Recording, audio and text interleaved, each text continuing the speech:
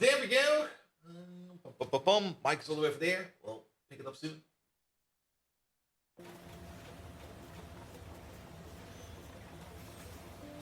Ah, fuck. I clicked that button too early.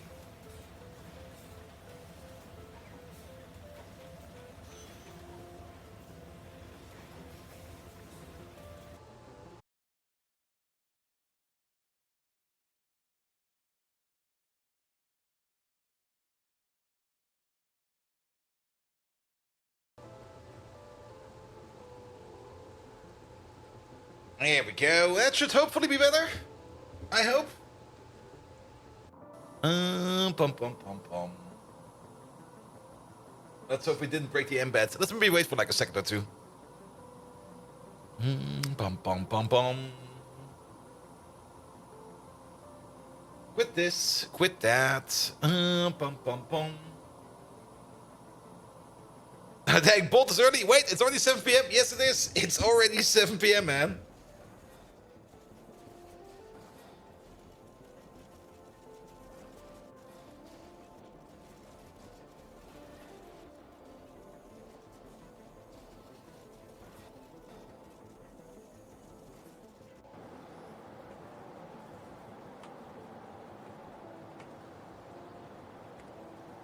There we go. Let's see.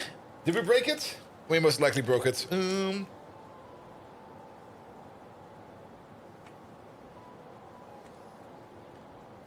Then we of course also need this link over there. Pum pum pum. Pum pum pum. Copy the whole thing. No, no, actually it's good. It's good. Then go live over here as well. Perfect. Put your lads over there.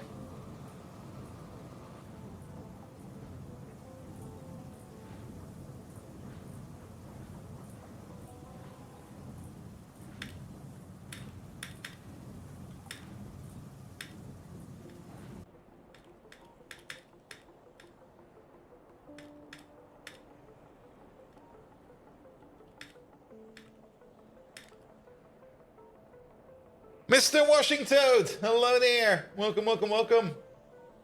All right, all right, all right. I'm still a bit tired, to be perfectly honest. I did more or less sleep all night, all day, but I'm still kind of like, why did I start watching Oshino go at 2 a.m.? What's the worst thing ever? Well, the series was great, but it was the worst idea to do ever.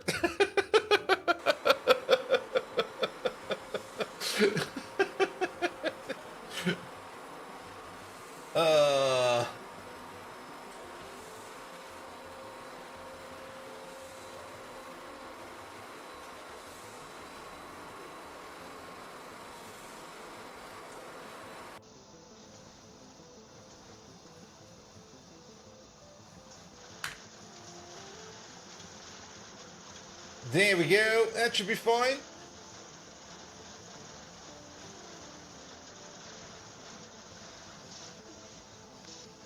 That should be fine. All right, all right. Let's wait for the outs to blow over, and then we can get going. Every fight over here, I still need to turn on that lamp over there, so let's do that as well. Then let's put you lads over there, you lads over there. Megatron probably also needs to kick in the butt. There we go, kicking Megatron in the butt. And then give it like a second. Also, any updates? Oh, there's an update. Uh-oh.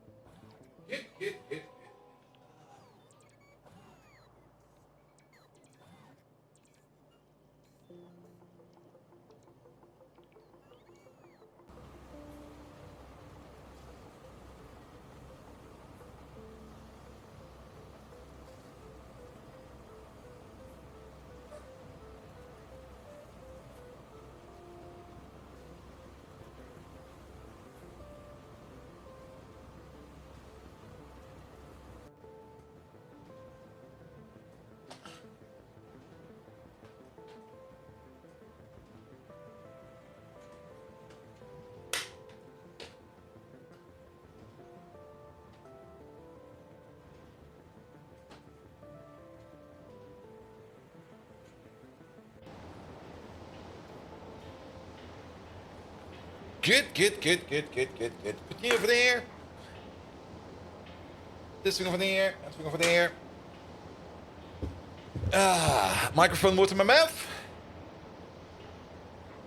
Beard is everywhere. By the way, I got a barber appointment tomorrow for the beard. So tomorrow I'm gonna look different. Let's see how different it will be. Good, good, good, good, good, good. Alright, let's just go. Let's just fucking go. Is the camera working?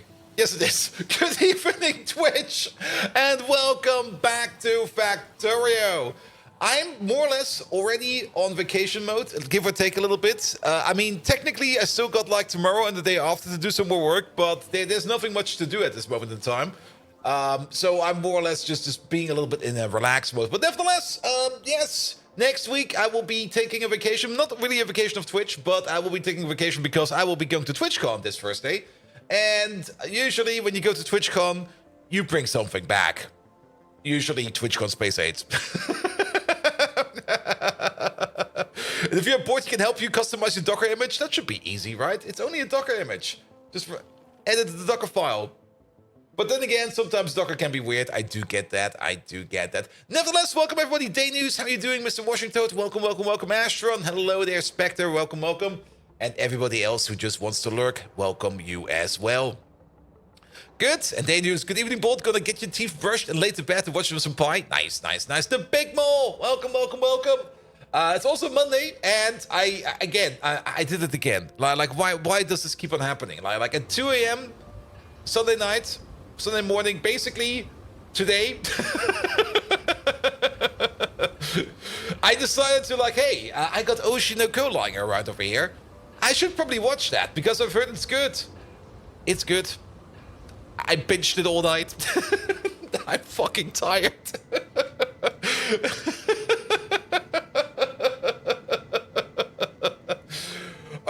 Alright, there seems to be an update in Pi Alien Life. Let's have a quick look at that. Buffed asphalt, quartz, and cold tiles from 325% speed to 350 in order to match all the others. That's fine. Fixed the crash related to bonus third path 1. That's probably fine as well. Fixed that the first tier of concrete, hazard concrete, did not actually stop vehicle movement. That was in... I swear they're putting in the same bug fixes over and over again.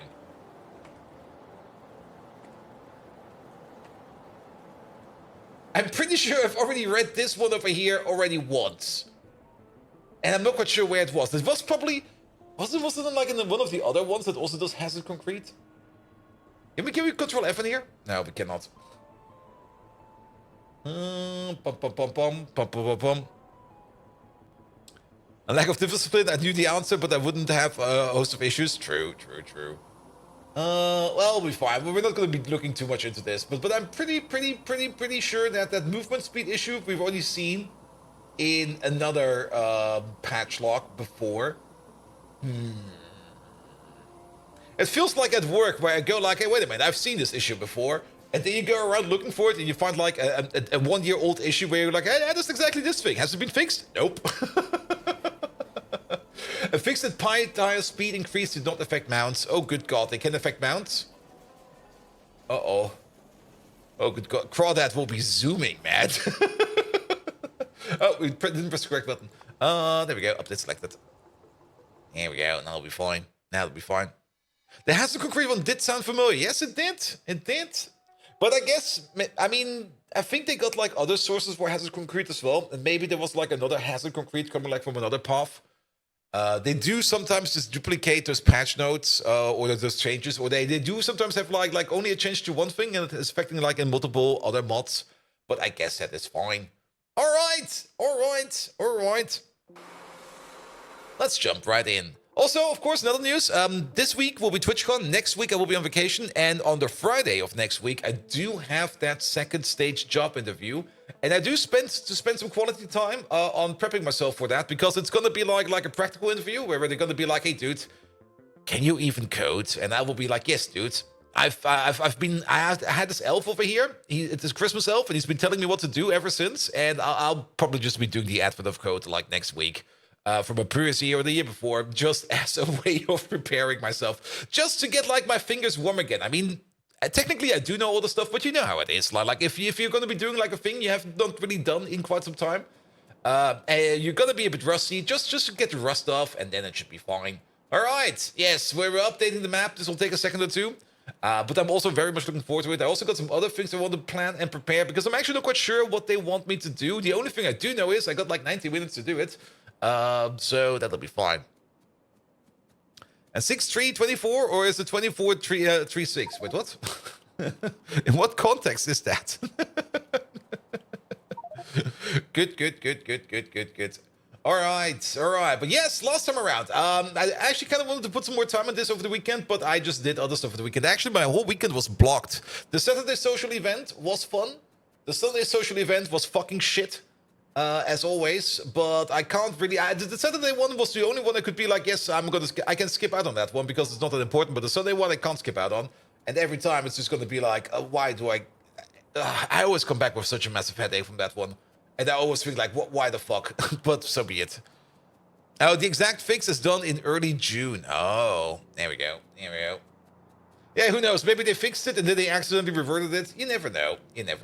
Good, but we got now the new plutonium process over here, because it kind of seems we missed out on a key information over here, which was the MOX fuel cell over here, because I just didn't know that the MOX fuel cell over here is the intermediate path to make, like, not really infinite amounts of plutonium, but to have a positive loop in plutonium production.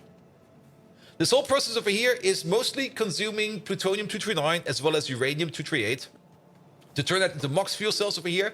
It will also be eating quite a bit of molybdenum plate as well as quite a bit of niobium plate. And then together, this over here will be making ourselves the MOX fuel cells, which we're then going to be spending over here in this breeder reactor. We could technically run power off this one. We could draw power out of it. But the amount of power that this breeder reactor is currently making over here is nowhere near the amount of power that we can currently make or even consume. So we're kind of ignoring it. We could have done this setup already like ages ago. And back then, it was probably like a better or like a good idea to do it like this, or to actually draw power from this. But at this stage of the game, this is sadly no longer the game. Waiting for the not melon gag to pop up? Nah, he's fine. He's going to be fine today. But nevertheless, we're now making MOX fuel cells, which we are then turning into... There we go. We are then turning the MOX fuel cells over here into plutonium oxide and again into uranium-238. Hey-ho. And then we take that uranium-238 and we gift it to a vendor as a piece of candy, because a vendor always loves to have like some uranium-238 in his hands. Because with some uranium-238, his hands are literally going to be glowing. A vendor! Hello there! Thank you so much for the primary sub. How are you doing? Welcome. And Maniac, how are you? Welcome as well. Good. But yes, at this moment in time, this thing over here is more or less just making constant plutonium. I'm kind of thinking about maybe even doubling it down over here yet one more time. Healthy glow is always good. Yes, it's going to be one of those healthy green glows, you know. Because at the moment, only the top two centrifuges over here are working, and the bottom two over here are not doing anything at all. We could maybe change that out a bit by maybe just slowing down the speed over here. We more or less need to reduce the crafting speed to a crafting speed of 3. We get the crafting speed of 3, I guess, if we go all the way like this. That's 2.8. All right, let's go like this then. It'll save us a little bit of power over here, and then the bottom centrifuges over here can take over. If we do think about upgrading this, then we can just crank up the beacon dial over here again all the way up to maximum, and then we're gonna be fine. Good. The other way, of course, would be to just make more plutonium over here. At the moment, I'm just going to let it sit like this because I think it's going to be great. And of course, we are going to be making all of this plutonium over here. Now, if we go to the plutonium real quick, just as a reminder of what we're doing and how we're doing it over here. The plutonium-238 over here is going to be sitting over here in a passive provider depot, which will then be picked up over here and will be brought over all the way over here. And it should be technically brought over there. Yes, there is a delivery scheduled over here to turn that into uranium samples, so nuclear samples over here. And then the nuclear samples over here are required we need for chemical science. The nuclear samples, I think, are also required for a later science. I think they also go to production science. But with this, we can now make an infinite amount of those. Technically, this setup over here is no longer required. We could probably turn it down, turn it off, break it apart. I'm actually kind of curious to see that there is no more uranium coming this way.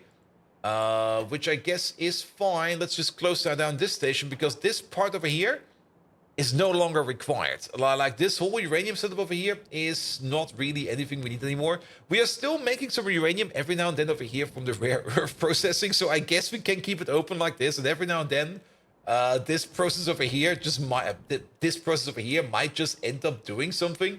But overall, we can definitely get rid of these beacons over here because that's a waste of power. Nobody needs these, nobody needs those. That can go, this can go. And then we will be fine. This whole thing over here could technically also be picked up.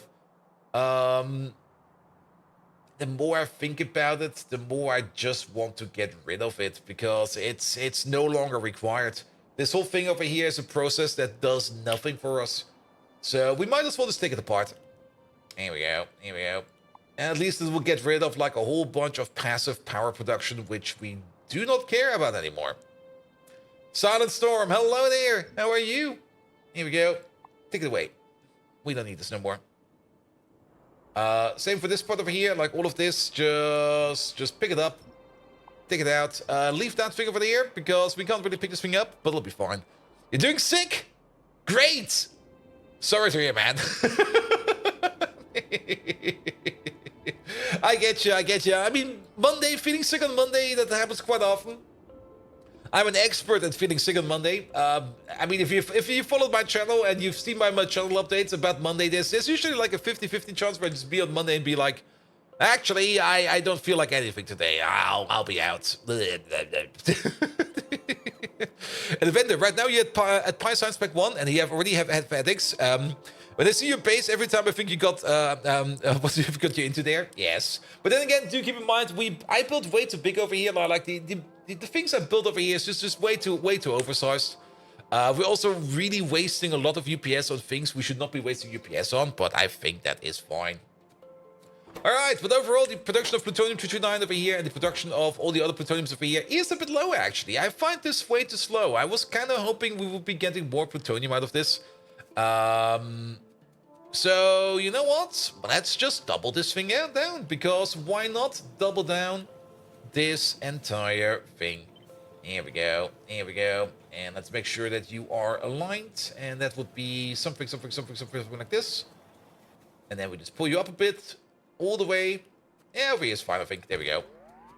Sure, let's make a second one of these, because I think this is a very important loop. So let's keep this thing over here looping. The only downside, of course, is we will probably need to put splitters over here to get to these connectors over there.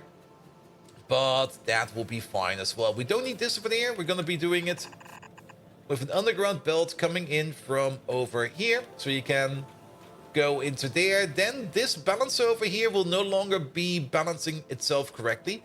We could just ignore that and just do it like this. And then the balance over here will be affected over there as well. Good, good, good, good, good. That'll be good. That'll be good. Same thing over there. You do this, and then all of these will be going away, and then you go all the way down there somewhere. That's a little bit too close. Get yourself an underground. Here we go, and then we can use the same balance over there, especially if we are useful on the connection over there. Let's maybe also align this one over there, that it at least looks the same. Here we go, and that'll be great. And through cutting down the uranium processing should help with UPS too. Yes. I mean, this over here is not always running, so it's not too bad. But it's still a bit of an issue. We should maybe also get rid of all these pipes over here. For that, we just take out the pipes over there real quick. Pom, pom, pom. But yeah, the more stuff we can pick up, the better it will be for us. Here we go. Just take this apart. We don't want to see this no more. Same for these pipes over here. Just pick them up. Take him out. There you go. Could have probably done this off camera, but we're doing it now. Alright, that should be fine for now. There's still a little bit over there, and a little bit over there, and a little bit over there. There's actually quite a bit of stuff still around. This ash producer over there, is this going to be important? Where's it even coming from? That seems to be somewhat important. Here we go. Let's just upgrade you. But then again, it also kind of seems a bit backed up. Well, what's this thing doing over here? That's going to be bringing in ash over here for the ash stuff over there. And it's going to be bringing in ash all the way over here, all the way over there, all the way over here. All the way over there for... Okay, that is fine, I guess. How many logs is still in the logistics system? We've been eating them, definitely. There's still 87,000 logs in there. I mean, for the logs, let's double check one more time. We are doing a bit of wood processing over there. And we're always bringing in logs over here as a low priority job. I mean, there is like about 250 logs being demanded in over here, like every now and then. You can see that there's bots coming over with some logs every time, over and over and over again. The whole process of putting logs into the system is a very slow one, but it is definitely a process that is running. And since they do get prioritized in over here first, they are being consumed over here. But yeah, the whole log process could be fast. But then again, so be it. Just let it move. Just let it move. It'll be great. Alright. Alright. Okay, that's all in construction range. That's even better. The only thing we need to do over here real quick is to make sure that all of these over here are somewhat connected up with a belt or two. Also, Maniac, I'm doing good. I mean, I'm more or less ready for vacation.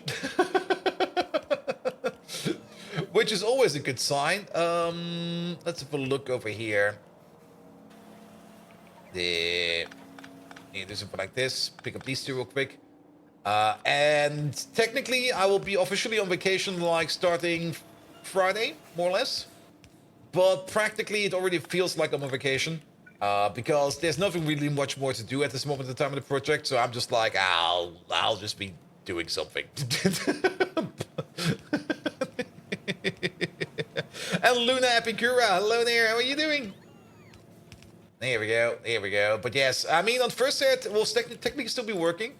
And since I will be going by train, I'll just take some work with me inside of the train. Which is fine in my opinion. I mean, I don't really need... I mean, I'm already working from home office, so I can also work while I travel. And I've already talked with the people about it, they were like, yeah, it's going to be fine. You're only going to be meetings all day, right? Yep. So on first day, we'll be sitting in the train, just sitting in meetings and just enjoying my train ride. And then at some point in time, I will arrive at TwitchCon. And then the moment I get off the train, I will be like, yep, that's it for me today. I'll be at TwitchCon now. You can basically consider me drunk at this moment in time.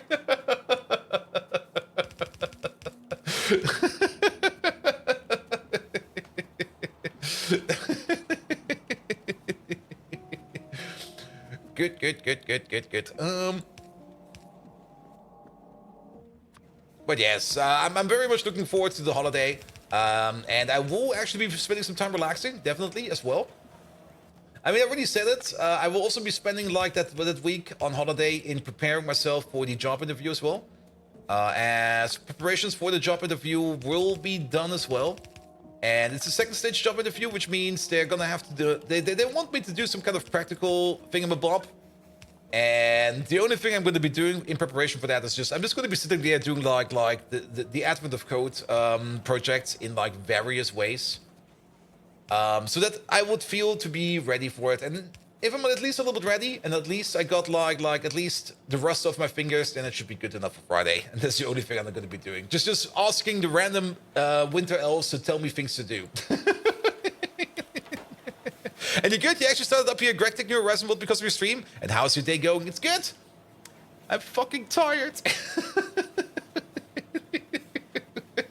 but I'm fucking tired for my own reasons. Like I already said at the beginning of the stream, I did it again. Like at 2 a.m., I came up with the idea that I should probably start watching Oshinoko, because the next season of Oshinoko will be starting in a week or two from now.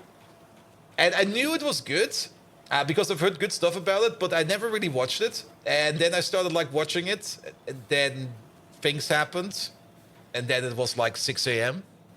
And then I was like, I have to be in a meeting in 4 hours. Better get some sleep in. But have you thought about the details? Sitting in meetings can be hard while on the train, since there's the best spotty internet, and that's going to be slow. That's not my problem. If there's going to be spotty internet and people can't understand me, I don't care. And actually, I'm only going to be sitting in meetings. I'm not really going to be doing much talking in meetings. Also, I do hope that first class Wi-Fi, or that the first class train travel and first class Wi-Fi will be better. It's still a German train, and German... okay, the Wi-Fi on the German train is technically terrible. And AOC during summer, is that even legal? Just don't tell the AOC guys.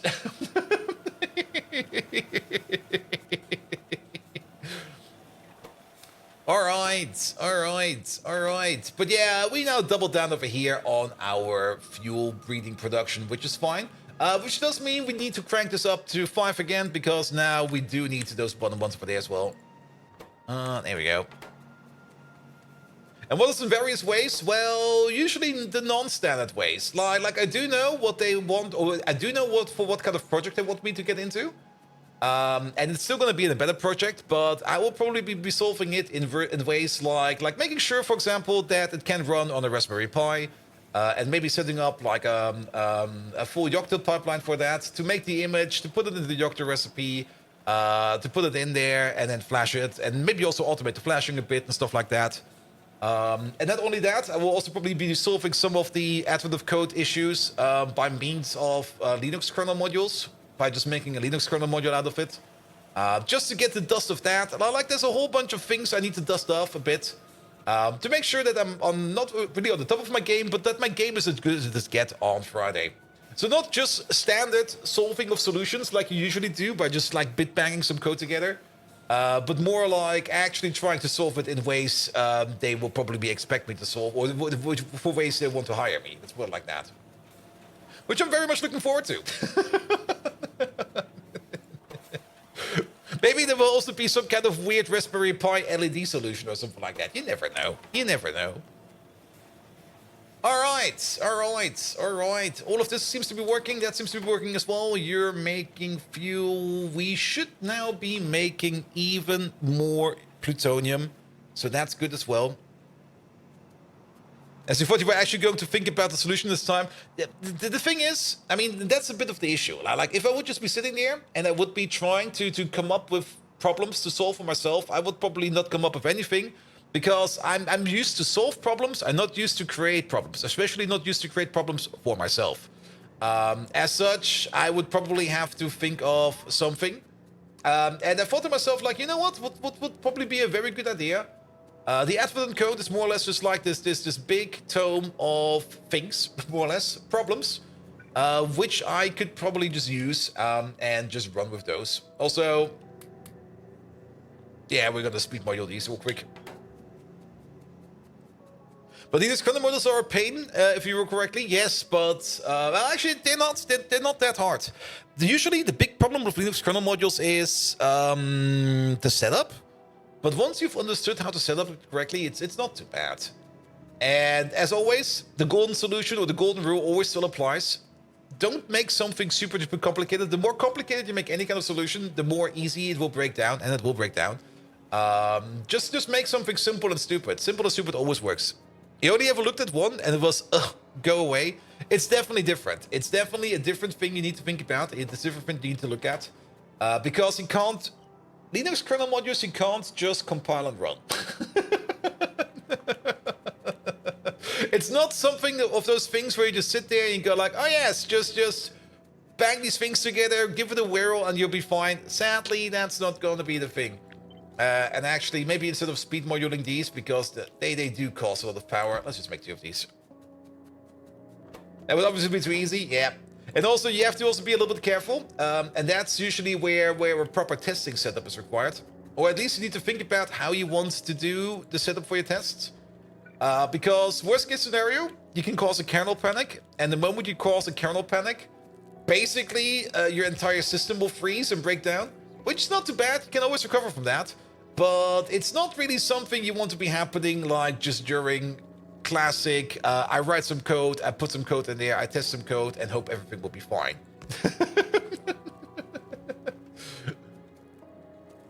Alright, we got 2 more of these. And then you go all the way over there, you go all the way over there. And then you're going over there, and you're going over there. Good. Extra plutonium oxide. Sorry about that. There we go. All right, all of these are spinning now. These are running at 200 megawatts. That's fine. These over here are running at gigawatts. That's fine. Yeah, maybe instead of putting like one speed module in here to get like a 40% speed increase, let's just put down like 2 more of these, and then we get like a 200% increase at a 200% power increase. So that's going to be fine as well. Good, good, good, good, good. Do you have the tier 2 accelerators? The tier 2 accelerator... Oh, you mean the particle accelerators? I don't think so. These come a little bit later. The particle accelerators are in Pi High Tech. There they are. I think these come in production science. The particle accelerators. When do we even get the first one? It's not over there. It's not over there. It's not over there. There it is. Yeah, that's in production science. I guess these would be amazing, but this is more or less the same. The same as it's true for the molecular assembler and some other buildings. Some of these just are like a little bit off by a rank, and they come a bit late. Also, particle accelerators, I think, only go up to tier 3 and not to tier 4, because technically the tier 1 would not... No, they do go up to tier 4, never mind. Then again, of course, upgrading the particle accelerator does give you like twice the crafting speed at only 50% extreme increased power usage. Upgrading the particle accelerators, even if you don't really have it balanced, it definitely is worth upgrading your particle accelerators, because you will be saving power on them, man. But this is fine. Oh wait, don't do that. I covered them over with the module in there. There we go. Just pick it up, take it out. There we go. All right, all right. And now we got 4 particle accelerators over here, just sitting around over here, making plutonium for us. Did we actually ever calculate? We did, but it's already been a week again, and we kind of forgot again. So how much production do we get out of here, production-wise, every 5 seconds? We get about, what is that, 50, 103, 105, 145% productions every 5 seconds, or let's just say it's 150%. We get 3 items. Yay, 9 months only seems like yesterday I signed up to be one of Megatron's troops. Thunder. Megatron, one of your most loyal servants is over here. His name is Thunder0010. Do you have some nice words for Thunder0010? And Thunder, thank you so much for your resub, mate. Alright, but we're making 3 items per second. Technically, we're going to be making 4.5 items per second, 9, 18. That fits on a red belt. Nothing to worry. Oh, Thunder Railroad 10, you loyal scraplet!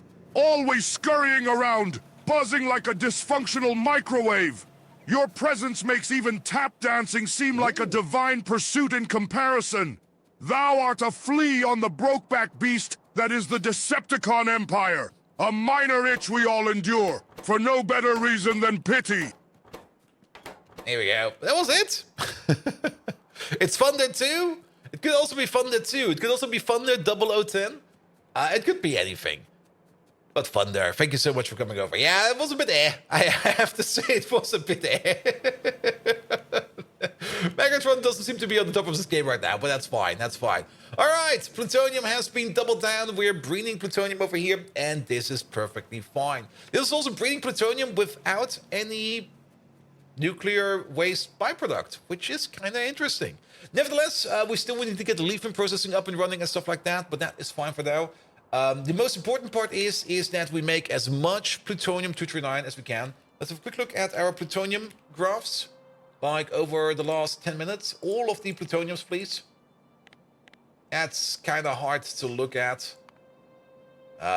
We definitely did double it down. That's very true.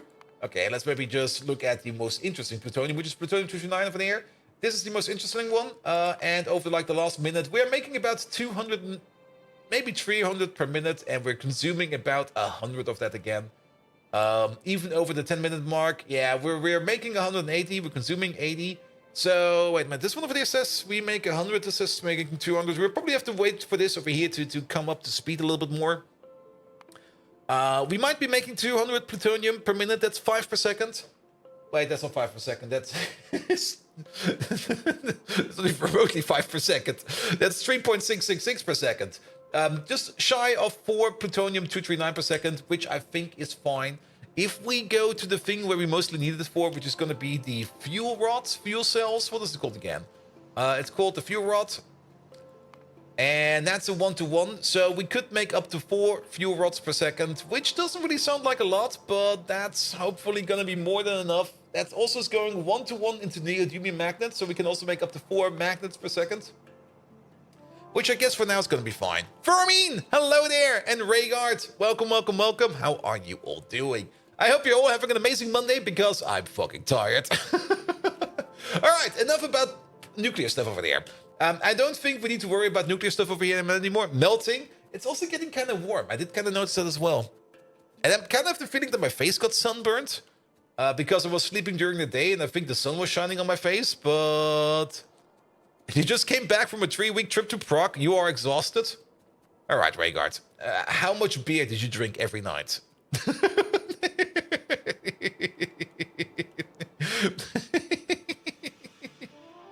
Probably all of it.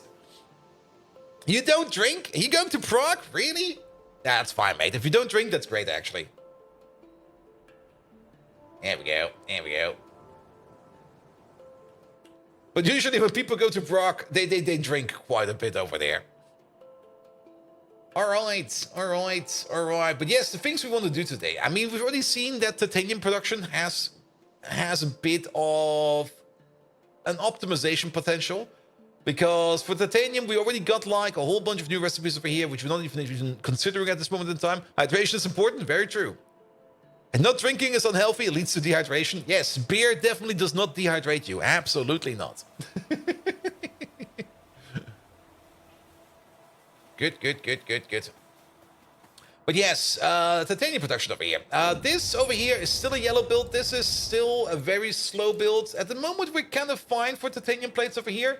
But I can already tell that this production over here of titanium is no longer going to be doing much. So the high-speed titanium production over here is going to be kind of off.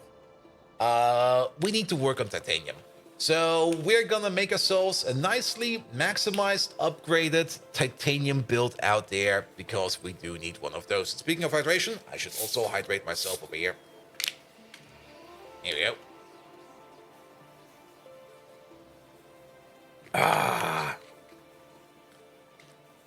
Good old caffeinated colas. You had a great time? That's the most important part. All right. So, titanium processing. We're gonna need all of the classics. And we can just copy paste over the things that we need for that from the old machine over there. So we can copy paste all of these, but the most interesting part is gonna be like the post step over here, which I think is, let's have a look at that real quick. So for titanium processing. There we go. So we go all the way over into titanium grade 4.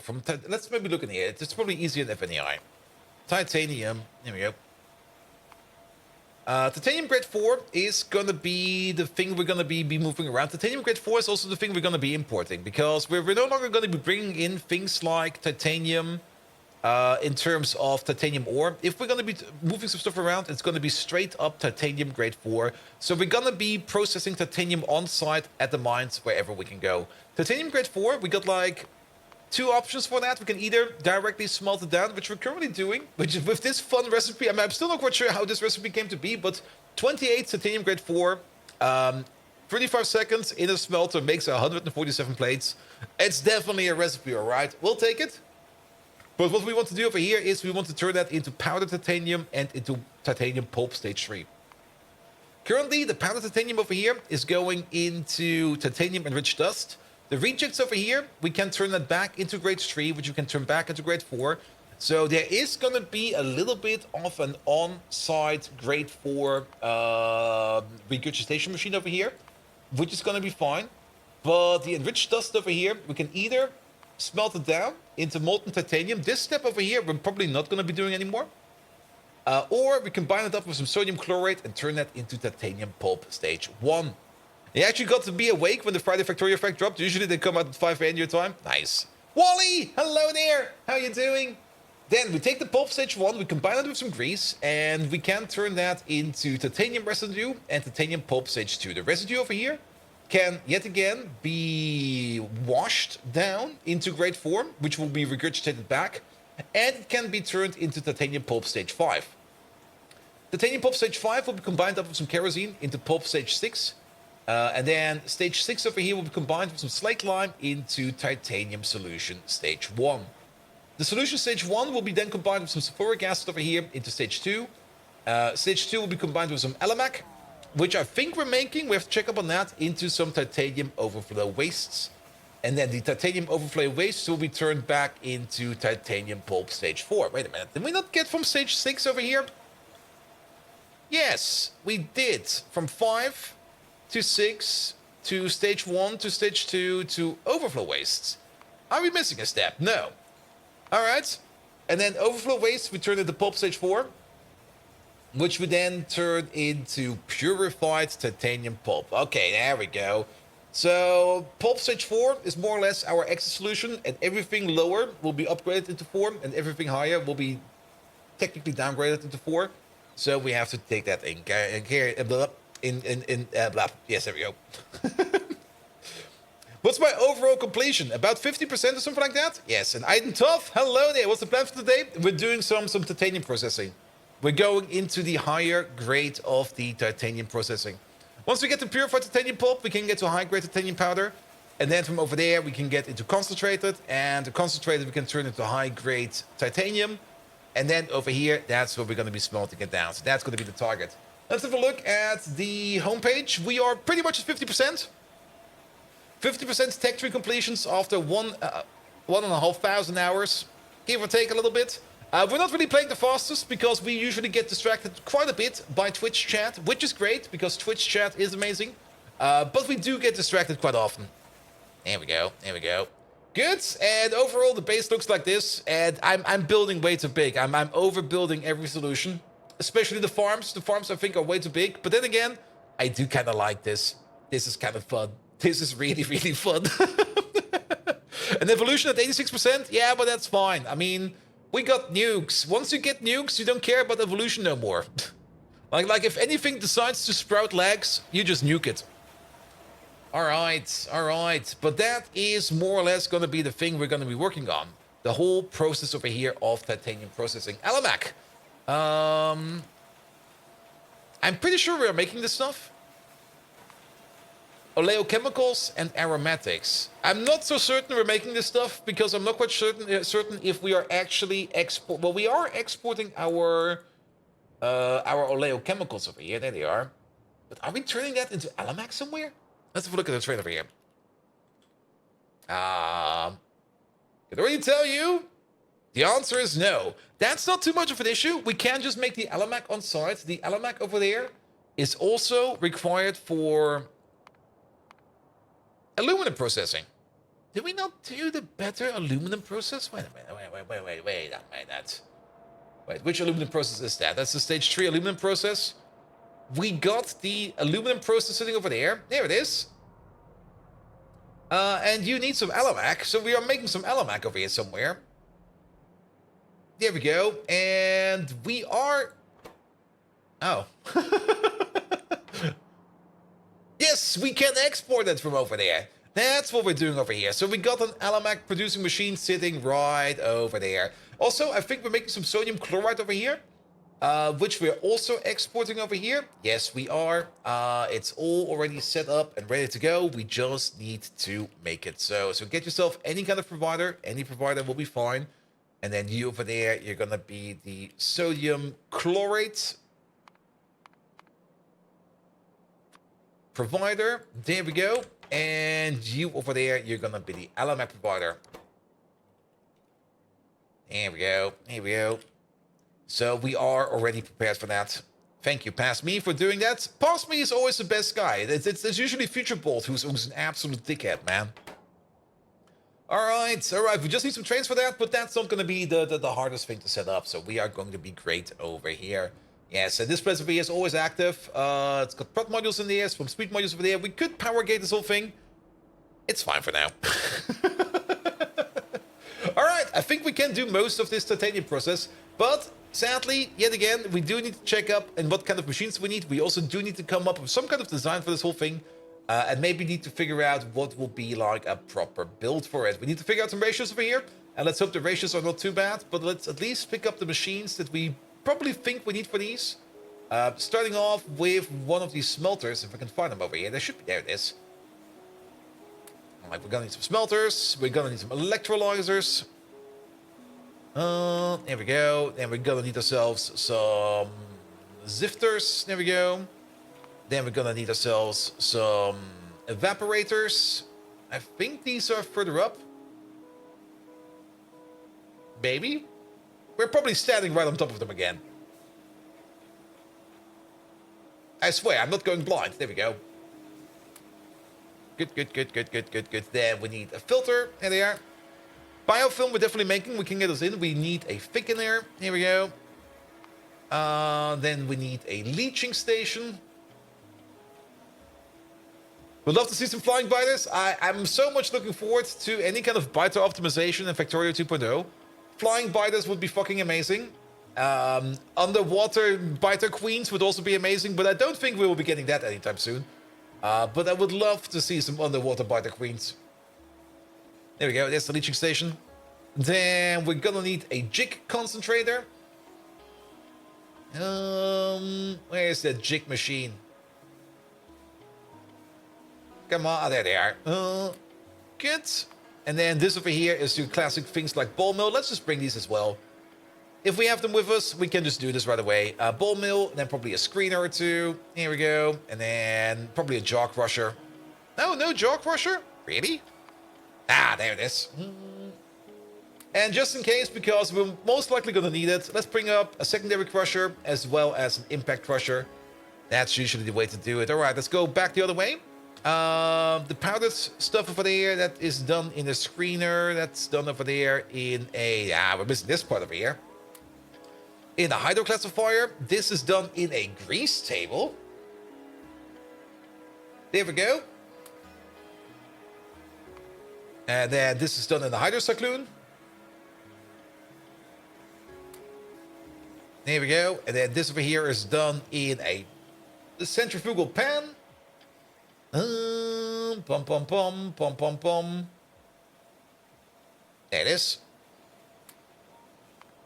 And that's done in an agitator. And this over there is done in a flotation cell. I'm not sure if we already have a flotation cell or not, but now we definitely have one. Another flotation cell over there. And then this goes into the jig concentrator. That goes into the filter. That goes this path down over there. That's fine. Did I miss something about this path over here? That's going into... That should all be fine. I think we got all the buildings over here. All right, just a couple of buildings, and we're only going to use this as a blueprint real quick. So we're going out into the boonies real quick, and we're just going to start to design ourselves a lovely, nice, new titanium making machine. We did this process already for the lead. We still need to do this process for the tin, for the antimony, for the chromium, I think. We did do it for the aluminum. We technically need to do it again for the iron. We do have like an iron setup, but I think we can do better in our current iron build, because the iron build was made with the design in mind that we can fit everything under one beacon. But in my opinion, it would probably be better to fit everything into like a maximized power beacon. But that'll be fine. I mean, the iron thing, are we flying past it? We already passed it. It's sitting over here. I do like this build. It's a singular beacon that affects every important building in this build, which is fucking amazing. But overall, the speed of this thing over here is too slow. And we could just copy down it like 3 or 4 times. Or we could just not copy it down 3 or 4 times. Compress it down into like something that has like maximized beacons going for it. And just use that. And sea levels, but I guess it's the wrong game for that. Have to do this in this camera angle. Well, you could do it like Dwarf Fortress or something like that, where you just go like up and down with like a layer by a layer, or surface by surface. I mean, if you think about modded, nope, don't do that. Modded Factorio, you do got like the recursive factories over there, which technically go down to sea level, give or take a little. All right, inventory is full. Nice. Yeah, put the locks in there. Good. All right, multiple things. We're gonna just assume that we're gonna start with titanium grade 4. We're gonna get titanium grade 4 over here as an input. So we're gonna start off with some jig concentrators. That's what we're gonna start off with. And we're gonna be placing the machines over here, and then we're gonna be figuring out ratios from over there. So we're gonna be starting off over here with making ourselves some powdered titanium. Already we got a splitting path over here. One is the powdered titanium path, the other one is the titanium pulp path. So that's already gonna be fun. Let's put you over there. Let's maybe start off with the, I guess, the powdered titanium path over here. The powdered titanium over there is then going into a screener to be turned into titanium enriched dust. So let's put you over there real quick, put you in the screener, and we're going to turn you into titanium enriched dust. If we compare these two over here, we got the crafting speed of 4, or a crafting time of 4. We got the crafting time of 4 over here as well.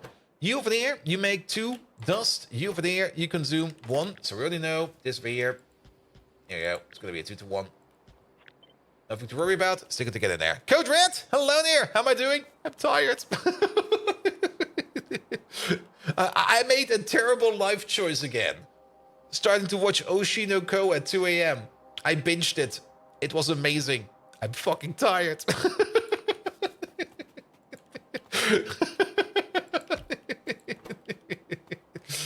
Alright, that's powdered tin. Titanium enriched dust over there.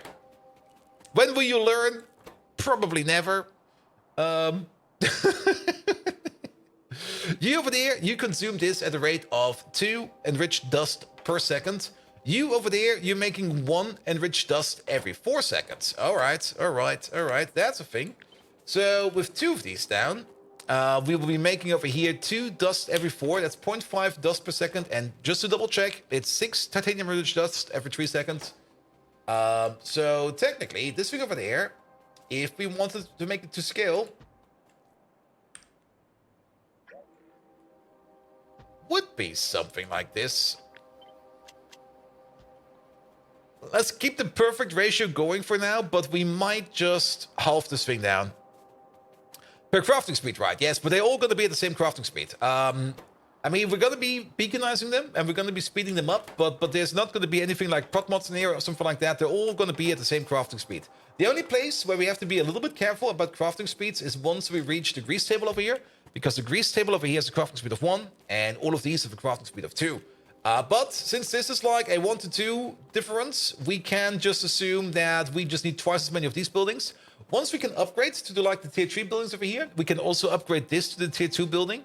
And then these ones over here, we're basically not going to be losing speed. We're going to be gaining speed, which means that these machines over here, when they're at Mark 2 and these at Mark 3, will be idle a little bit, but they'll be fine. Anyone else having issues between video and sound? Try refreshing. Because that's usually the case. I mean, if there's an issue between video and sound, that would usually mean that either the codec on my side is having issues. I mean, if everybody's having that, then the codec on my issue or the encoding on my side is having issues. But it's most likely that the Twitch player is just being a little bit silly again. And, yes. I mean, there's an easy way to test this. If that does not align, then it's Twitch. All right. But that is going to be for the titanium pulp later on. Oh, there's multiple grease table steps in here. Oh, well then. Yeah, put these in there. Good. And actually, wait, is that already going to be the next step? That's already going to be the next step. Twitch seems to be acting up over here. Yeah, that's fine. Sometimes audio and video can get desynced, especially since, I mean, keep in mind, you got like a video stream and an audio stream. And sometimes locally, your browser probably just gets it mixed up a bit with the timestamps, and then things just go a little bit off. All right. Good to know that this thing over here exists.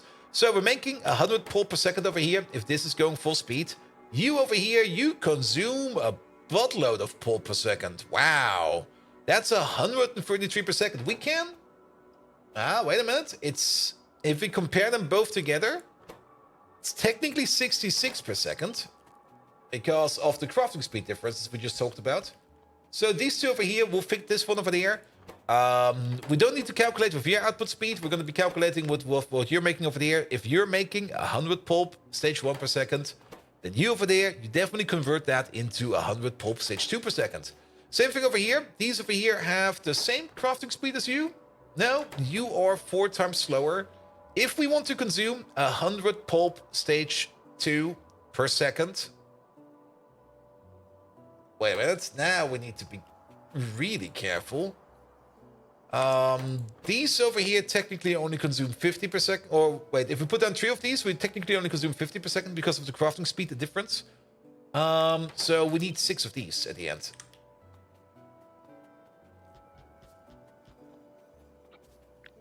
That's 5. Now it's 6.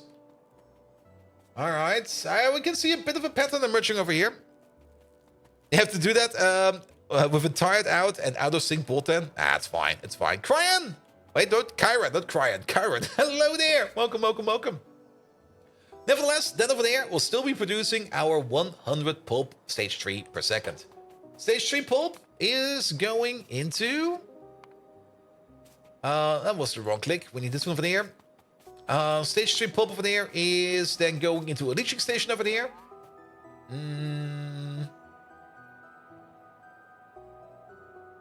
Yeah, if we put down 4 of these, we will definitely be consuming 100 pulp stage 3 per second. It's getting kind of out of hand over here. But yes, you make 100 per second. You consume 133 per second. However, because of the difference of classes, 66, you make 66 per second. You over there, you would be consuming 33 per second. We can use the same calculation speed over here. So this is definitely a 1 to 2 ratio. Wait, this is a 1 to 2 ratio.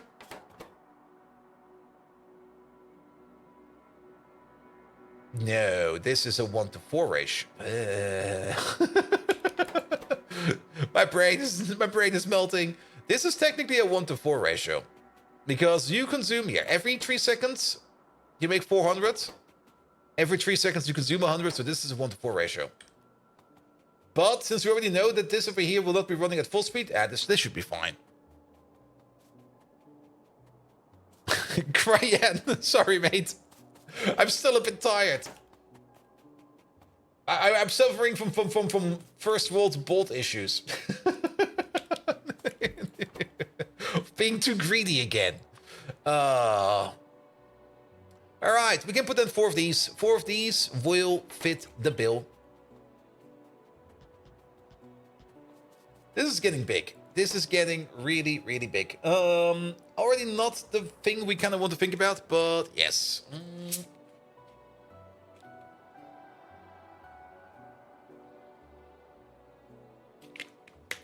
Also, just noticed something over here. We're getting titanium overflow waste over here. We're also getting purified titanium pulp over here. All right, all right. The titanium overflow waste is what we then turn into the stage 4 stuff.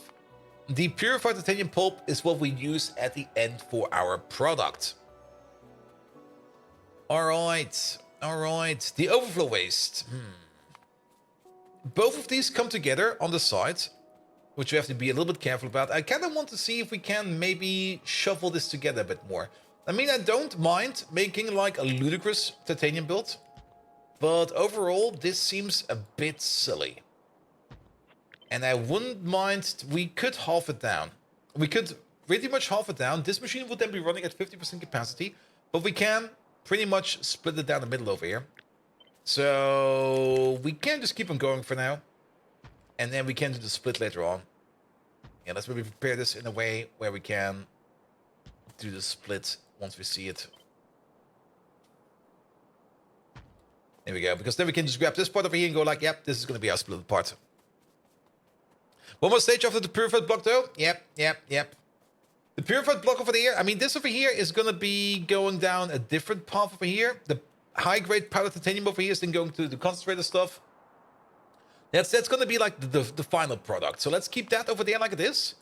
And let's have a look at the titanium overflow waste over here. Because titanium overflow waste we also get from another part, don't we? We get that from the Titanium Stage 2 Solution project over here, which is more or less, if we kind of remember back all the way at the beginning over here, that's going to be the part of the titanium enriched dust over here. That's going to be your output over there. Wait a minute, not yours. That's going to be... Wait, what? Oh, wait, it's one before that. It's over here. It's going to be from over here. Titanium Pulp Stage 3, which then goes... Oh, wait, that's the same process over here. Oh, that's good. That's good. So your output over there is going into more down there. Perfect. I thought for some reason it was something different. So each one of these over there makes 15 per second. That's great. And down here, you consume 25 per second. So that's a total of 60 per second over there. And to compensate that over there, we're gonna need like 3 more of these. This will consume 75. This makes 60. That kind of fits. But sadly, only kind of fits. But at least then we're like more or less unified over here in purified titanium pulp and titanium overflow wastes. So that is good. All right, so these over here will definitely be working at full speed. These over here will be working at reduced speed. But that is fine. We can just assume. Let's not assume. It's 75. No, it's 60 going into 75. So these two will be working at full speed, and this one over there will be working at 60%. Which means, at full speed, that means we're making about 130 every 4 plus the other 100. So 230 over there, and then half of that over there. Let's write something down real quick. Because I will be coming back to that here. Let's just Twitch chat for that real quick. Actually, no, let's do this one over there. 230, 135. There we go. And the chromium. Hello there. How you doing? Welcome, welcome, welcome. Double check one more time. These 4 at full speed. And already I'm like, wait a minute. Nah, I'm talking bullshit over here. These 4 over here at full speed. So we're making 50 over here. And then these 2 at full speed. That's another 25, 75. And then this one at 60%, which means that's another... You make 12.5 per second. There we go. And there's the issue. And 12.5, 60% of that is going to be 7.5. So, 75 plus 7.5, that is 82.5. There we go. I got the wrong numbers here. 82.5, and then half of that, 41.25. Good. That's the amount of stuff we make per second over here. There we go. Much easier. Much easier. All right. Doesn't really matter too much because we then start evaporating, and then we just throw it into the evaporator. All right. All right. Evaporation time. There we go. There's a red tree in the way. What the hell? 4 of these at the end. That's a little bit more than 4, but 4 of these at the end to evaporate that stuff. And then the titanium overflow waste over there, we turn that into titanium pulp stage 4. This over here is its own process with at the end turning it into more of this stuff over here. So let's maybe skip this part over here for now. And let's maybe focus on this one over here. And again, we're making 41.5 over here. That means we're going to need 2 jig concentrators over here to turn that stuff into the next stuff. So jig concentrator over there. We're going to be turning you into... That's not a jig concentration. That is a thickener. There we go. Titanium overflow waste into titanium pulp stage 4. Same amount, same speed. So one of these over here is going to be consuming 33 per second. We are making 41.25. Wait a minute. We need 2 of these. So 2 of these coming out.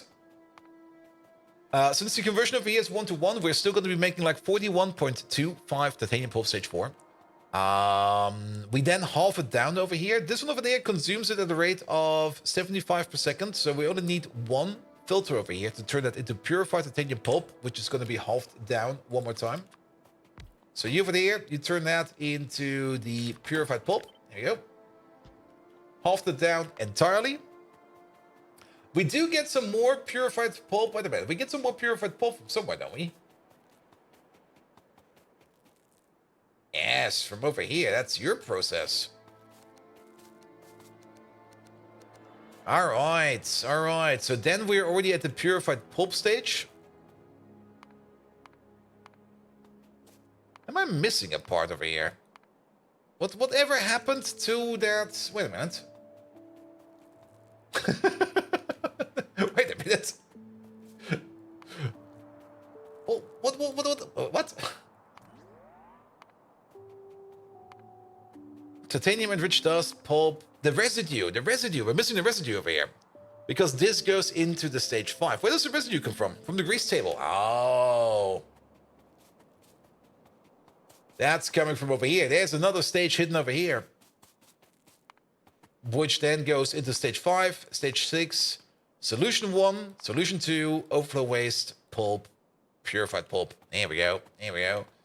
We're missing this stage over there. All right, all right, all right. So let's do that one first then. All right, so that's going to be you, residue. We can assume that this thing over here is running at full speed, which does mean we make like 1 residue every 3 seconds. And this one over here consumes it at the rate of 1 per second. Well, that's a bit fast. So we only need 1 hydrocyclone. There we go. And Bert, how you doing, mate? Welcome, welcome, welcome. All right, that will be more or less on your level over there. At the moment, I was kind of thinking of maybe reducing these numbers over here, but I think we're going to stay with it. Is this still the same pie map? It kind of depends on which pie map you are thinking about. I mean, we've done pie twice, but this is the pie map we've been playing for like about 1.5 years now. Getting close to 2, actually. How many hours? 1,500. I mean, if we would be playing more Pi on the side, off-stream, we would be progressing a bit faster, but I kind of do other stuff off-stream, you know? Like, working. We don't really care about the trickle back over here of the titanium grade 4, so that will just go back into the depot, and from over there, it will then be put back into circulation. But, nevertheless, we only make 1 titanium residue every 3 seconds, so this thing over here consumes it at the rate of 1 per second, so we're only making this over here at 1/3 of the rate, which means this over there is going to be 166 titanium pulp stage 5 per second coming out of you. Good news is, the next machine over here has the same crafting speed, so they go 1-to-1 regardless. We don't really care about that, which is going to be the pan over there. Here we go. These go 1-to-1, 5-to-6. And then the titanium pulp stage 6 over there, this sadly does not go exactly into the same rate. This one over there consumes it at the rate of 80 per second. We make 133 per second, which means we're going to need 2 agitators to turn that into the titanium solution stage 1. Like working. An example, figuring out what anime is going to be binge watch at 2 a.m. Yes! I know, right?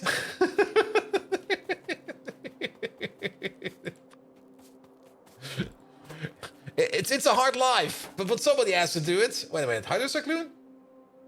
No, agitator. There we go. Good. There we go. 2 of these. Bomb. Do we lose anything? No, we keep it. So we make 133 titanium solution stage 1, which then gets consumed over here in 6 of these over here. That's going to be 6 flotation cells. I don't know why he checks, but it should always be Brave Bank, Brave Revern. Yep. Still the best one out there, man. There we go. There we go. Where are the flotation cells? There they are. Turn that into the solution of the next stage. Bum. Add 6 of these. Is the end of Pi also a rocket, or is it different endings? It's not really a rocket at the end, especially since I think we cannot really tech the rocket. There we go. The rocket control unit's already over here, and this is where we get the rocket. So the rocket is not the end. The rocket is pretty much mid-game. You will need the rocket at the beginning to get to Pholines, which is a space resource you get from space. And later on, you're going to need the rocket for, I think you're going to need it, well, for space science, you're definitely going to need it. But you're going to, I think before space science, I think utility science also requires certain things you only can get via a rocket. You also do need rockets for waste management at some point in time. Because if you go deep into nuclear power, you at some point in time end up with something that you can't burn in like a burner and turn it into ash. So the only way to get rid of it is by shooting it into space, and that's vitrified glass over here. Vitrified glass over here is something we can't really do anything with. It does not have any kind of crafting recipe. But what you can do is you can put it into a rocket and shoot it into the sun and then get rid of it that way around. At least we don't really get much vitrified glass over here. Vitrified glass over here is something that we only get like every now and then, which is great. But yeah, we will probably need rockets to get rid of that as well. All right. Then that's this over there. That's another one-to-one solution. 133 still in mind. You over there, you consume it at a rate of 75 per second. So we're gonna need 2 more of these to turn that into overflow wastes. So put down one of these over here real quick, and we're gonna be doing. And now we have to be a bit careful. Wait a minute. Am I looking at the correct recipe over here? Flotation cell. You're going to be turning that into 4 titanium solution stage 2 alamac into the overflow. Yeah, this one over there. 1, 2. Put the waste into the orbit. Nothing else. Nothing could happen, right? Yes, it'll be fine, man. It'll be fine. All right. Well, we're getting a couple of parts out of here, and it's starting to get a little bit confusing. So let's maybe put these parts over here a little bit more apart. So this part connects up over there, and this part over there connects up to... I already forgot what this part over here connects up to. And that's the whole reason why it's already getting confusing over here. That is the pulp processing, isn't it? That's the part we do all the way at the end of here. Yes, it is. However,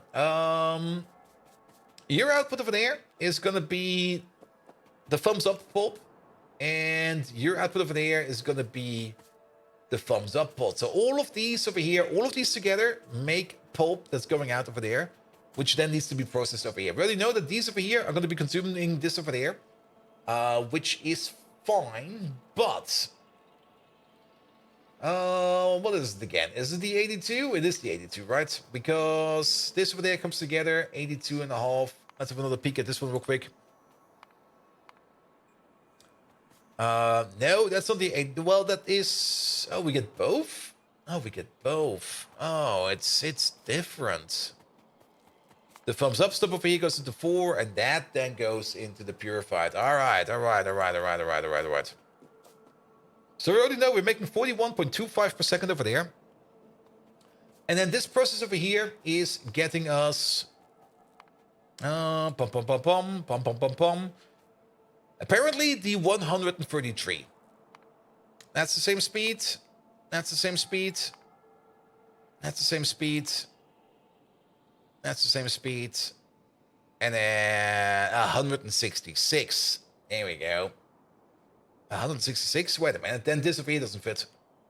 Okay, we were making definitely 166 titanium pulp stage 5, which turns into 166 stage 6, which turns into 166 pulp stage 1. That's coming into these two over here. These two over here, both of them consume 80 per second. And we're making 166. We're 6 shy. We're gonna solve this over here by just adding like an extra speed module in them. That should be fine. But still, we're gonna be making 166 titanium solution stage 1 over there, which needs to go into these over here, where yet again, we're probably gonna solve it with like a singular speed module in a couple of these, just to make them a little bit faster, but we will still be going at a rate of 166 titanium solution stage 2, which goes into these two over here. Again, speed module on top. I think it will be fine. Which does give us 166 titanium overflow waste per second. Add that in together with the 41.25 over there. Then we get about 210 titanium overflow waste per second. Give or take a little. That's a bit more. That's a bit more than expected. And that is what is then going over here into the thickeners, which are these things over there. Yes. So 3 of these over here consume 100. 6 of these over here consume 200. Again, we're going to speed it a little bit. And then we're going to need 3 of these at least to compensate for that. Because you consume 75 per second, and you over there, you make... Yeah, we're fine. And quick, somebody call an emergency vehicles. Bot must be extremely sick today. He's so sick that he forgot it's Monday. Yep, I definitely did.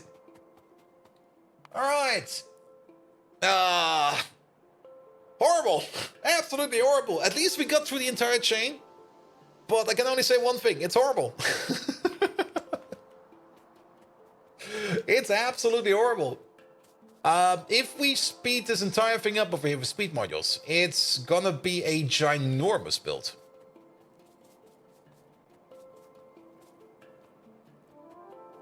Let's fucking do it. How many entities is this? That's 16, 20, 28 over there. Plus another 9 over there. Let's call it 10. So 38. And then 48, 50 entities. That's gonna be about... That's actually gonna be like 12 beacons. It's not too bad. 12, 13 beacons. It's not too bad. It's Friday though, so I'm wondering why he's playing Factorio and not GregTech. Wait, what? It's Friday? Yeah, sadly, this Friday there will be no GregTech, because this Friday I will be in Rotterdam at TwitchCon. So no GregTech this Friday, sadly. Alright, alright. Do we want to commit to this thing? We will definitely have to power gate this one, because it's gonna be hungry as fuck. It's gonna be fine on the side inputs. And GregTech stream from TwitchCon confirmed? Nah. And you finally caught up with the GregTech streams? Then you can take like a day off next Friday. Here we go. Here we go. Yeah. I guess we're gonna commit to this. We could try to halve it down. Actually, we're not even done with this. Wait a minute. We're now at the stage of the purified titanium pop. There's even more to come, actually, now to think about it. God dang it. On the plus side, we at least halve it down over here. So that 210 oddish will be turned into 100 purified titanium pulp. That then comes together with the 80 over here. So we're again about at 200 purified titanium pulp. There's more steps to come. We are most likely going to halve this thing down, because it's getting too big, man. Here we go. It's not this building we're looking for. We are looking for an evaporator, right? The evaporator, not a filter. There we go. Good. Because it's going to be 8 of these. There you go. 8 of these at the end, because 8 of these over here will be consuming the 200 purified titanium pulp over here, which we're making more or less, which will then be turning that into 2 high-grade titanium powder per second. At least these over here go 1-to-1. That's great. So these over here will have a friend over there in terms of this thingamabob over there, where we then just do this. 1, 2, 3, 4. 1, 2, 3, 4. Here we go. And actually going to start watching Friday's GregTech stream while Boulders at TwitchCon. That's fine. That's fine. Alright, alright. And then this over there goes into the high grade. We get some raw nextlet out of this and some iron oxide over there. That's fine. We can just export that. We don't need to worry about that. And then it goes over here into the high grade titanium over here. This part over here is then more dedicated. And then we're also pretty much at the end of here. We're gonna halve this entire thing down over there. Like, we're definitely gonna be like half of this. Half of that. Half of this. Half of that. Half of this. Half of that. This is going to be our build. Alright. Alright. Alright. And then we need to make it fancy. So let's start making it fancy. I'm kind of thinking already of making like a double stack of this one. But you'll see what I mean. You missed the pre-Steam Age Bolt, GT, too busy, and the early streams were not on YouTube. Are you sure about that? Pretty sure they are. Do you check the other VOD channel? There's a second VOD channel out there.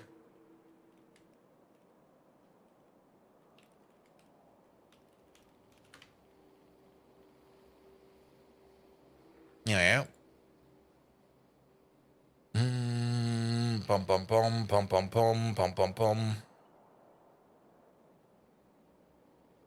Shut up, me.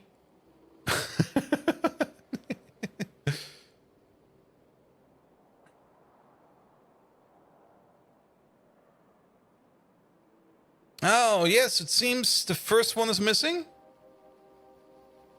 Because it says we're going to be aiming for steel. Though then again, did we not start off with that? Like from the get-go? Or was that the second stream?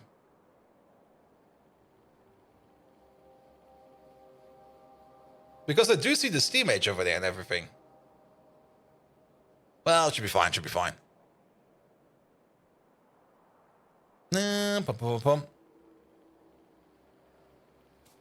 I mean, pre-steam age is not really much of a thing, I think. I mean, you start off in the steam age. It's been a while. I have to check myself.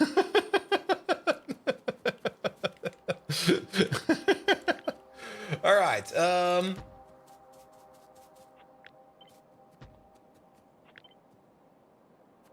There we go. Put you over there, and then let's put you out there and turn you into an AM FM5.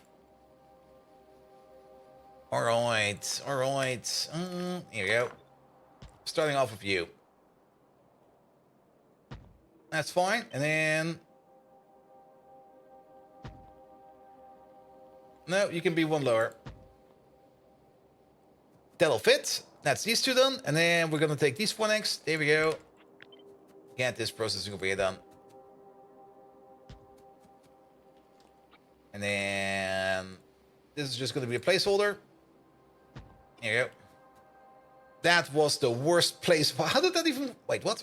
Oh, what? Oh. There you go.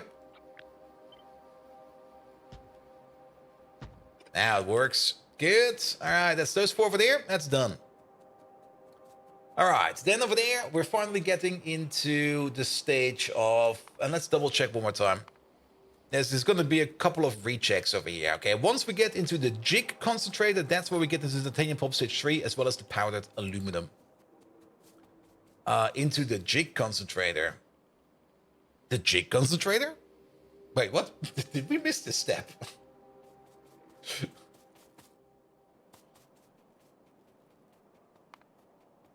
It's definitely over there, but I think we just kind of missed a step in here. Oh no.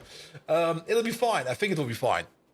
So, let's look at this one real quick. We're making titanium grade 4. Titanium grade 4 is... Oh, wait, that's the first step. That's the first step. It's the other way around. I'm already going in deeper than expected. There we go. That's what's going on over here. The powdered titanium over there then needs to be selected into the titanium enriched dust. That's the step we're missing. And that's exactly what we're doing over here. That is this step. All right, all right, all right. So then we get out of the titanium enriched dust over here, and that's then the step where we turn that into you over there. That's going to be you. All right. That's going to be titanium enriched. We do get some titanium rejects over here. Those will be moved either to the sides or to the front. On the side machine, we will turn that back into titanium grade 4. All right, and then we go the whole way over here of going into you over there. Let's place these next to each other because we can. I think that one is too low. That one is definitely one too low. There we go. So that goes to there, that goes to there, and then we go into the stage 3 titanium pulp. I still got the feeling that we are missing something over here, because we're also getting stage 3 over there. Yes, we are.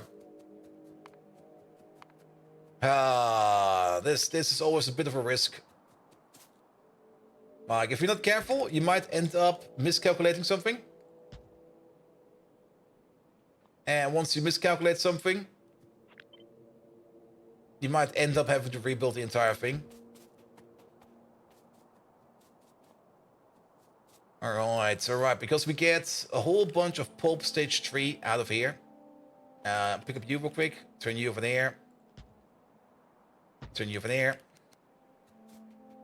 Because now we are more or less at the stage 3 pulp stage over here. Because all of this together will be turned into the stage 3 pulp. And I think we kind of missed this stage 3 pulp at the beginning. So we have to be careful about that. But this part over here should all be fine. Let's just go through it step by step again. So you over there, you make 2 powder every 4 seconds. You over there, you can do 1 powder every 4 seconds. Then the 4 of these over here make 1 enriched dust per second. Yes, which goes into one of these. This one technically consumes 2 per second, but we're only going to be getting in... wait a minute. This one over there consumes 2 per second, but we're only going to get it in 1 per second, so we make 150 titanium pulp stage 1 per second. You over there, you consume 166 per second. No, 133 per second. Oh, but we can boost you. We're just going to give that one its own little speed module. It'll be fine.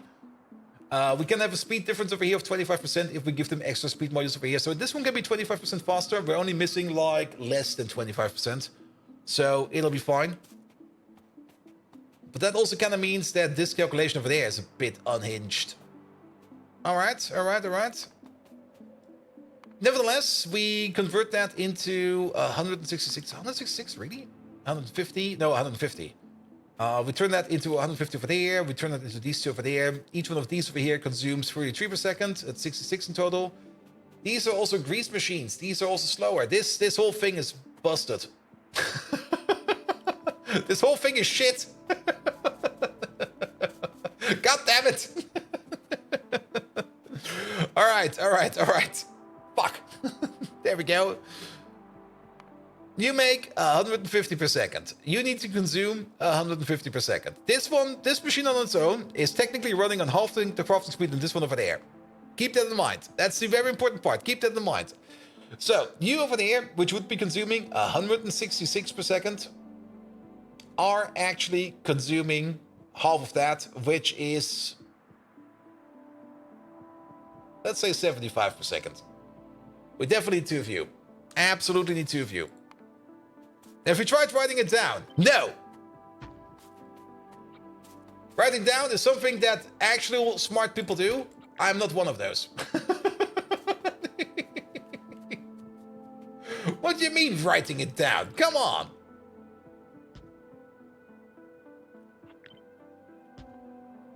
There you go. Put you over there. And Quest Wizard, hello there. Welcome. Scared me? No, we're thinking about numbers. So numbers don't scare me anymore. All right, we got 2 of these now. 2 of these will definitely be running at... 2 of these will be technically running at crafting speed 1, which is this one over there. So if we go back now, we do know already that we're going to be making 150 per second, and 2 of these over here consume 166. This will fit now. Good. Next step, 150 titanium pulp stage 2.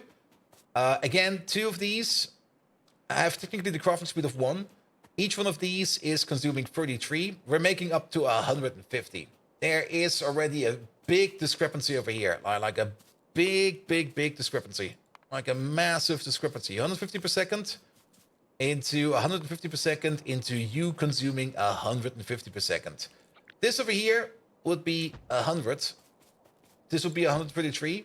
This would be 166. That's already way different. There you go.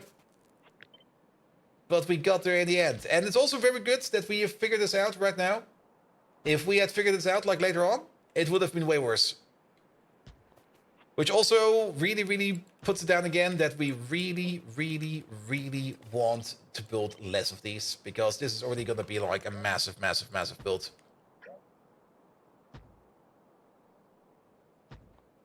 Alright, because this over here is everything that's going to be turned over here into stage 3 pulp. You spent the last 5 hours on working on Zuzi flowchart and you're still not done? A Zuzi flowchart? Is that for Rectag or what is that? Zuzi. Or is that something else? Googling that gives me weird baby pictures.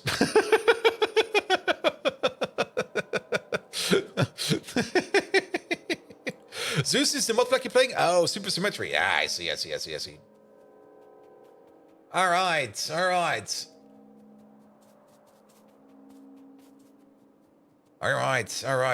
But now at least we know. We are definitely going to be getting out of here at the end of this 150 pulp stage 3.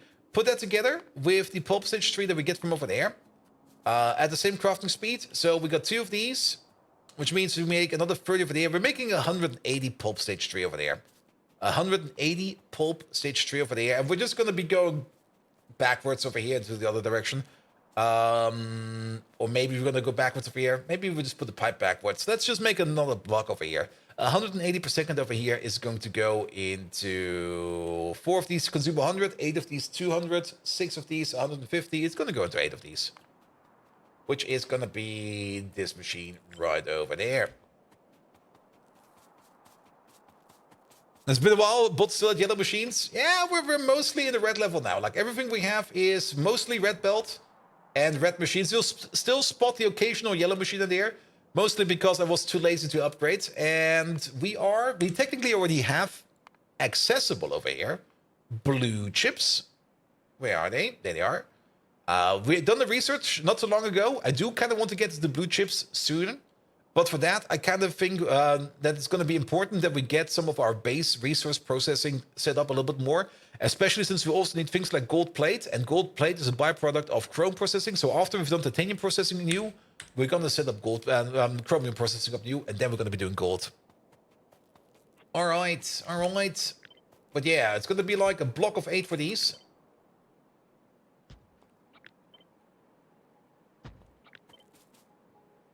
Here we go. And is nuclear power imminent? No, not even remotely close. I mean, we do throw our nuclear stuff around, but we're not drawing power from these because it's not worth it. It's not worth it. We're mostly just breeding plutonium over here.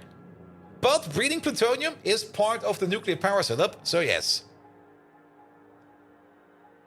And we're now breeding a lot of plutonium over here. I'm actually very happy with the amount of plutonium we're now making.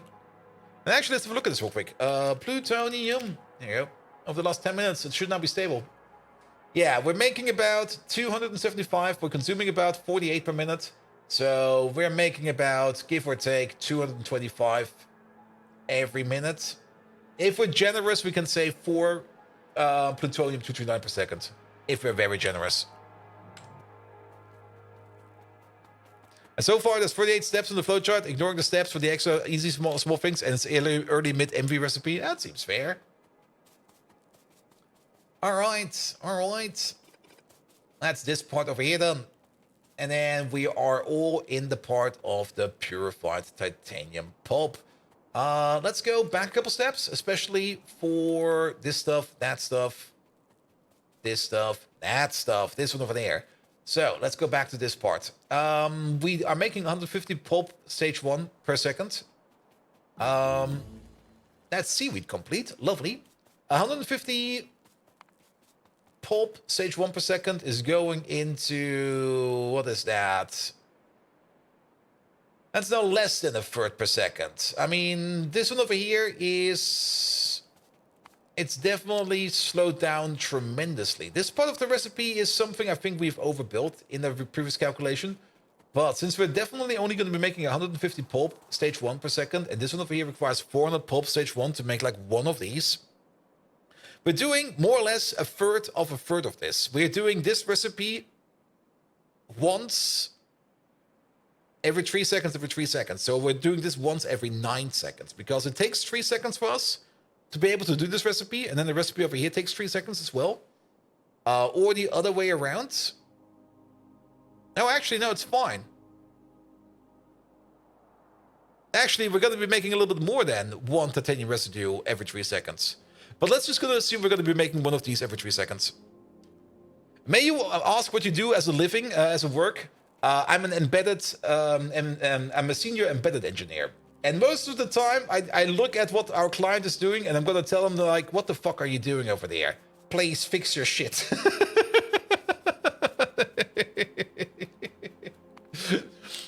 I mean, you know how it is. I mean, we're only one team of many teams, and our client has a big project, and we have been hired to do, like, one part of that project. And we're doing our part remarkably well. But then the client tries to integrate it, and then they go like, we can't integrate this. Are we doing it correct? And we're looking at them and go like, no, you're not doing it correct. What are you even thinking of doing over there? Wait a minute. Come on. You have to do it like this. And they're like, oh, okay. Most of the time, I just sit there and talk to people. It's been a while since I've actually done some active coding. which is a bit sad, which is also sometimes the reason why I think I'm looking for a new job. I'm kind of looking forward to that new thing, if that will be a thing or not. Because sometimes things are just like, yeah, things are like that. Are we doing it correct? Of course not. No. Yeah, it's complicated. Technically, it should not be complicated, but practically, the project is just so large. There's just so many people involved, and there's so many people you need to talk to. And also, all those people also do talking. Don't forget that. That things just get complicated for reasons that should not be as complicated. But then again, and that is probably a universal fact that's common for every big project. That's just how those go. The bigger the project is, the more overhead there will be for random bullshit. Did you ever play the telephone game? Oh. That's one of the points. I mean, I can't talk details, but basically there was something that happened last week where I talked to like one of the client managers and was like, here, this is what's going wrong. We need these people involved over here because of that. And it was basically just like, this is going wrong. One sentence. We need those people. They're involved. And that's it. Those two sentences I gave him, and he was like, yeah, I understood it. A couple seconds later, an email pops up. I read the email, and it was already completely something entirely different. I'm just like, oh.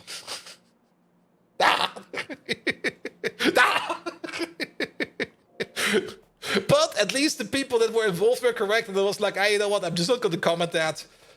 Commenting it will probably cause way more confusion than just letting it sit. If they get over there and they take a look at it, they will probably understand what he actually meant to be saying. But yes, it's more or less a game of a telephone game.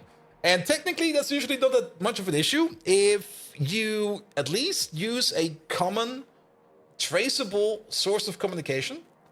But and that's also a problem that you often see in bigger projects. There's so many side channels where other people are talking about the project that sometimes things get decided and sometimes things get agreed upon without anybody else knowing, because they basically just agreed on something, like either while they were standing next to each other and just never have written it down, or because they were talking in some kind of chat or something like that.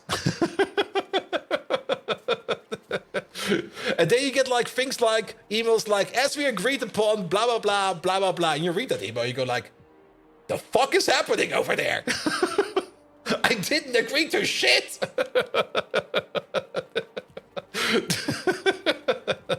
But then again, and that's why communication skills are very important in basically every project. If you don't know how to communicate correctly to people, and if you don't know how to manage expectations and how to provide information to people and know what you need to tell and what you don't need to tell, it's going to be easier. But that is sadly never true. That is sadly something that will not always happen like that. All right, I got distracted again. Good. So we're definitely going to have one of these. As we agreed upon it, we're painting it red. Painting what red? Yep. And then you just sit there and go like, excuse me. I mean, it was the same in the gyro ticket I just had like last week. Where somebody was requesting support from me, and I was like, yeah, I'll support. Don't worry. Yeah, let me have a look at this stuff over here. And I was just starting to read up the ticket and stuff like that. And I gave my input and blah, blah, blah, and blah, blah, blah. And then I was like, all right, this is nothing to be concerned about. Let's just close it. And I closed it. Then somebody reopened it, answered to a person who was not even part of that gyro ticket at all, and was like, here's my analysis on this. I'm going to reassign it to the guy that was commenting last on it because it seems he needs to do some work. I'm like, what the fuck, man? Where did this information even come from? There's no recollection or reference to any of this.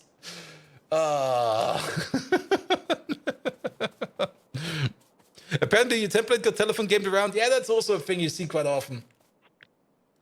Where people just see what certain other people are doing, and then they copy that, which is usually not too bad. I mean, if somebody is already doing something that is working, you might as well make a copy of it, or just do as he does. It already works. Nothing to worry about it.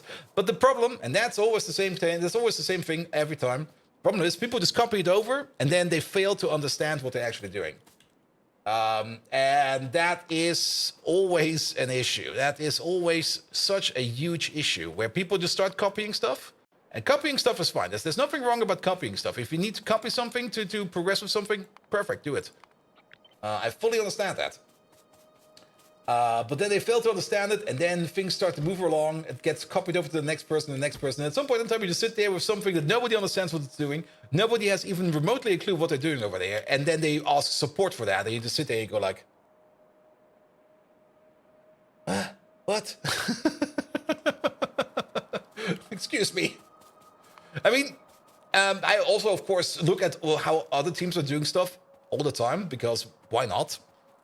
But at least I will try to put the effort in and try to understand what they're doing, why they're doing, and then once I understood why they're doing something like that, then I will just commit to that and start pushing that around or something like that, or whatever the next step will be. The next part over here is gonna be the agitator snap.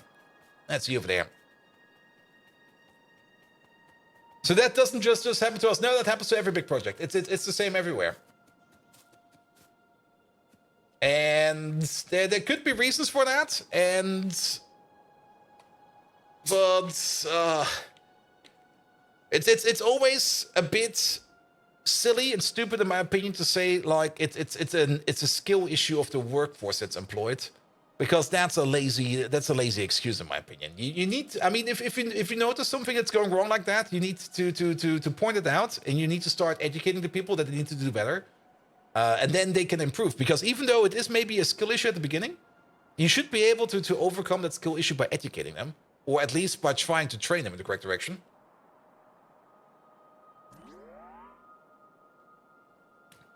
But I often enough see that even that is not really being done that often. Where you just sit there and you go like, people just go like, yeah, well, I talked about it, and then it will still happen later on, which is always a bit like, eh. But then again, that's usually where budgets come in, and then we don't have time for that, and nobody's got time for that, nobody got money for that, blah, blah, blah, blah, blah, blah. The usual. That's usually the sad truth, where you go like, yeah, I see how this goes. All right. 166 per second. Did we say 166 per second? Again, the numbers are just floating around over here. 166, a little bit more than that. We could assume 200. We could assume 200. It's gonna be a bit more than 166. I already see that we need some more speed modules over there. Megatron just burped into my mic. Sorry about that. Good. There we go. There we go. Pom. Yeah, this step will be next. That's gonna be this step over here. That's gonna be... Where did we place these? Oh, they're all the way down here. Really? Only this amount? That's not even remotely enough. Because we're now going into the titanium solution stage 1. You're already making like 150 or 160 over here at least. We make it work. Won't tell you what works though.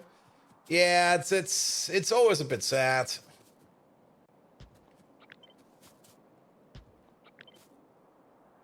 And what makes matters always worse, I mean, it's always nice to have like a big knowledge bin. Usually a confluence or something similar like that. It can be anything, but usually it's a confluence where people just start dumping information into, and then you try to search that confluence, and then you usually come up with nothing. Because there's too much information in the confluence, which is always a bit like,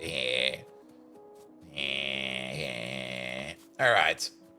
These two over here. Each one of these makes 80 per second, 160 per second in total. We need to overclock them a little bit, but we're going to assume it's going to be 160 per second. That does mean we're going to be putting on two of these. Oh. Put you over there.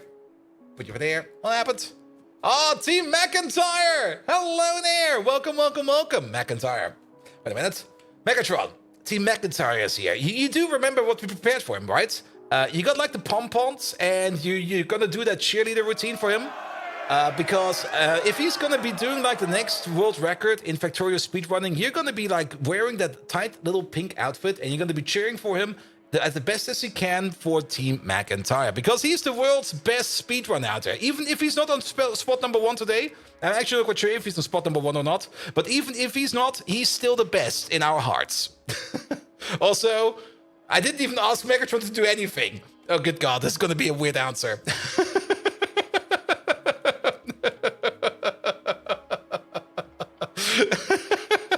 He's not? Ah, damn it. Team McIntyre, I do hope that you're going to get that record again soon. Also, Megatron has the pre-shakes. There's been a bug in this code. I've just never fixed it. I hope I can fix it next week. Team McIntyre, you loathsome stash of miscreants! Think you can test the mighty Megatron with your feeble speedrunning stunts, do you? Pom-poms and cheerleading, you say, bold Viking? Yes, please. Let me point you to a dark corner in my memory banks. Oh. It's like the time I was doing my world-class knitting routine in my favorite tentacle dress. Joke's on you because I no longer have that outfit. But for you, McIntyre, I'll make an exception. I'll put on my battle armor, and yes, I might even perform a battle cry, only to show you the utter humiliation you're about to face. Battle knitting, engage! That's the true speedrun focus. And McIntyre, remember to land and kneel in the presence of Decepticon supremacy. There we go. There we go. All right, Megatron. Nevertheless, I need you to do the world's best, loudest, strongest battle cry for Team McIntyre, because we want to support him as best as we can. Also, after you've performed that battle cry, be sure to give him a proper shout out. And not only that, do tell us Team McIntyre's darkest secrets. Come up with something original. There we go. There we go. Also, I missed something over there. Wait a minute. Where is he? Where is he? Call me Mr. Psy. There we go. You've been watching the stream for a long time, and is there an ending in Factorio, or do they have scenarios? Multiple things. I mean, you can just play the vanilla game, where the end is just to build a rocket. They do got something that's more or less a puzzle mode, which is more or less scenario-based. Then you also got something like a wave defense mode, which you don't really see that often, but I always forget it exists. But there is also a wave defense mode where you just build a base or you try to... Dear pathetic screeching mechanoids, hear the might of Megatron and tremble. For McIntyre, there, that's your puny shout-out. Oh, the secrets, the secrets. McIntyre, you forget that I have eyes everywhere, even in your so-called speed-running sanctuary. Let's reveal some of your oh-so-dark secrets. Did you know, chat, that McIntyre has a fondness for pineapple pizza? Yes, that's right. This speedrunning champ, Every this so-called fucking epitome time. of gaming prowess, has a taste in food that even a sewer rat would disregard. And get this, he loves watching sunrises. A speedrunner who appreciates the slowest motion in the universe. The contradiction. He probably likes long walks on the beach, too. While we're at it, did I mention his unhealthy obsession with collecting bottle caps? This blundering buffoon probably dreams of swimming in a flimsy pool of them. Remember the time when he tried to tell a dad joke, and we all cried because of how utterly tragic it was? Memories. Memsintire, you truly are a special kind of failure. Stand tall in your mediocrity. I find it kind of annoying that whenever we ask like a dark secret, he always comes up with the same answer. It's always going to be like pineapple pizza. And I'm like, oh, come on, man. Come up with something new. But then, every now and then, he does gets it somehow into somewhat of a twist, especially the sundown or the sun up, which is technically a very slow process, which is a nice juxtaposition for like a speedrunner. Someone called the bird unit. I do need to spend some time on Megatron because he needs a bit of a fresh up. Like we've been running the same Megatron code for I think now half a year, almost a year now. And he definitely needs some improvements. And I do hope that I can put some time into that next week as well. But we will see. We will see. Nevertheless, guys, we got raided by Team McIntyre, and Team McIntyre and viewers, welcome to the Pi base. You can already see that our UPS over here are a bit terrible. Let's take the break off over here, because we got a bit of a big base over here, because we're playing Pyanodons over here, and Pyanodons is one of those games where you need a little bit of butt meat, because we're at 50.1% tech tree completion, and we're 1,500 hours in. We're pretty much the opposite of a speed run. We are a slow run. We're gonna go as slow as we can because, well, that's how it goes. Currently, we're looking over here at redoing our titanium process. We got the old titanium process sitting right over there, which is still like yellow buildings and yellow belt, and everything is going at crafting speed 1, and everything is kind of terrible over here. And it also looks a bit messy, and we're probably slowly running out of titanium. We still got a little bit of an air, but we are slowly running out of fast enough titanium. So we're kind of trying to rebuild it over here with beacons in mind. And these pipe beacons over here, these got quite a bit of an effect to it. They also got quite a bit of a power draw to it, because every beacon over here is basically, or 3 beacons over here would be a gigawatt of power. So we do have to be a bit careful over here. And we also kind of realized that the titanium process over here is a bit of, well, it's got a couple of paths. It's got a couple of side paths, which we need to take care of. Good.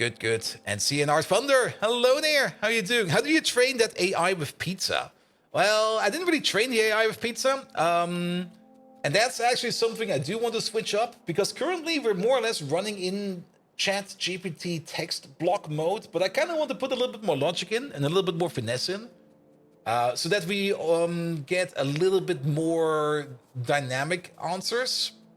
Because currently we're just hoping that ChatGPT will just figure out whatever it needs to be doing on its own, which kind of works. It works, but overall it's not really the best. But nevertheless, Megatron, you said something about a dad joke that made us cry from Team McIntyre. Can you maybe tell us that joke? Chat trained him on pizza? Yeah. I mean, the viewers over here, with the help of channel points, do have the ability to change elements in Megatron. They can like give them special memories. Ah, yes, of course. How could one forget that horrifying attempt at humor? Prepare yourselves, pitiful humans. McIntyre's attempted dad joke went something like this. Why don't robots ever have a spare battery? Because they get a charge out of life. It was a sad day, indeed. Not even the memory of Battle of the Nut War could lighten the gloom that descended upon us that day. We've still not recovered. Yeah, basically everybody died of cringe.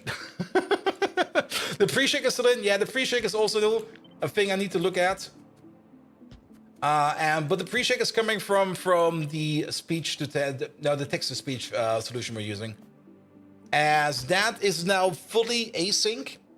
And I had like a synchronized solution where we just wait for the response, and once the response is there, we switch the scenes and everything like that. And it's now fully async in the same API, and as such, we get basically a response immediately, but it's not there yet. We still have to wait for it to come in. But we already switched the scene, which is kind of stupid. But so be it. All right, titanium overflow waste over here. 3 of these consume 100, but we are making more than that, aren't we? This is a 1-to-1, this is a 1-to-1, this is a 1-to-1, that's all the way 1-to-1. We already know that we're making 166 per second over here via this route. But not only that, we got this other route over here, which is this route over here. And that is where the purified goes in? No, that's going where the overflow waste is going in. All right. So we already know that we got 166, and then we got these 8 over here, where we make another 50. So we can safely assume that we're making about 200 over there. So 3 of these eat 100. We're going to put down 6 of these. There we go. To just consume maybe 8, just to be safe. At this moment in time, things are getting so muddy over here in terms of how much we make and what goes where, that we might just end up putting that a little bit more over there. The mentioning of pizza. The phobias are also not really working as expected, sadly. He's not as phobic as he used to be. I still remember that amazing clip where he just did this blood-curdling scream when he had like Teslaphobia, and we set him out like on a boat. Where he just was like,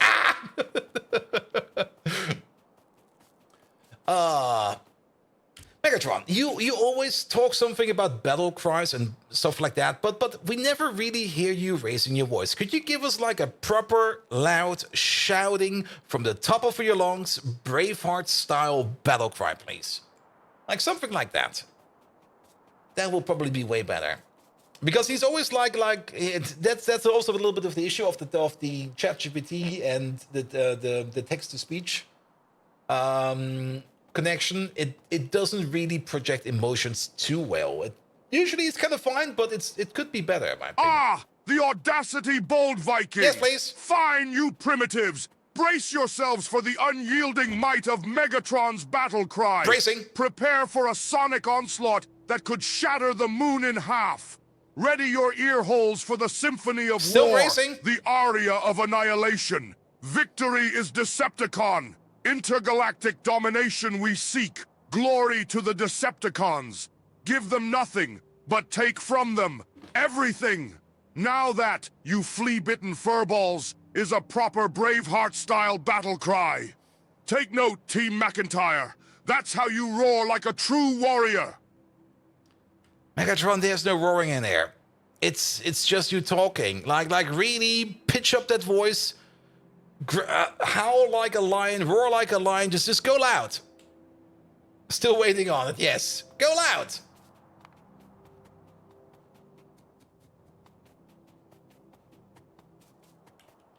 All right. You dare to question the mighty Megatron, bold Viking? Yes. Fine. Brace yourself for the deafening roar that splits the very cosmos.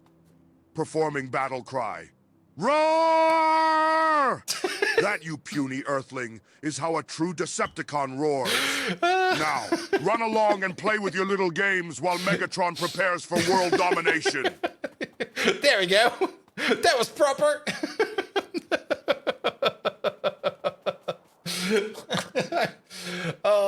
I'm also losing way too much focus over here. All right, the titanium stage 4 over here gets started the purified stuff. No, wait, we are not doing anything.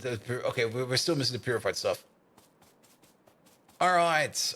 We halve it down. So the 200 that we're making over here, we turn that into 100. And the 200 that we make, we also got another 100 from over there. So we're definitely getting 200 purified over here, which will definitely go into 8 of these. All right. We're reaching the end of it. I do kind of have the feeling that we're kind of missing like half of everything. But so be it. Yeah, turn you around. Bum. And then somewhere over there. Bum. This is just placeholders. There we go. That was 0 out of 10. He's getting better at it. I mean, that's the thing. 11 Labs, which we are using over here for the voice, is definitely capable of doing like roars and stuff like that. But the ChatGPT way it projects the text is not capable of fully getting that in. And that's a bit the annoying part. All right. That's definitely something I kind of want to put some time in at some point in time and improve a bit. All right. Yeah, this is a big clunker.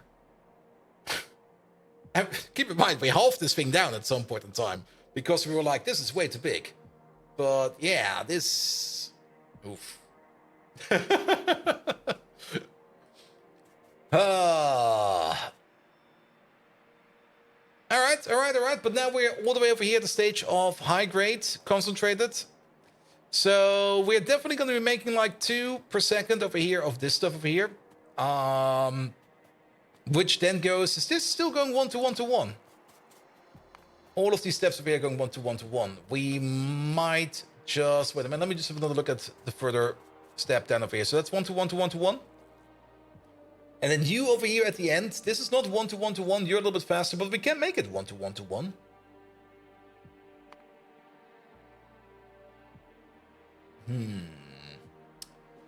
Calador, hello there. Megatron adds a hobby, cuddling tentacles. Ooh. And thank you for the follow, mate. Good. Yeah, this is too big. This is getting too big, man. It's lovely, but it's getting just too big. All right, we need some electrolyzers at the end. Bump. Put you over there. where we're going to be doing this part. Put you over there. Do the roundabout. Deep tissue tentacle back massages. Excuse me, what? And this mod pack is amazing. Yes, Pyanodons is definitely amazing. Absolutely. Especially with all the multiple paths over here you have to take care of.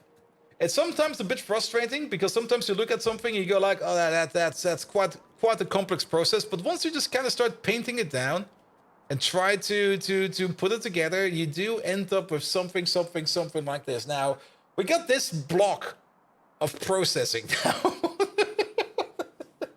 I'm not quite sure if this is actually... It's a hefty block, all right. Here we go. And you love hate this mod. It's very complicated, but very big.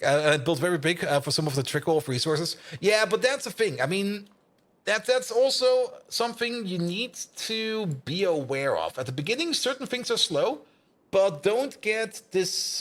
Don't get like intimidated by how slow sometimes things go.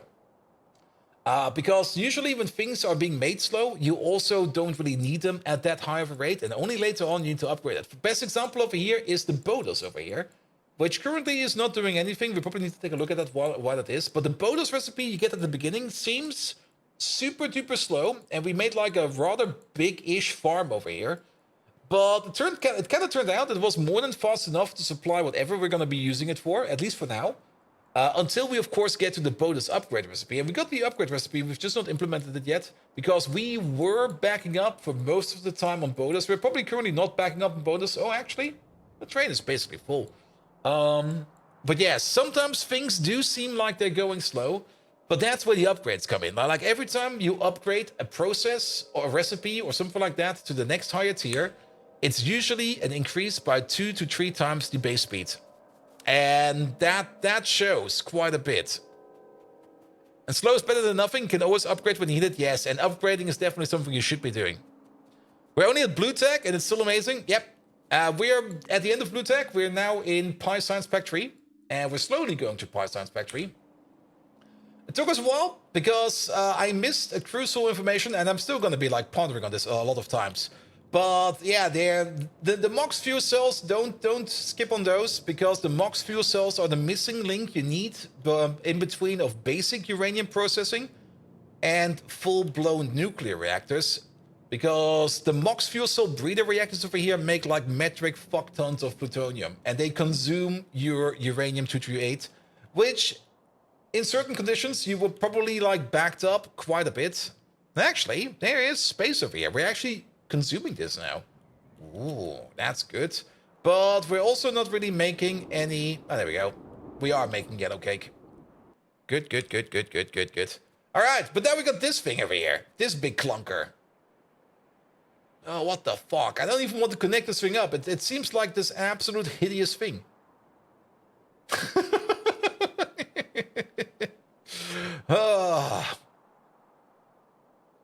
But it will be good. I already know that it's going to be good. Because it's the full titanium process all the way up to high-grade titanium, which can only be upgraded later on with the stage 4 process. And that's actually pretty good. Like the next level of upgrades over here, that's most of the time, that's works, is that if you can upgrade something to the next higher tier, it usually just takes the last product you could make in that chain, and then you just go on from over there. For example, for the tier 4 titanium processing over here, would then take the high-grade titanium, which you're making all the way over here, and turn that into reduced. And then the reduced we can melt down into titanium. And then after that, we get another step, which we then turn the reduced into sintered. And then we can melt that down. And that is also the final step. All right. Oh, then I guess we're gonna wire this thing up. Oh, it's... I got so many doubts about this thing. Like, I'm looking at it, I'm just like, there's probably something wrong over here.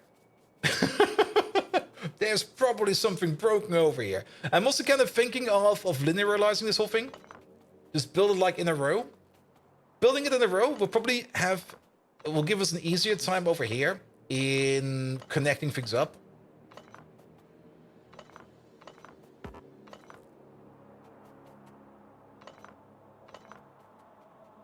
Because at this moment in time, we were kind of snaking our way through here.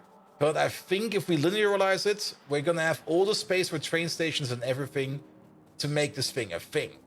And if you kind of think about it, if we're kind of smart about it, we could linearize it. And then we basically, we could do something like this. Think this over here. This is already a very long process over here. But think something like this over here. We could put down like a bunch of train stations over here. On the left side, or on one side, we could have like that titanium process. And on the other side, we could have another metal process, which is going to be equally long, which will most likely be the chromium process, because that also takes quite a lot of inputs. And then they can share the inputs, because they will most likely have similar inputs over there. And then we don't need to worry about that. So let's do that. The biggest boss right now is Mechanical Parts Mark II. I took a very easy route for Mechanical Parts Mark II. And that is, we're just making them over here in the mall. That's where we make them.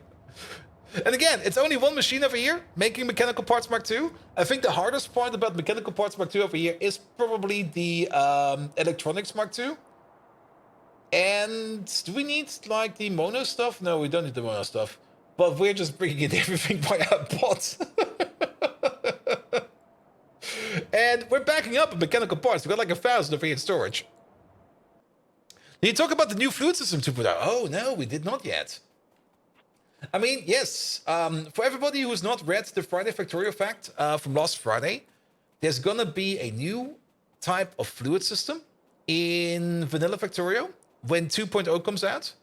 And I already thought that they need to do something about it, because if you played Pi and you know how liquid speeds are handled there every now and then, I mean, best example, where is that thing? Best example, this thing right over here. This is probably by far the best example for liquid speeds. Because what do we have over here? We got over here a compressor. A compressor compressing down liquid nitrogen. There we go.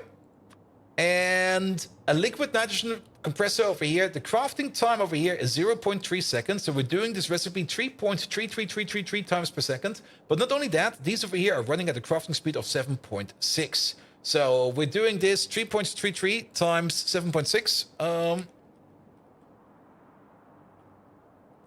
That is 25 crafts per second, give or take a little. And that also kind of means we're producing over here 2,500 steam per second, and 2,500 water is a requirement over here as an input.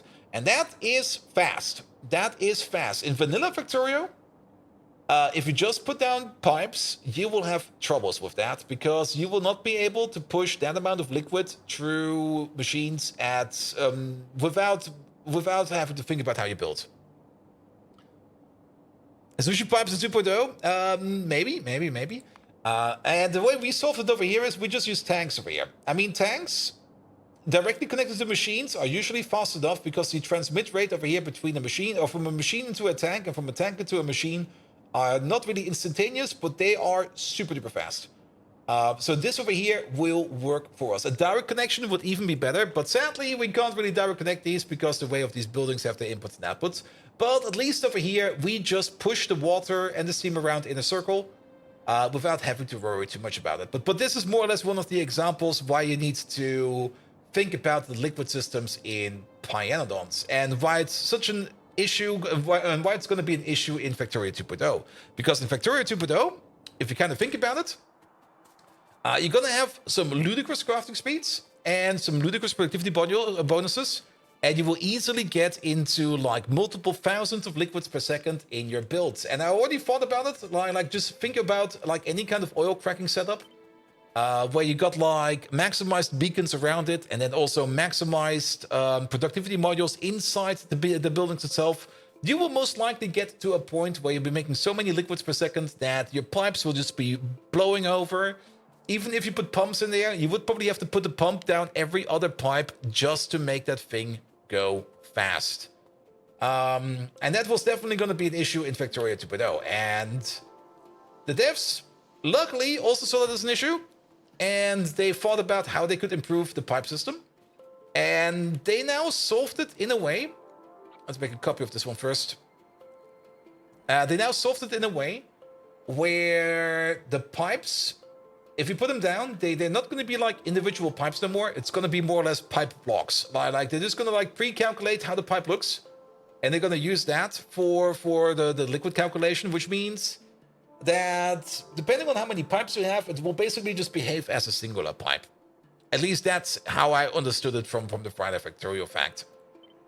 Might still be working a little bit different, and there might still be some details that are hidden from us.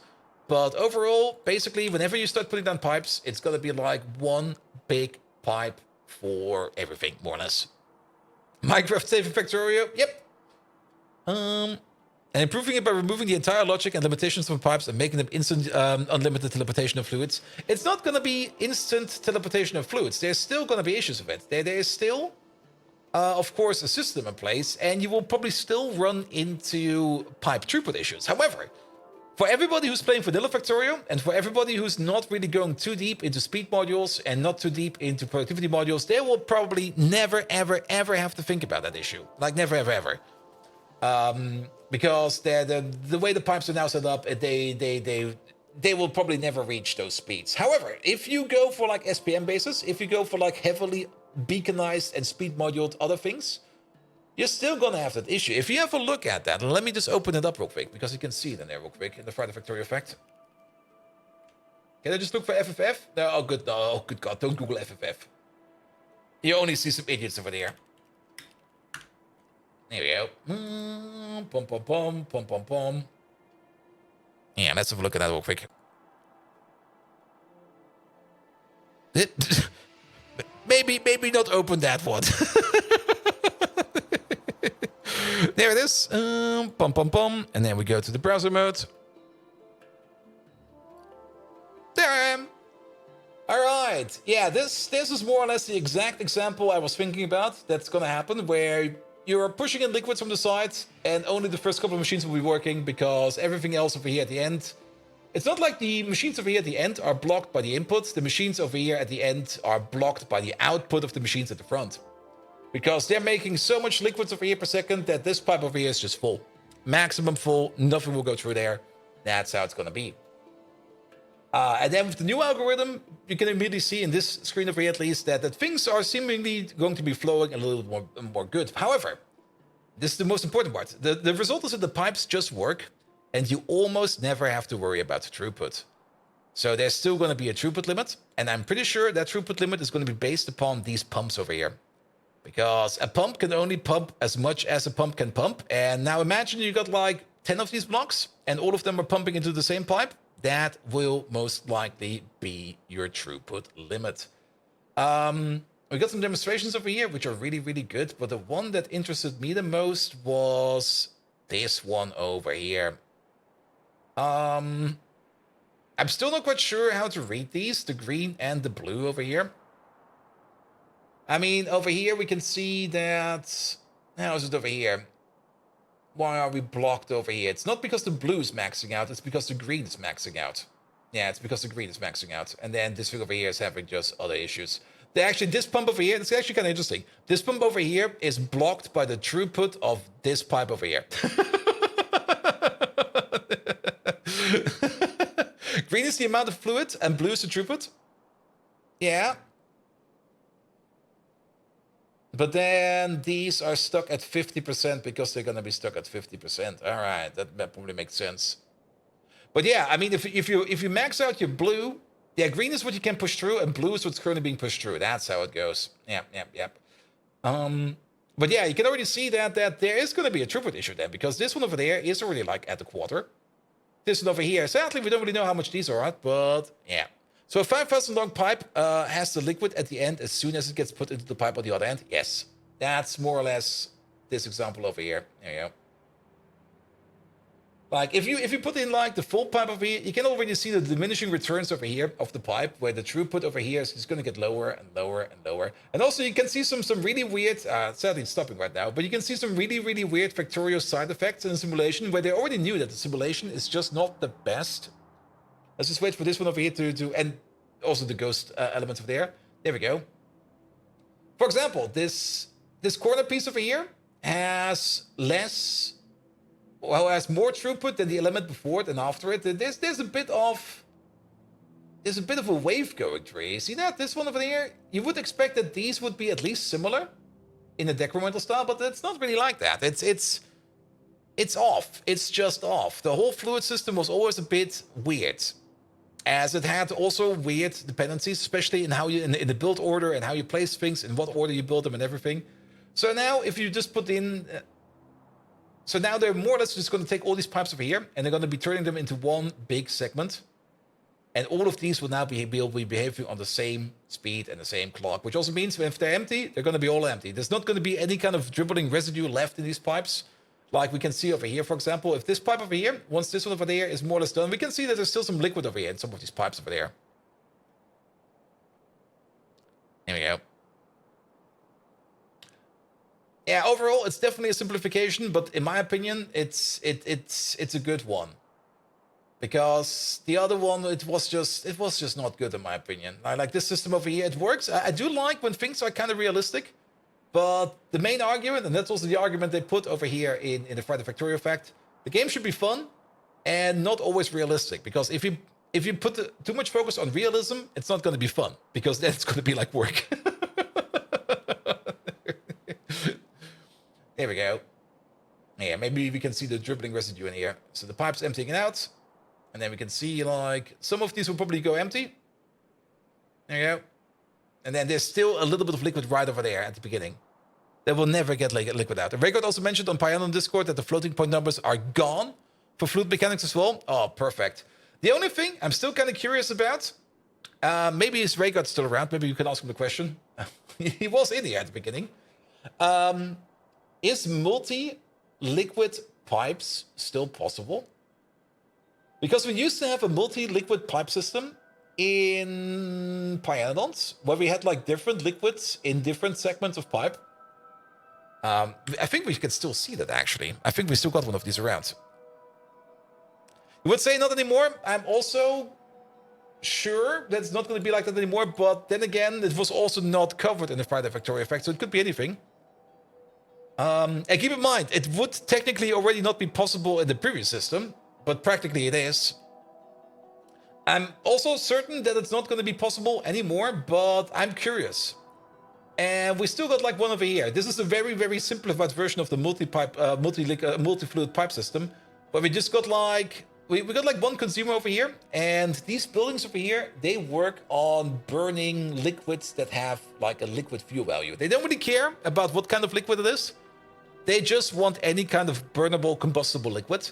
And at the moment, this one over here is running on aromatics, which is coming from this tank. But there's also a pump over here, which is connected to this tank. And this tank over here is filled up with tall oil.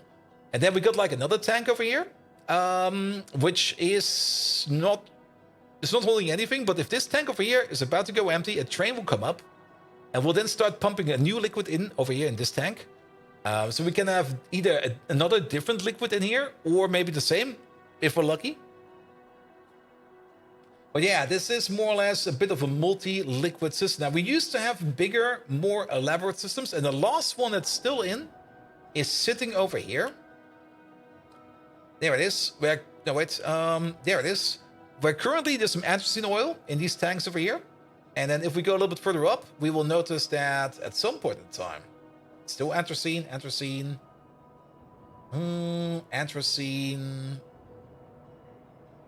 Okay, this one might actually only be anthracene. Actually, this one over there is some coke oven gas in this machine for this machine to run. And then you go all the way over there. There's some acetylene over here in this part, which is then going all the way over here to somewhere over there. It's a bit of a mixed bag. And Payload Viking, hello there. Jamatia, hello there as well as Avery. Welcome. Should make it easier since you don't have to worry about residual fluids lying around. Yes.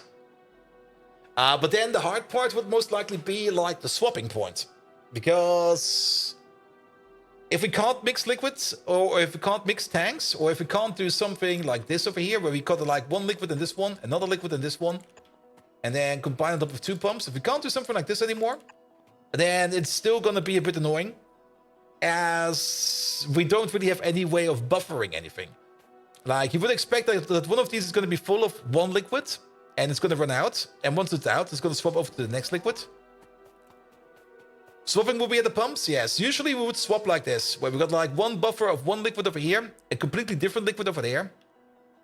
This one would then automatically be mapped to either one of these. Like whatever is already in there, it will take from those. Or if both of these are different, then as soon as this one was empty, one of these two will go in there. We'll get filter conditions for pumps. Ooh. Ooh. Oh, that could be good. Filter conditions for pump. Ooh. Also, this thing is too big. Good God.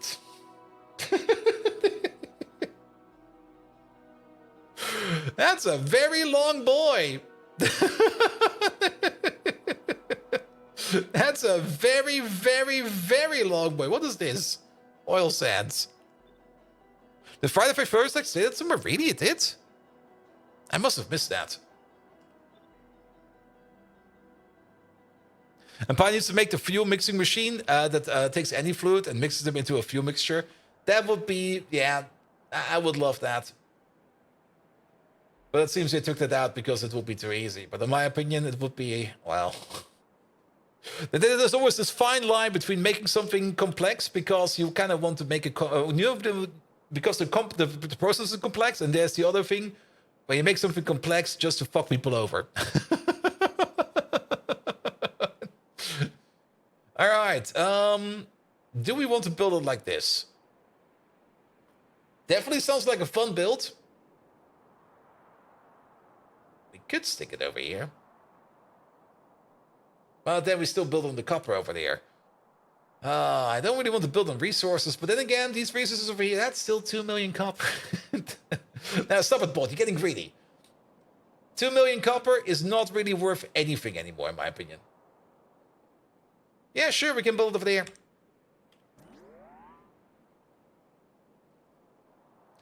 There we go. There we go. But yeah, not having to worry about residual fluids anymore, that's definitely going to be great. And no more floating point fluids, even better.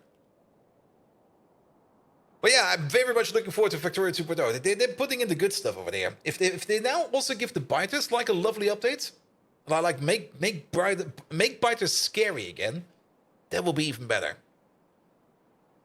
I mean, at this moment in time, I mean, biters being scary is not really much of an issue. I mean, if you have biters on the map, as long as you don't pollute them, they don't do shit. Biters just sit there and go like, yeah, we're biters. We're just gonna sit here. But I'm not quite sure if they're gonna be putting something like that in Factorio 2.0. I mean, they might just give us some new biters to play around with, which would be great. But I still would kind of love to see like some more interactive biters. Like biters that will actually be out there building bases and stuff like that and trying to raid you and stuff like that, instead of just like waiting on pollution to come over to you and react to that. Instead, the biters will be occasionally just having like a nest out there, like a little base, like a little bit more like an RTS base, where they will start to just like fester in the corner or something like that, and they will start making like raiding squads and stuff like that, and they will just get to you instead of waiting for you to get with the pollution to them. They will be actively out to get you.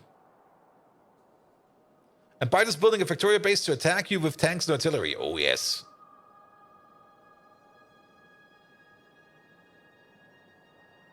And stomp, stomp, stomp. Yep, there was that stomp, stomp, stomp Friday Factorio fact where they were like, hey, there seems to be something out there. I mean, the biters are definitely also going to get some love. Absolutely. But I would kind of hope that they would get like a mechanical update, like go away from like waiting from pollution to get over to the biters, more to something new, something different. What it will be? No clue. Could be anything. But you know, like something like a new mechanic for biters. That would be great. There we go. 405. Oh yeah, they did say something about that. Pump filters. Yeah.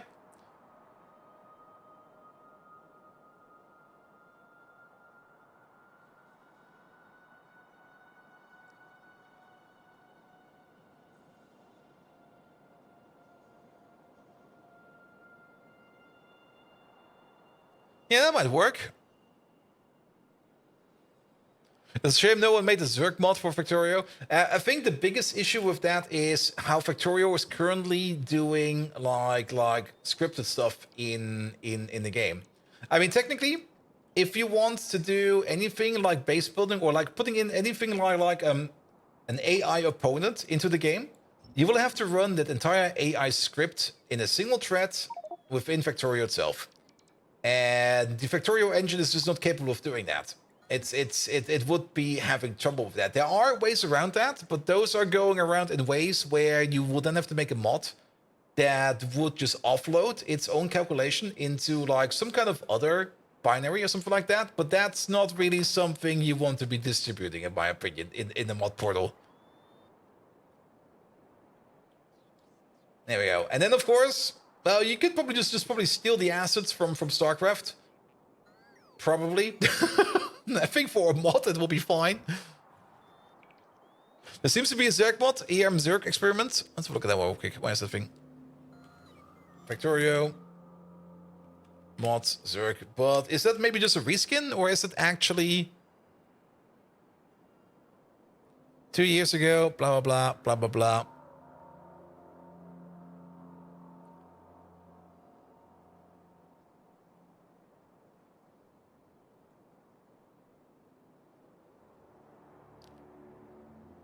Seems a bit like just getting those thingamajigs in and just adding new enemies, but I don't think there's going to be much base building. There we go. There we go. All right.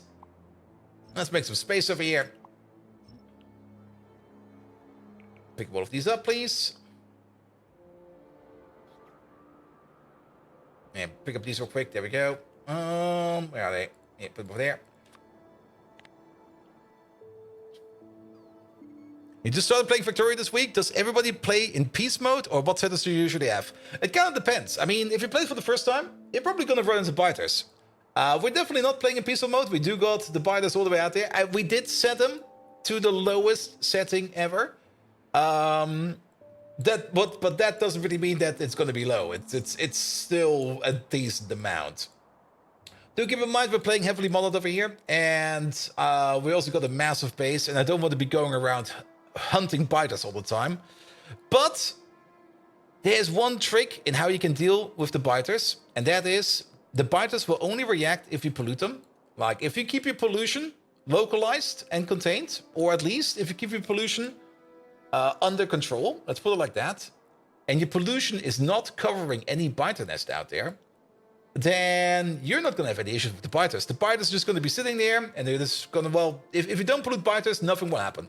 For example, we are definitely polluting this biter nest over there, but, well, they're sitting on an island. What the fuck will they be doing? Nothing. We do have to sometimes be careful over here, especially in deserts and stuff like that, and water. Water does not really eat any kind of pollution, so if you start polluting like a body of water, it will go straight over that body. It will just go straight to the other side and will start polluting the other side. Same is true of deserts. Deserts are also kind of terrible at taking care of pollution. Forests are more good at eating pollution, as you can see over here. Yeah, these chunks over here are actively eating pollution.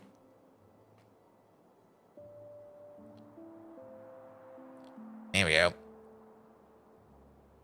And please know the pollution will spread into undiscovered areas and generate chunks and biters. Also very, very, very true. Just because you don't see them does not mean they're not there. But yeah, I don't really play in peaceful mode ever. But if you don't pollute them, you can get quite close to them without them even giving any kind of shit. Though, of course, if you get too close to them, then they do give a shit, and then they start eating you. and then they start eating your face. But I guess at the beginning, especially if you're a new Factorio player, you will probably have all kinds of issues with fighters because you just don't know the mechanics yet. But then again, I mean, you can already see it over here. We are proactively culling biters. I mean, these black dots over here, nukes. Also, sorry bots.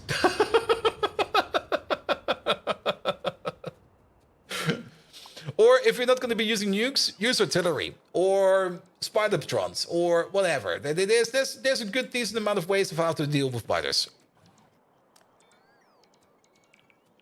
Here we go. Here we go. All right, take all of this out. Bot abuse. They were just unlucky. It's not abuse. They were just unlucky. Spidertron with nukes. Spidertron with nukes is definitely possible. If you want to run a Spidertron with nukes, just make him fast as fuck. Don't even think about tanking a nuke. Just give him nukes and make him run super duper fast. And hope that he can outrun his own nukes. Put the Mark 1s in the trash. The Mark 1s should be... I mean, everything that's been picked up over here should automatically go into storage. If we pick up any Mark 1 bots over here, they will not be redeployed anymore, but they will then be put over here at some point in time for the upgrades. We actually did pick up quite a bit of construction bots, it seems. But then again, construction bots Mark 1, we are good for quite a bit. I don't think we've got that many construction bots Mark 1 anymore. Logistic bots Mark 1, we do still have quite a bit of them. Here we go. Here we go. All right. All right. Man, it does feel kind of good picking up all of this old shit over here. Yeah, just mark it all for decon. Take it away, boys. Because we kind of want to build this thing over here. And where's the beginning of this thing? Shit. It all looks the same. The beginning is over here, actually. There we go. Sure. And then we just build this thing. We should still need to mark some stuff for the construction all the way over there. Here we go. Here we go. What is that thing? That thing is the new titanium processing. The optimized, linearized, highest tier that we can currently do titanium processing building. Because the old titanium processor is still a yellow build with... And when space exploration, we already did space exploration over there on YouTube. Or do you mean the Factorio update for space exploration? Sometime this year, probably. In the beginning, use 10 gun turrets and move them step by step closer to the bite nest, or eat a lot of fish. Fish also help quite a bit. All right. Here we go. There's something over there. Is that a tree? There's a tree down there. What the hell? All right. Yeah, there's still some resources over here. We don't really care about these resources no more. The amount of value in those fields is no longer anything we need to concern ourselves with. Here we go. And now we need to hook this thing up. Oh boy. Oh boy.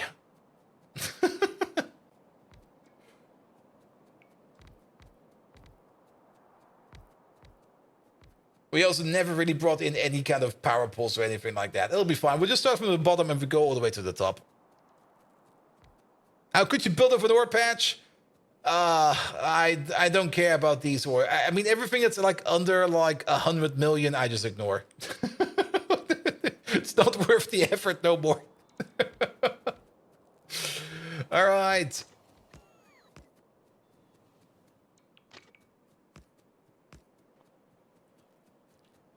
Good, good, good, good. Heresy!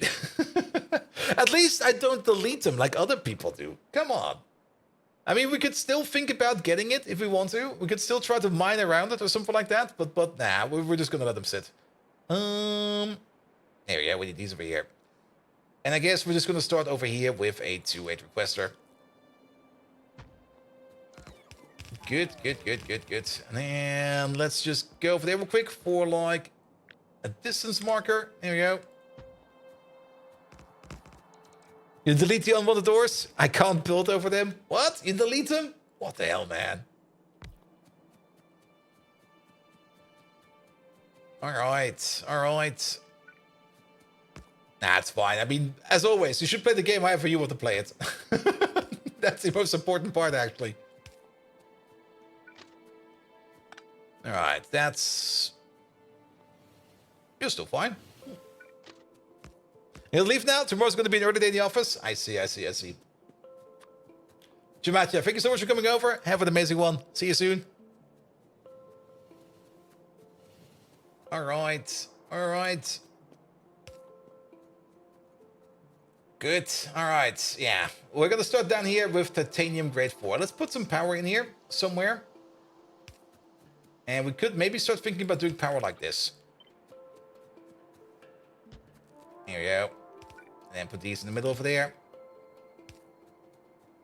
I could do it. Let's just go bomb to the top of power. This thing over here will definitely be power gated. Because these beacons over here are gonna be eating all the power. Like, there's not gonna be any kind of limit over here in how much power these beacons over here are gonna be eating. And actually, wait, before we do the double pass, let me just put the lamps in there. There we go. And what you gives you the impression by your world is disorganized? Wait, what? Really? Have you even seen my stream over here? We are more or less the lords of spaghetti over here. I mean, things might seem... Oh, I think we got power to the uranium processing. Yep, we did. One moment. Wait. Oh, we got power to quite a bit of things, actually. One moment, please. Alright, you got power down there. Can we just fix it like this?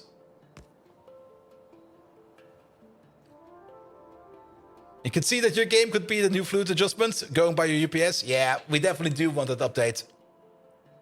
There we go. And Fair Storm Dragon, how are you doing? I mean, it might seem organized. It's also not really that organized. I mean, it's. I just build wherever I see fit. Like wherever stuff is gonna be, it's gonna be there. But we're still gonna end up with like a massive amount of spaghetti everywhere. Because why not do spaghetti? Don't feel discouraged about making spaghetti. Because if you make spaghetti, then Doc Spano will come over there and it will give you a sub. Here we go. Let's go final month of year 3. Final month of year 3? Wait a minute. Oh, yeah, final month of year 3. You're basically already year 4, Dogspan. Dogspan has already been 4 years already. Like, all that money you spend on me, you could probably put your kids through college already.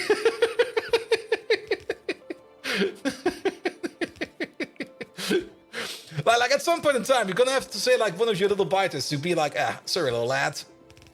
I sadly had to resubscribe to Bolt Viking, so you're not going to Princeton. You're going to Utah. You'll be fine over there. Also, you're not getting any pencils. There was no money for pencils. But nevertheless.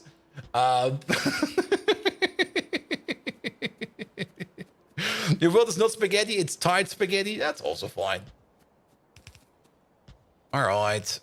But Doc Spano, thank you so much for the resub. And how are you doing? Welcome. Who uses pencils these days? True. And the one power pole will always get deconstructed, pretty much. Like there's always going to be like that one power pole that one. Oh no, don't do that. Oh no. We have to patch up Wolf Warrior a bit.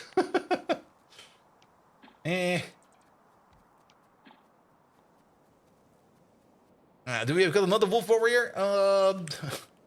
We'll patch him up right away. Let me just put down these power poles real quick. Here we go. Alright, and then we're all the way at the top. Yeah, Wolf Warrior definitely took a couple of arrows to the knees. All right, all right. I think there's a W over there. This used to be an F.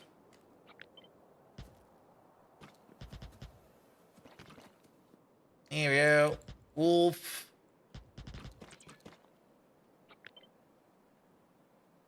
Eh. Then there used to be an A over there. Wolf, warrior. There we go. An R. The R is still fine. It's with a double R. And then there's an I over there and an O over there. All right, we fixed them. We fixed them. Sorry about that. There we go. He will never be the same as before. Just don't tell him. Just don't tell him. It'll be fine. You had a written exam last semester. You almost forgot to handwrite. Oh, I remember that. Like when I was in college and I was like doing computer sciences all the time, all the exams were of course handwritten. And the one thing I usually did like in the week before the exam, actually I really did that like as a preparation for the exam. I mean, as preparation for the exam, I just did like test exams on paper. And it was not really about doing the exams in terms of answering the questions. It was about more answering the questions so they could be like decipherable by somebody else. The hand cramps were real. Yep. The hand cramps were definitely real. All right. All right. You realize how bad your handwriting was? Yep. Yep. And it was especially worse in that one exam where we had to like write XML programs on paper by hand, which I still don't understand why that was a master course, but I'll take it. we did have that one weird professor who thought he was the shit, and the only thing he teach was XML. Now, don't get me wrong, XML is an absolutely amazing language, but yeah, no. It's not really something that you need to know in his context for whatever he was doing with it. And the one handwritten quiz where your TA asked me if it was pre-med. I wrote all you knew because you handwrote it. Oof.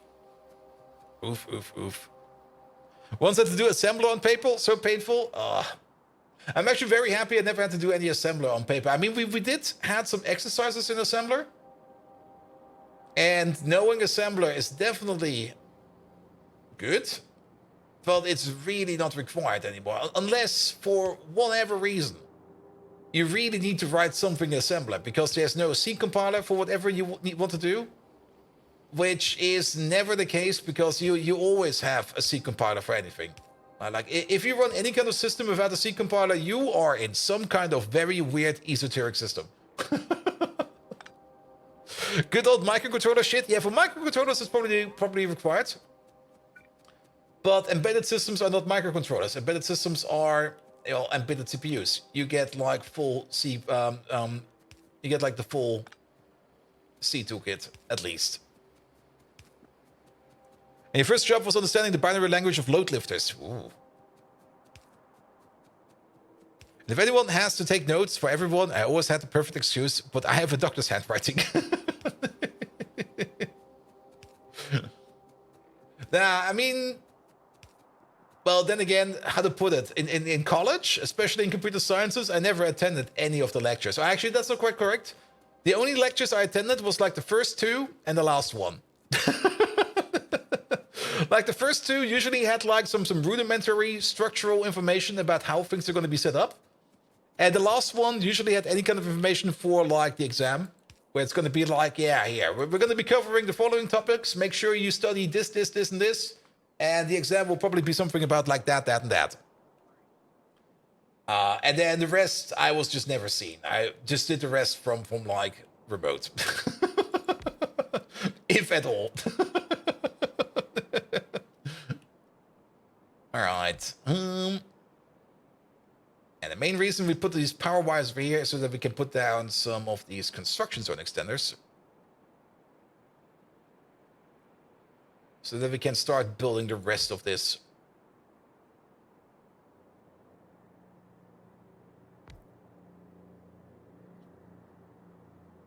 There we go. I also kind of want to, while we're here, I kind of want to have a quick peek at our plutonium over here to see if things are fine. And yes, I do know that we could space these a little bit further out for like better coverage. But then again, bots do need to charge, and these can also charge up bots. So having a couple extras over here is definitely nothing bad about that. Here we go. Here we go. All right, the uranium processing. Oh, we got like 1,000 of the plutonium-238. Perfect. This thing over here is also filling up quite nicely. Did we actually ever set up the train stations over here? Grutal, good evening from Germany. Is this end game of Pi? Nah, we're pretty much mid-game. We are pretty much at, well, in the middle end game, more or less. You don't need to reach 100% tech tree completion over here. You probably need to get up to, I think, 80% or something like that. We're currently in the middle of Pi Science Pack Tree. And we're going down Pi Science Pack Tree until we can get, of course, to Production Science. There it is. And Production Science, that's still a bit down there. For Production Science, we definitely need to do blue circuits. We need to do LDS. We do need to do the Vonixes as well as the Zoomverse. We do need to do the Kamouts. And then we probably need to do some kind of chemical processing in between as well. And we do need to do the Z-Mix as well as the Party Cats. But overall, it's not too complicated, actually. I do say that every time, that it's not that many steps. But then again, we're also being idiots every now and then. And we just talk to Twitch chat way too much. Oh my god, you have Ion, Bratu, and me, how we saw 2 Romanian personalities. You can thank Saul Adams for that. He doesn't want to shut up about that. At some point in time, I was like, you know what? We're not putting them in anymore. But it seems somebody recognized them.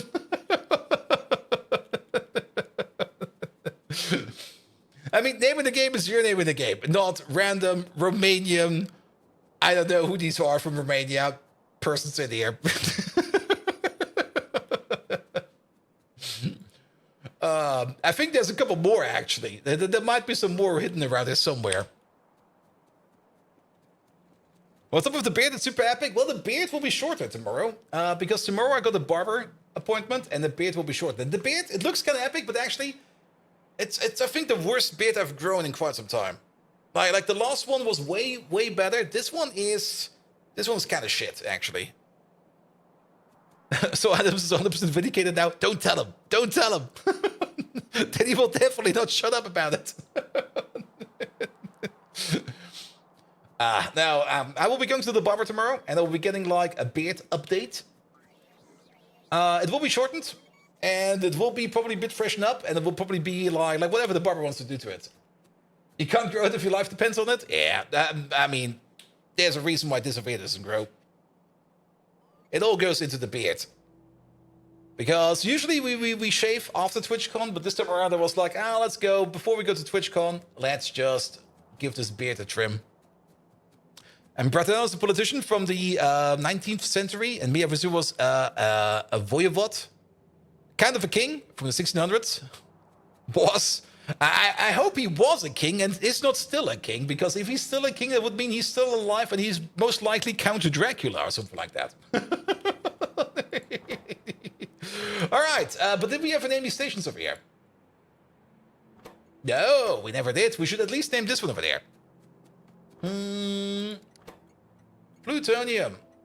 Oh, shit. What is it? Is it just P? P239? There it is. P239 provider. Make sure that this thing over there is going to be set to 16,000.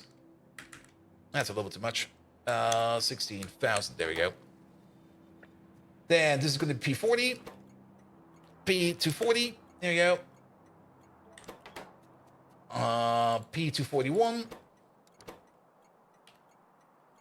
There it is. And P242.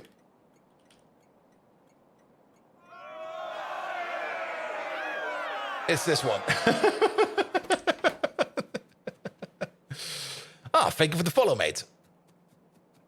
You smell Dutch? Wat? Nee, geen idee waarvan je praat. Hier zijn geen Nederlanders. Actually, I'm not really Dutch. I'm more German, sadly. But, to be perfectly honest, a lot of my viewers are Dutch. And some of them are Belgian, and some of them... I'm not even quite sure if there's anybody from Luxembourg. Does Luxembourg even have its own IP range? Or do they just show up as everybody else?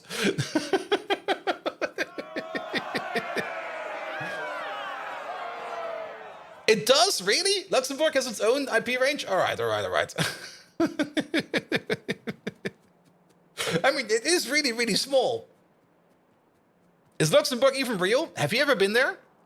I mean, if you have not really been there, how can Luxembourg be real? Actually, Luxembourg is not too far away from over here. And I think I've driven through it like once, at least. All right. Also, thank you for the other follow. And the other follow. Good. And on YouTube side, you tried space exploration, but you just don't understand how circuits work for auto-feeding cargo rockets. Yeah, that's gonna be like the big challenge in space exploration, definitely. You have to solve the logistic issue for the rockets. You can bypass it a bit by just making like this, by mapping every rocket to like one resource. Kind of works, but you will probably have like a ginormous spaceport, which could be fun, but could also be a bit of an issue, of course. All right. From the bottom to the top. We do need some water over here. The amount of water that we need over here is going to be not as much as you might think. I'm just going to connect this over here with some power. Mostly so that we can start putting in things like the speed modules over here. And we can check the crafting speeds over here. Then again, we already know it's going to be crafting speed 6. Total crafting speed is going to be 12. Or the other way around. We need 300 water over here per second. Yeah, these over here are going to get their own personal water pump sitting over here somewhere. Pumping some water for us. That'll be more than enough.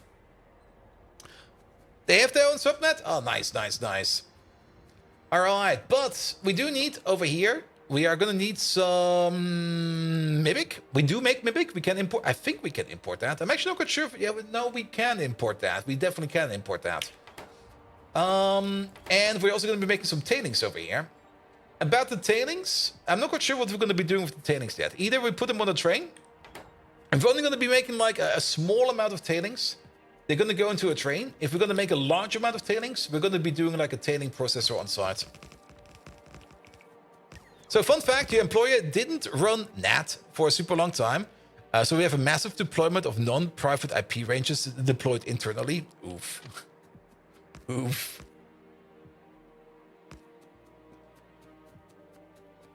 Of non-private IP ranges deployed internally. Ugh. Well, some point you just have to fix that, I guess. All right. Then, inputs over there.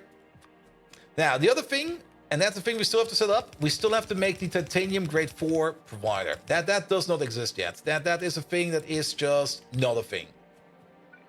But that'll be fine for now. Let's maybe keep this close and go like this. There we go. And then we're gonna split you off. We're just gonna load it all in. We don't care. How many times have we died to a train in Factorio? Wait, there's an option for that. Trains. Is it in here? Shit, is that in here? We've definitely been hit a couple of times. And most of the times by not really watching where we're going. Wait, is that? That must be in here somewhere, right? Is that? Can we see that in here?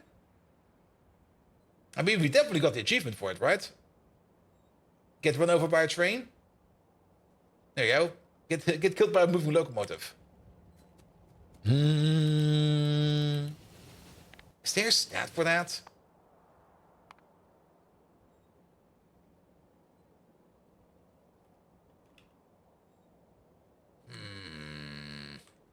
I mean, we've definitely been hit, but the exact number I can't tell you. Check for kills for trains. Yeah, but every train has their own kill count. And we do have a couple of trains out there with a body count, definitely. How many pistols are there in the world? Yeah, but a pistol does not mean we got killed by a train. A pistol could also mean we have accidentally nuked ourselves or something like that. Or got eaten by biters or something like that. Actually, it's most likely going to hit by a train. Very much true. I mean, if we go by that, pistols...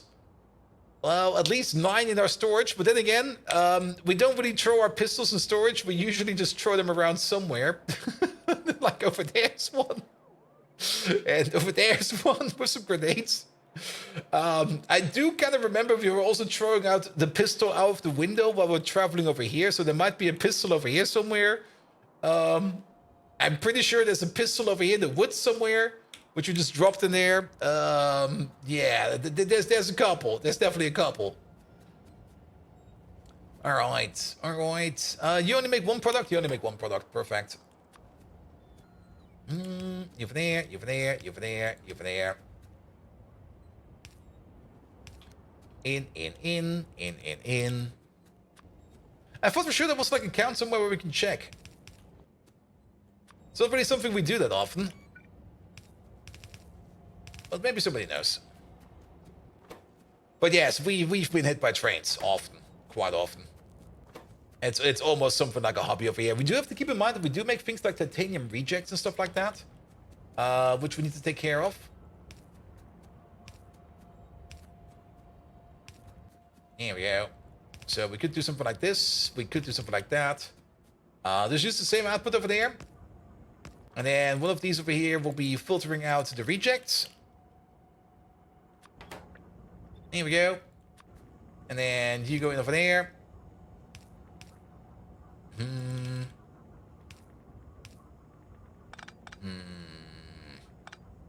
I kind of want to keep this space around the beacon empty in case we want to upgrade the beacon.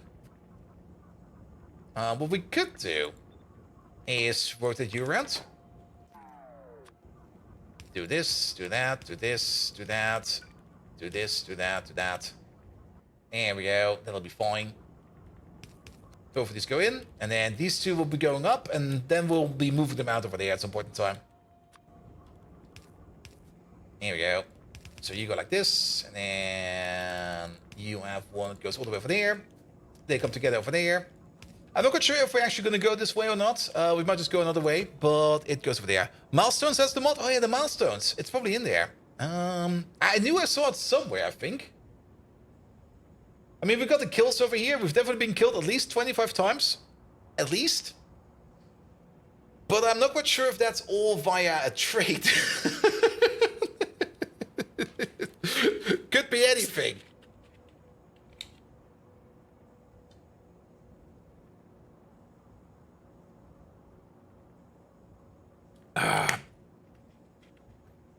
Kills should have trains cumulative.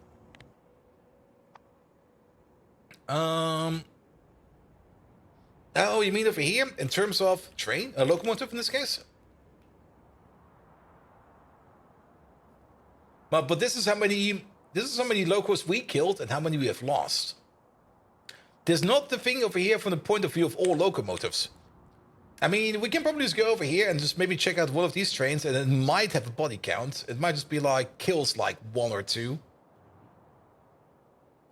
Like the Stabo Express over here has definitely hit me once.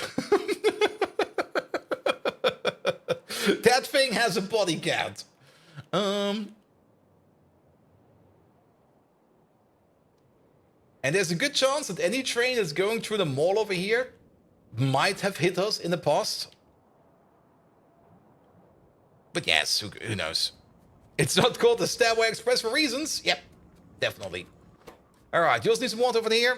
You need like 33 water per second at the crafting speed of 6. That is 200 water per second. We can use the same pump for that.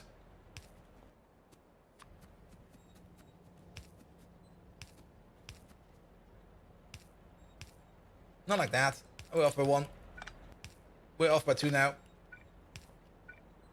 There we go. There we go. You get some water. You get some water.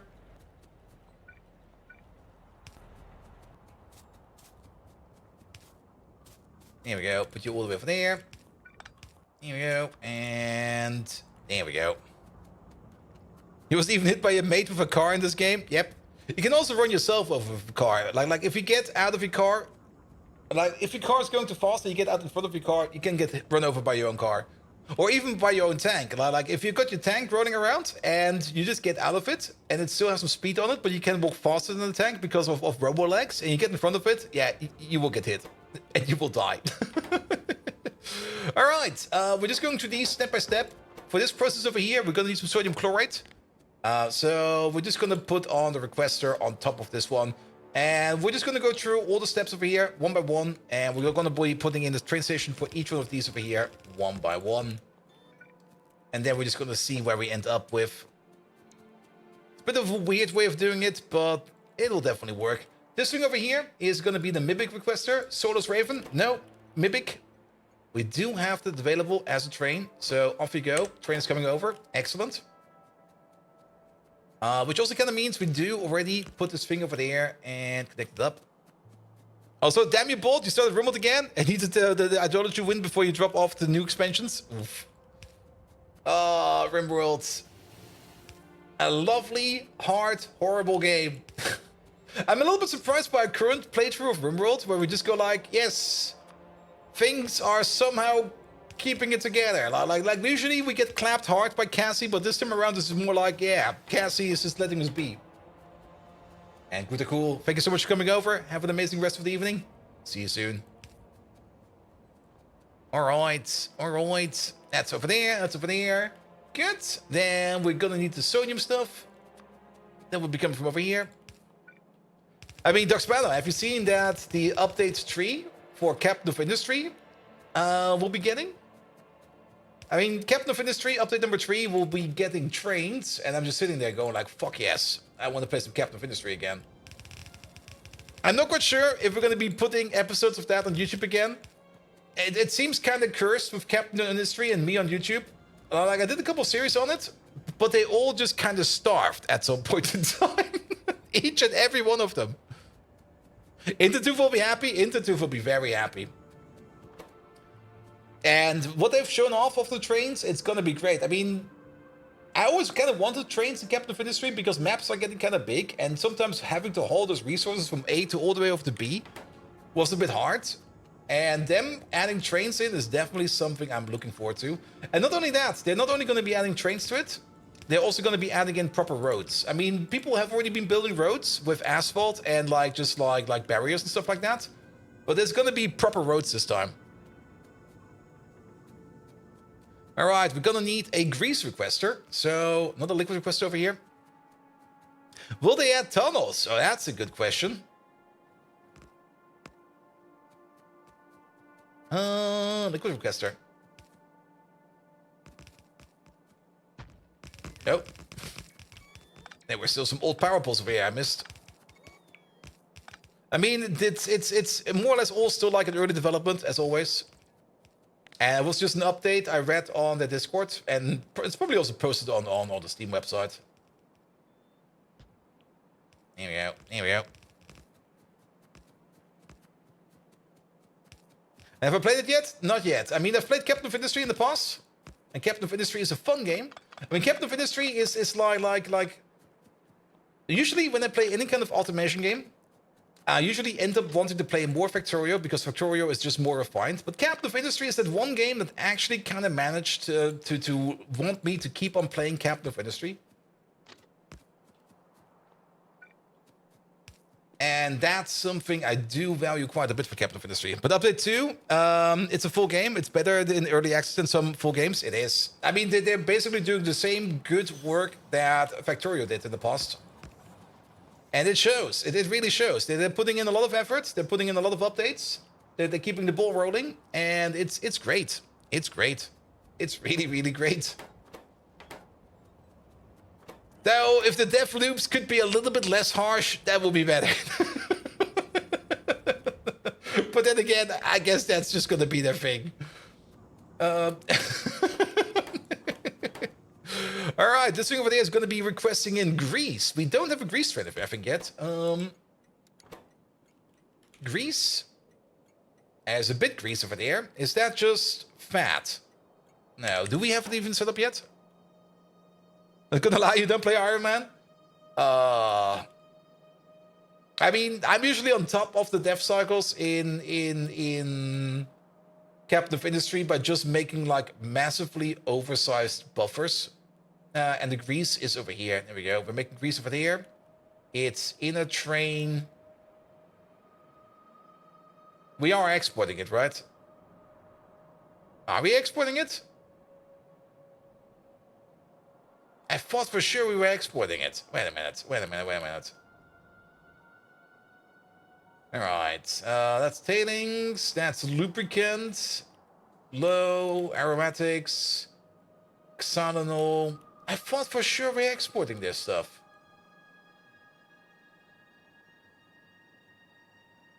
There we go.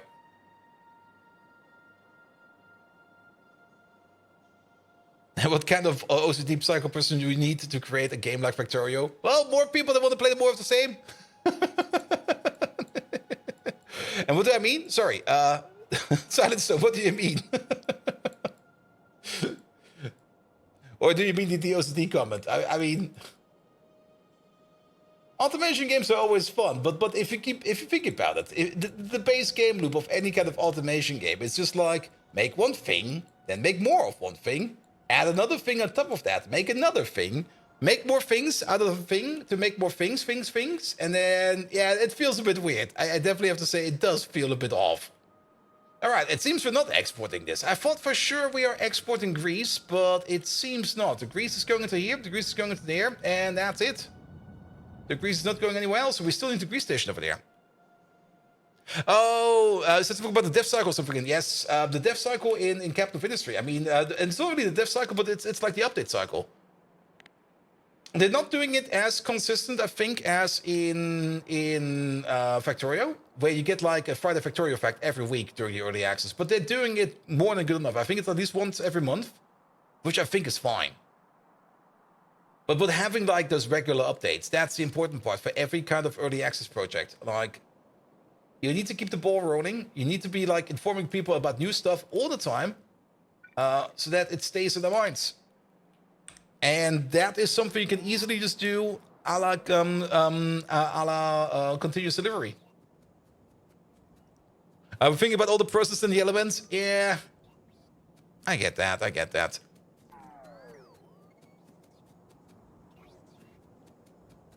Good.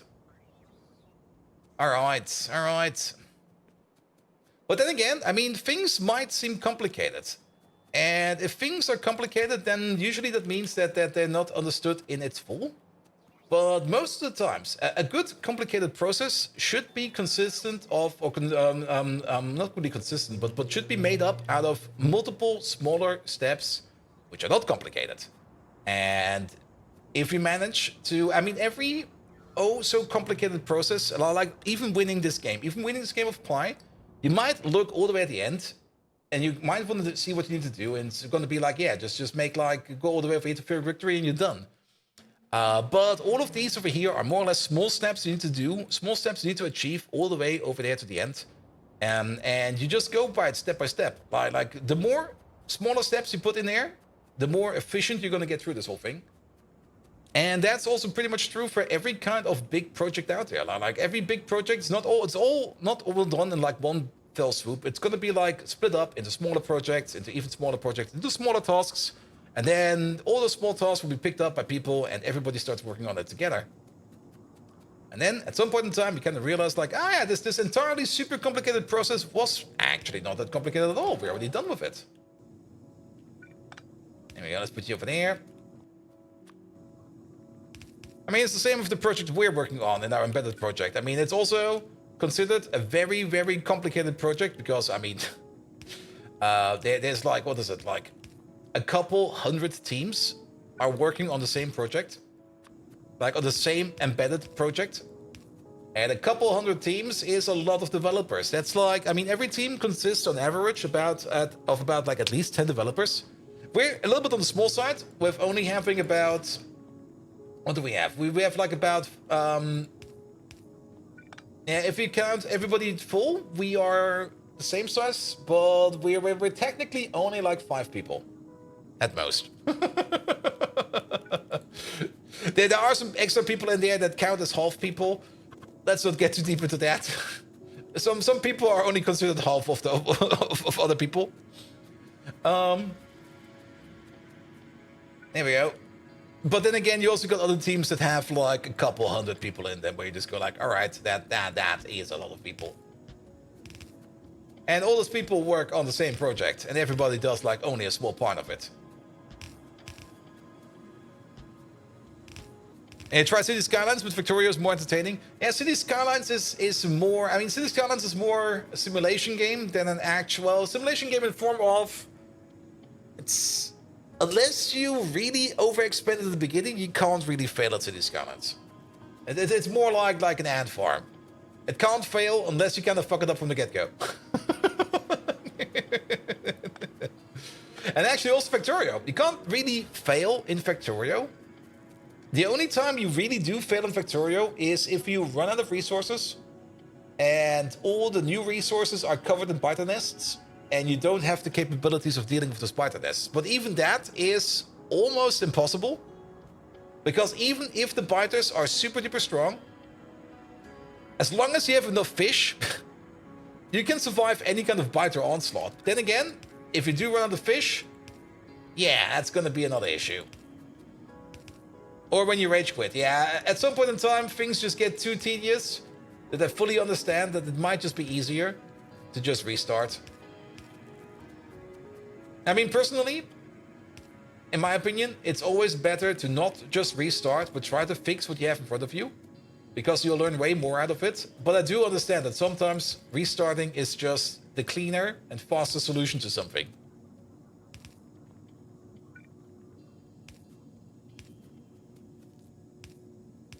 Here we go. Here we go.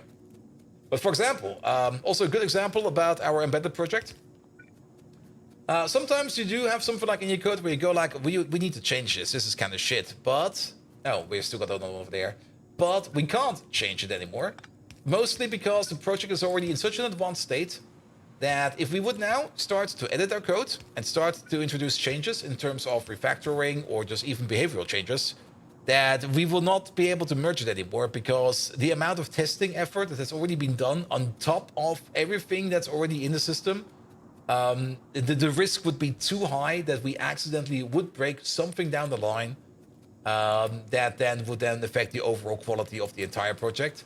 So at some point in time, even if you know you got like a steaming pile of garbage in front of you, you're gonna have to live with that garbage because it can't change it no more. It's gonna be there forever. Not really forever. There are sometimes opportunities where you can put a change in, but those don't really come that often.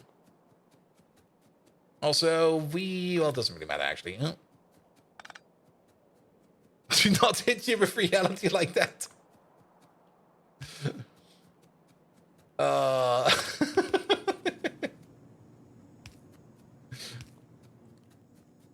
Do you know what's causing your UPS? We can check, but I do know it's mostly pumps, actually. Funnily enough, it's mostly pumps, but we can have another check at that. It's always an interesting pump number. There you go. All right, overall, we're spending about 13 milliseconds, let's say it's 13 over here, per update cycle on entities. If we go over here real quick. Wait a minute, and... It's the other way around. Hide GUI mods and detailed info. No, wait, that's the wrong one. Not the detailed time usage. There we go. So overall, our update cycle over here is 21 milliseconds. That's way too high. We need to be at 16.666 to achieve like 60 UPS. We're spending a bit on circuit networks. We're spending quite a bit on entity updates. Entity updates is usually going to be like the broad thing that's going to be like eating everything. Electric network is scaling across the size of your base. It's 4 milliseconds is fine, but yeah, the bigger your base is, the higher this number will be. There's nothing much you can do about that. Trains is also getting up in there, but I'm actually kind of surprised it's like a millisecond on trains already. But it's not because of train pathfinding. It's probably just because of trains moving around. At least I hope that's what that is. But it's getting surprisingly high over there as well. And then, of course... Oh, don't do that.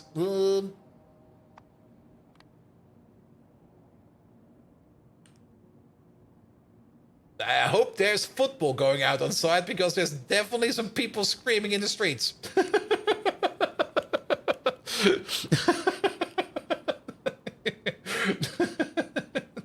And those 13 milliseconds on entity updates, that's more or less seen in here. And one big thing over here is pumps. We're spending about 3 to 4 milliseconds on pumps. Pumps and pumps alone. I really, really, really want that Factorio 2.0 fluid system update. But there has been a lot of screaming and shouting outside of late. Yes, but that's the German football EU, or the football championship. 2 games are going on right now? Oh, really? But yeah, pumps is eating quite a bit. Assembly machines, you can't really change this that much more. This is also like the more things are active, the higher this number will be. Inserters is sitting at 2 milliseconds. Loaders is sitting at 2 milliseconds. And pumps sitting at 3 to 4. But yeah, our base is just getting big, which is also one of the reasons why we are trying to make more compact builds. This is not really a compact build if you think about it. Seeing this entire thing top to bottom like this now, it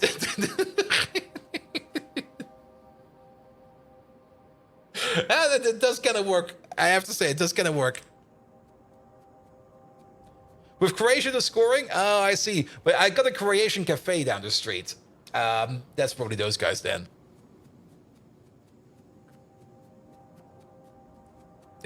Compact my ass.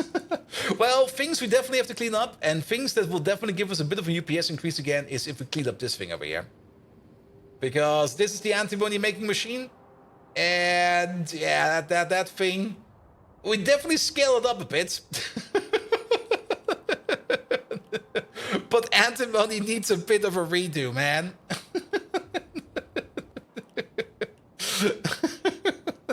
Then again, antimony is pretty important. I'm also kind of surprised that... Oh, we're backed up on antimony. That's fine then.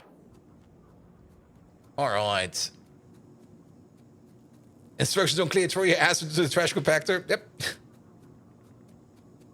Alright, alright. We also need some filtration media over here. Alright, alright. We didn't need nothing over here. And then filtration media over here. How much filtration media do we need? We need like 1 every 3 seconds. We can probably do that with a long head inserter, right? Or do we just put some inserters over here? Let's do some inserters. It'll be fine. Alright, alright. And call the wimp. We'll put you in soon. Let me just make a little bit of progress over here. Let's see, what does the clock say? Alright. Still good on time. When you get to the next stage of antimony process to make the rebuild worth it, yes. I think we already got the next stage. Actually, wait a minute. I think there is... Or did we already research that? I think there was one on the horizon. I think we already got that. Yeah, we already picked it up. We're already there. Like I said, we're currently doing titanium. I plan to do chromium after this, but we could also do antimony. Maybe we just do antimony. And then we got more of the antimony process over here, which also gives us more antimony, 58.3% concentrate, which I think is one of the antimonies we need for circuits. It definitely makes sense to do this. And then there's only like one more step after this, but the step at the end over here, ooh, the golden cube. The final step over here of the antimony process over here is... Yeah, it's going to be all the way a thing at the end over there. The antimony concentrate. The final concentrate.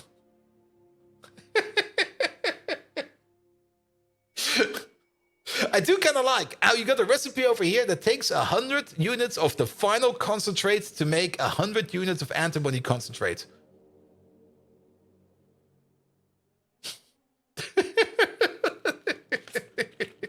What the fuck, man?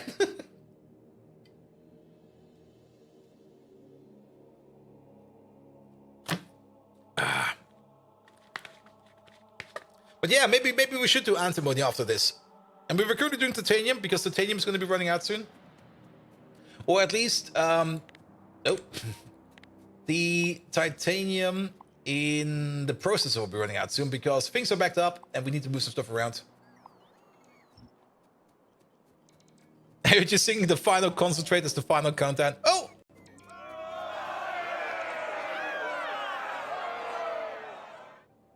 The final for real, concentrate. For real?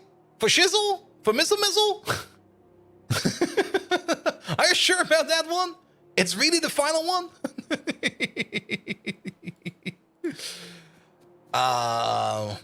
Alec Dyer, thank you so much for the resub, mate. There we go, there we go. Also 9 months already. Thank you so much for that. Well, so what happened over there? Oh, let's do it like this. It'll be fine. We probably deleted this with the deconstructor. Good. All right, put you over there. Put you over there. Put you over there. It'll be fine. All right. This is going to be filtration media. We can already order it in via train. Thomas Woods. No, filtration media. 2-8 requester, please. Coming over? Coming over as soon as the train track is in there, probably. And as soon as we got some power over there. We don't need this. We do need that. And then probably we do need a little bit of this and that and this. There we go. Don't forget about that. Yeah, no path. He'll be coming over as soon as he will find his way over here. Good. We probably also do need... Yeah, we could do with another one of these over here. Let's place you over there into that corner over there. And then not only that, but let's also give you like a bump stock over there. Like one over there. And you technically also need one so that we can at least have our construction grid over here again. Good. Yeah, you're still missing power, but it'll be fine. Actually, will it be fine? It will probably not be fine. Let's just get some power over there real quick. Just need to put down these things over there. 1, 2, 3, 4. Good. Commander Tip Tip, hello there. How you doing? Welcome to our small little pie base. Where we're currently working on some titanium over here. With some filtration media. There we go. Alright, pull it along over here somewhere. And then not only right over there, somewhere over there. Doesn't really matter too much. Pick up this thing over. Oi. Alright, let's have a look. How do we do this the best way around?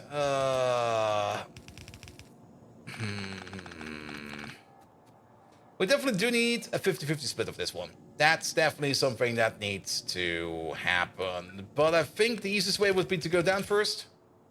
Do the 50-50 split over here somewhere. We got enough power going around. Perfect. Let's maybe just pull you up a bit. Here we go. You're doing space exploration? Or what mods are we using? No, we're playing Pyanodons over here.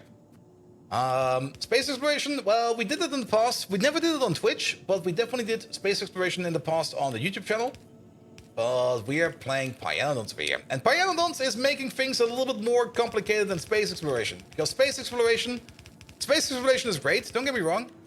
Space exploration is a lovely mod pack. Highly recommended, especially if you want something more complicated than vanilla Factorio. But if you want something really more complicated than vanilla Factorio, get yourself some Pi. Because in Pyanodons, ore processing is not just like get all the ores and throw them in the smelter and call it a day. It's more gonna be like, we're gonna need a whole bunch of chemicals to do the whole process over here to make sure that we can get most out of our ores and to process most of it. And even more fun, most of these processes are aligned, at least aligned, not accurate representations, but aligned with actual processes that you can find out there in the wild. For example, we're currently doing over here a little bit of titanium processing. Just a bit. Good. We'll probably also need a radar or two over here. Yeah, have one over there. And Crest 32 plus SE plus 248K plus VVZ is the same as Pi? Probably. Can't really comment on it because I never tried it. But the one thing I do know is if you combine like multiple different packs together, you do need to make sure that those packs are also balanced together. Because sometimes if you combine like certain packs together, some things, it might seem more complicated because you got like all the big names in there, but it might actually be easier because sometimes a certain pack makes one process super duper easy, and that in another pack is going to be like a super complicated process. Best example I think is making like salt or chlorine gas. In Bobs and Angels, chlorine gas is pretty easy. In Pi, it's kind of annoying. And Pi don't have space exploration only. Well, the Pi devs are working on a space exploration equivalent. They're definitely going to be putting their own swing on things on it. But they're definitely, I mean, it's already known. It's already been announced, I think. I'm pretty sure about it. Yes, it's already in the GitHub, so it should already be announced. But the next Pi mod pack is all going to be all about space. Are you running K2 SE plus some bots and some bobs? Yeah, that's fine. You have the Mark II radar? Yeah, we should probably at some point in time work with the Mark II radar. It's right over there. Yeah, we should. The big mole, we should. And Hattie Tech, hello there. Long time since you've watched since the models Factorio? Yes. I mean, if you've been here like around last year, we were probably still sitting around in Discord off the map. And now we're, well, all the way over here. I do kind of like that this outpost all the way over here, which used to be like the furthest place out there, is slowly getting integrated into our base. And trying to get nuclear up, you just discovered the umbrella wants 55 gigawatts for the Corona ejections. It kind of depends. The umbrella only consumes power when the Corona ejection happens, and it also kind of depends on the ejection itself. They have a bit of a variety on them. Sometimes they're a little bit harder, sometimes they're a little bit weaker. There is, I think, an average you can probably expect what it will be. But you don't necessarily need, like, to provide that power as is. What you can do is you can make a power buffer. Maybe just put down some steam in some tanks and put that and put those tanks against some turbines, which you will only open up if you have like a Corona power draw. Because then it will be a little bit easier. Like have something like a big backup buffer in case of like big power draws. Because then you don't need to provide that power all the time. Also, is this okay? It's stuck in traffic. All right. Yeah, let's go back to base real quick. We also got a whole bunch of random stuff in here, especially these random machines. We should put these back in storage. We don't need them right now anymore. Especially these two and these two. The problem with C is that it completely revamps progression, so mods like Angels and Bobs and Python really work nice with building themselves. Yeah, but that's also true for many of the big conversion mod packs. I mean, they all do things differently. They all have like their own focuses. They all have their own specialties, what they kind of like doing. For example, I really do enjoy in Angels, like the ore processing, the ore sorting and stuff like that, and especially the ingot mixing, because in space, not space exploration, in Angels, you more or less crush everything down to its elemental bar. Well, more or less. It could be a little bit more accurate if you think about it. But you more or less crush it down to its elemental bar. And then you combine those bars into alloys, which you then use for stuff. A little bit like you do it in GregTech as well. In GregTech, you more or less turn everything into dusts. And then you got like your iron dust, your coal dust. You got your chromium dust, your manganese dust, your nickel dust, stuff like that. And then you start making steel out of it and stuff like that. Imagine how Pi with CME, Corona mass ejections, and meteor showers from above would be more difficult. Yeah, but even the meteor showers, I mean... At the beginning, the meteor showers are a little bit annoying, but you don't really get affected by them too much, since your base is so small that most of the time nothing will happen, because you will just be missed. And by the time you got like a big base where you do need to take care of things like that, you probably also already have access to like the global asteroid cannon, and you put down a couple of those, and then you're done. And then you're just done. But I do like the meteorites, especially getting hit by one at random. Like, I really like the Nullius slow disintegrated, but they are more expensive and require power. Yep.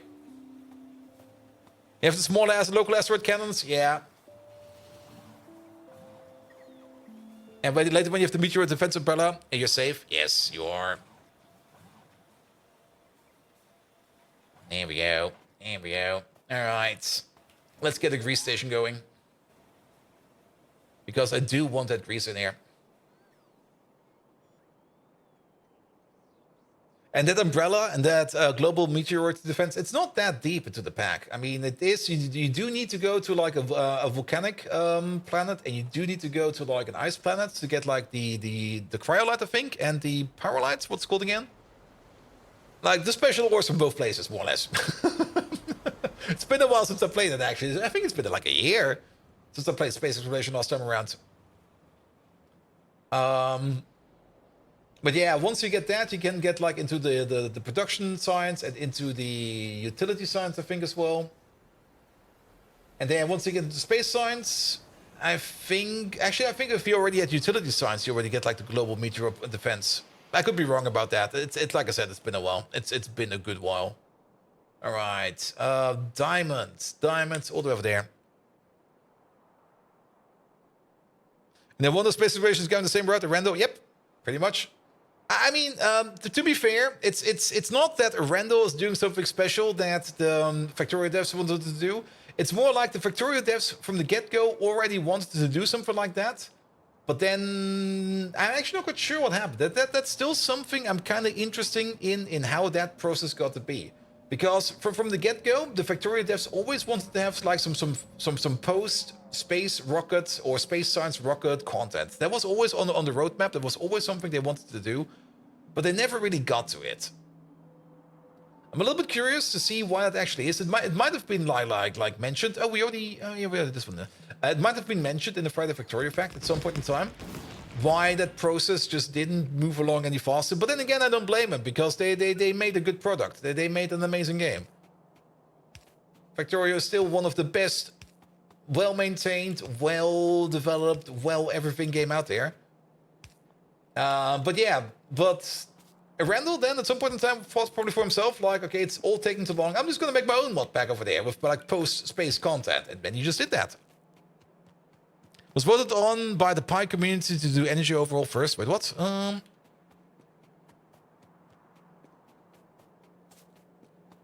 surprised they haven't hired the Pi devs yet. I don't think they understand how much cocaine the Pi devs eat.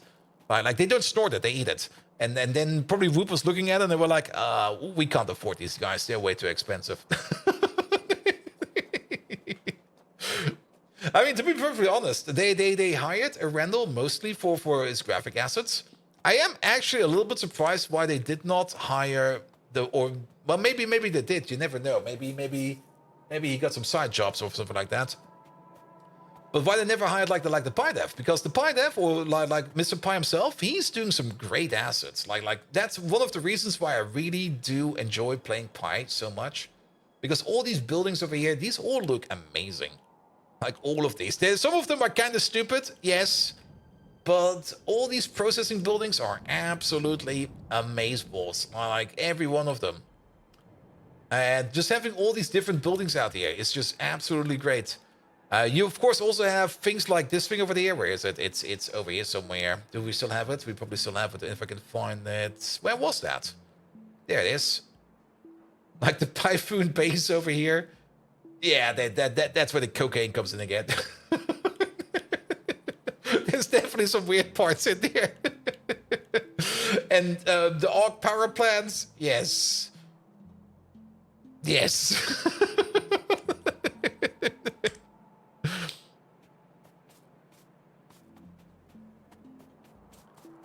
Good. All right, that's now connected. That's connected. And now we only need those poor orcs. Yep. But there's also the Dingwit power plants, and there's also the Zemic boilers. And I think the Zemic boiler is basically just like, take a Zemic, strap like a big water barrel to his mouth, strap another barrel to his ass, open the water valve, hot water or steam.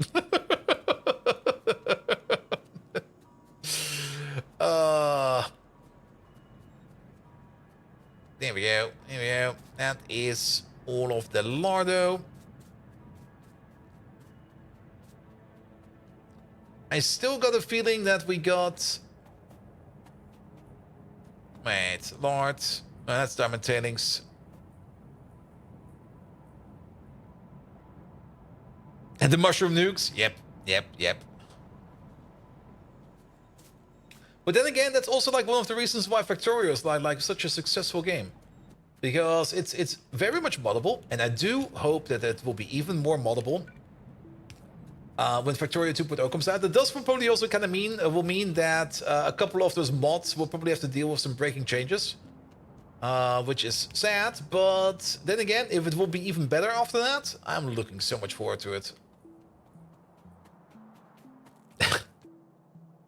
And how long did this take us over here to get to this point? Well, if I would not get distracted by Twitch chat all the time, and if we would not start talking about other random stuff all the time, I probably would have been way faster. But if you want a number over here... Wait a minute. I'm missing my... There we go. There it is. We've been playing this map mostly on stream for 1,500 hours. Like, if I would be playing this, like, off-stream and only by myself, I would probably have been done in, like, at least 500 hours less. But every now and then when you just get like distracted. Megatron, do you know why we sometimes just get distracted in Pyanodons and on stream?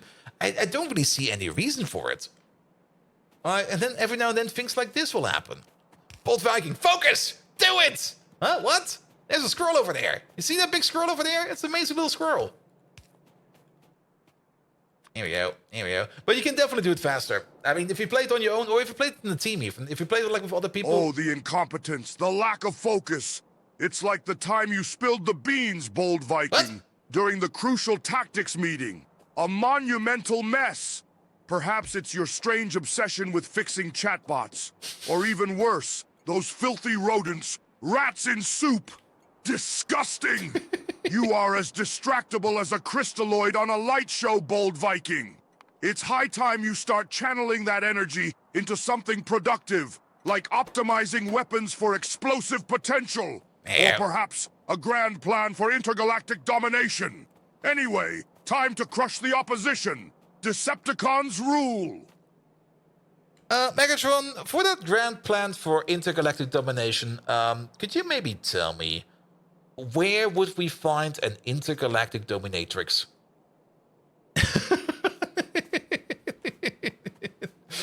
That's the focus, right?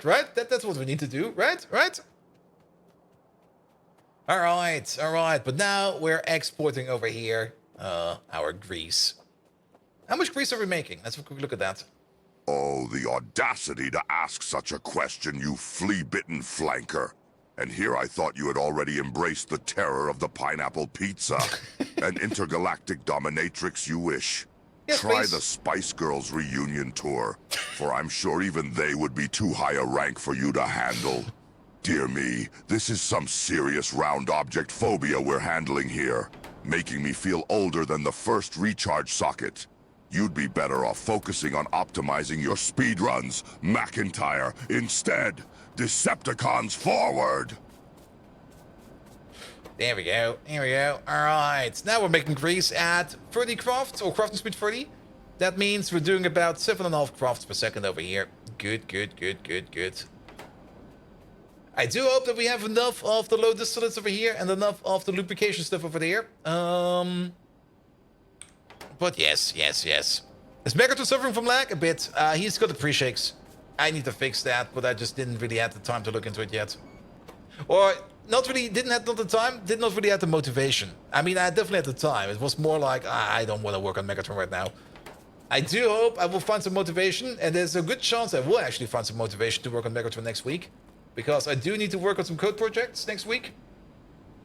As a preparation for the job interview. So maybe I'll just also work a little bit on Megatron. And give him a little bit of a touch-up. Good. All right, we now should be able to export grease a little bit faster. If we go back over here and we look for grease, especially in the fluid tab, yeah, that's a significant increase. It used to be over here, or maybe over here, and now it's all the way over there. And good luck on the interview. I mean, the first interview was already good. The first interview was a lot of fun. But the second interview is more or less me going over there to the offices they have here in the city where I live. It's actually just down the street. That's kind of nice. And just have like a good look at things. And they also have like a practical thingamajig they want me to do, which is fine. I mean, I kind of understand that. I mean, we do the same at the company I currently work at, where we kind of want to see at least some practical skills, because slinging keywords around is pretty easy. I mean, you can just go like, yeah, it's pretty easy. Just put the thingamabob in the doomajig, and then the fill up and the blow it up will definitely give you the result that you're looking for. And then you could get hired on that word alone. But I do kind of want to at least impress them as much as I can, which does kind of mean I do kind of want to prepare myself as broad as possible, which does kind of mean that I'm not really going to be like really trying to learn new stuff. I'm more or less just going to do stuff I already know in a couple of different ways, so that at least the rust will be off my fingers. Because if I go in there and have not like de-rusted or de-dusted myself, I will definitely be breaching the time limit they're going to give me. SSD rotate, profit, yeah, things like that. I like write like a small C program, write a small C++ program, write something in the kernel module and stuff like that. There we go. Do they know about us? Yes, because I've been open about this from the get-go. And even the headhunter that kind of talked me up already checked out the Friday GregTech stream, and he was very much amazed how complicated Minecraft can be.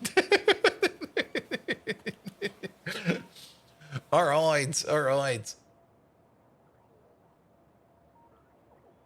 All right. So, what are we missing over here? We're missing this stuff. What was this? That was the chloride. We already have that. Nope, not like that.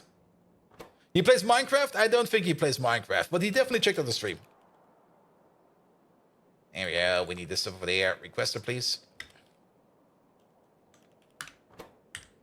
Good, good, good. And it's still pretty much the same reason why I stream. I mean, I already say it, like I'm not really streaming to like live off it and to make like a shit ton of money out of it. We're actually pretty terrible over here at monetizing, which is fine. And I do hope that we can at least do that one thing in my Bob I've been talking about. I don't want to talk about it today. We're going to be talking about it tomorrow, I think. Actually, we could talk about it today a little bit. I mean, we do try to get to Partner Plus.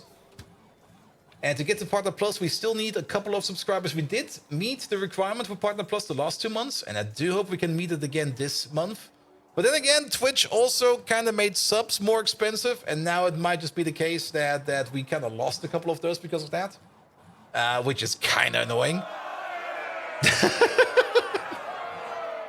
And then we got Big Clan over here. Help him a bit. Every now and then, just give me a cent. You also gave me like a cent, I think on Friday it was. All right, this is going to be the sodium chloride. There it is. Provider, sodium chloride requester, full cargo, empty cargo. Yima said the price change was only on July 11th. Okay, so it's still coming up then. Then I might just be talking out of my ass. That's also something I do every now and then. But still, the main objective for the Twitch channel is not really to make like a metric shit ton of money out of. I mean, it is nice. It's covering the cost, and it's nice. It's lucrative at least. Not super lucrative that I can live off it, because that will be completely different. But lucrative enough that I don't need to worry about anything. That's the most important part. But the main objective is still like me mostly training my English, and mostly me just sitting there trying to keep a open public conversation going, and trying to not slur my words too much, trying to not like be like a microphone beard muffled idiot. So you have to do taxes. Yeah, that's the only downside. I do need to do more taxes because of Twitch. Fuck that. Damn taxes. Which is fine as well. Maybe at some point in time, well, that could actually be the case. I mean, here in Germany, where I live, if... Thank you for the follow, mate. Here in Germany, where I live, I did register what I'm doing on Twitch over here as an income source, as a new one. And you can easily do that. You just go like to your city council, and you just go like, here, I'm doing this, I'm making money on the side. Tell the tax bureau, and they were like, yeah, that's fine. But there's this thing, like if the tax bureau usually is kind of nice about it. Like in the first 5 years, they're not going to ask anything about it. Where they just go like, here, you're doing something on the side, that's good. We're not going to ask any questions about it for the first 5 years, but after 5 years, we're probably going to do a check on you to see if you're actually trying to make money out of whatever you're doing, or if you're just there to save on taxes. And if they kind of determine that the thing we're doing over here is not really profit-oriented, they're going to call it something like Liebhaberei in Germany, which is more or less translated into like, yeah, you're just doing something you love doing. It's not really an income source, so it will not be part of taxes, but but if you've already reduced your taxes because of the income source, you're gonna have to pay those back, and it's gonna be like, oh, could be expensive. Then again, on the other side, if they do declare it like that, then I don't have to pay taxes for any kind of that income. And Trome Dome, hello there. But yes, it's gonna definitely be interesting. And actually, that is a thing for the tax report next year. That might be important. But then again, I might maybe just invite the tax bureau over and just go like, hey, just watch the stream. and tell me if that's good enough or not. You made about $45 in profits from crypto last year, but you had to pay like $49 to the accounting and the wallets to figure it out.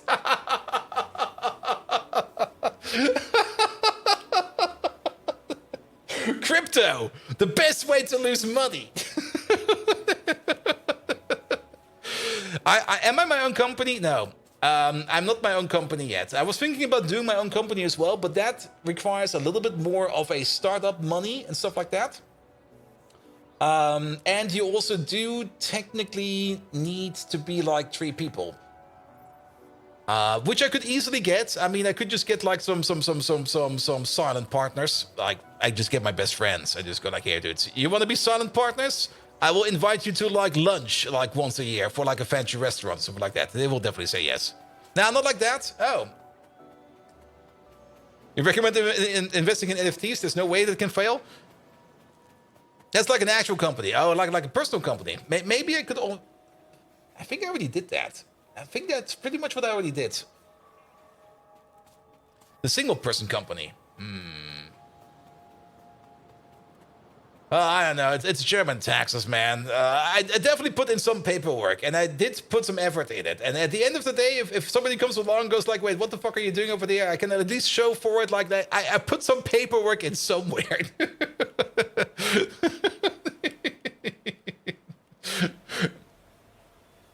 All right.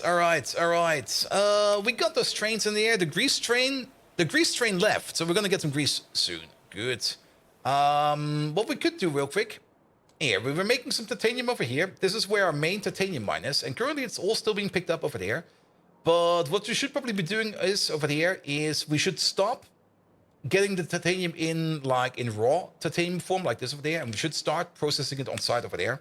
So let's go over there real quick and set up a titanium crusher. You still play some Deep Rock Galactic. Oh, it's been a while since I played some Deep Rock Galactic. It's still an amazing game. It's a wonderful game. I can highly recommend Deep Rock Galactic. But yeah, I have not played that in ages. It's good alone. It's good in a crew. It's good. I can highly recommend Deep Rock Galactic. But yeah, I have not touched Deep Rock Galactic in quite some time, sadly.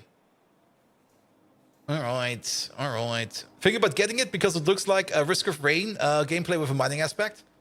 Yeah, it has a bit of Risk of Rain parts into it. I mean, in Risk of Rain, you got all those you more or less get like all those upgrades over and over and over by touching all the shrines. And the game gets harder and harder and harder. In Deep Rock Galactic, it's more like you choose a difficulty from the get-go, and then you have to roll with it. But then there might be some variety on the map that will spice things up.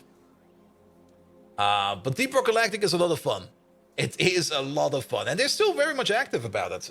I mean, they're doing seasons and stuff like that, and every season you get like you can like get some custom cosmetics and stuff like that. But I never really got into that. But overall, the gameplay is great. It's really, really great. And it's a lot of fun with friends. And it's also a lot of fun alone. All right, what do we need over here?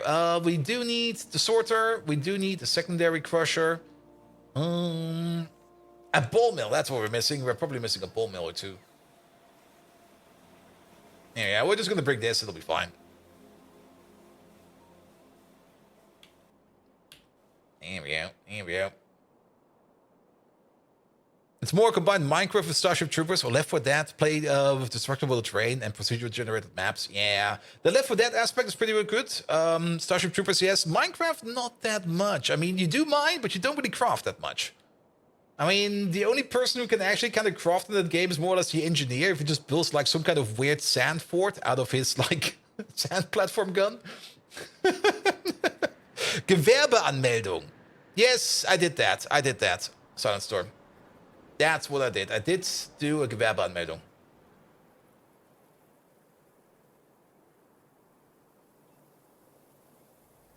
And that's also why the tax bureau knows about it. Did we get the nuclear shrooms yet? Not yet. I mean, the nuclear shroom tech is available, I think. Is it available? We're very close. No, it's over here. No, it's still a little bit far down. We do have the bonus Mark II over there.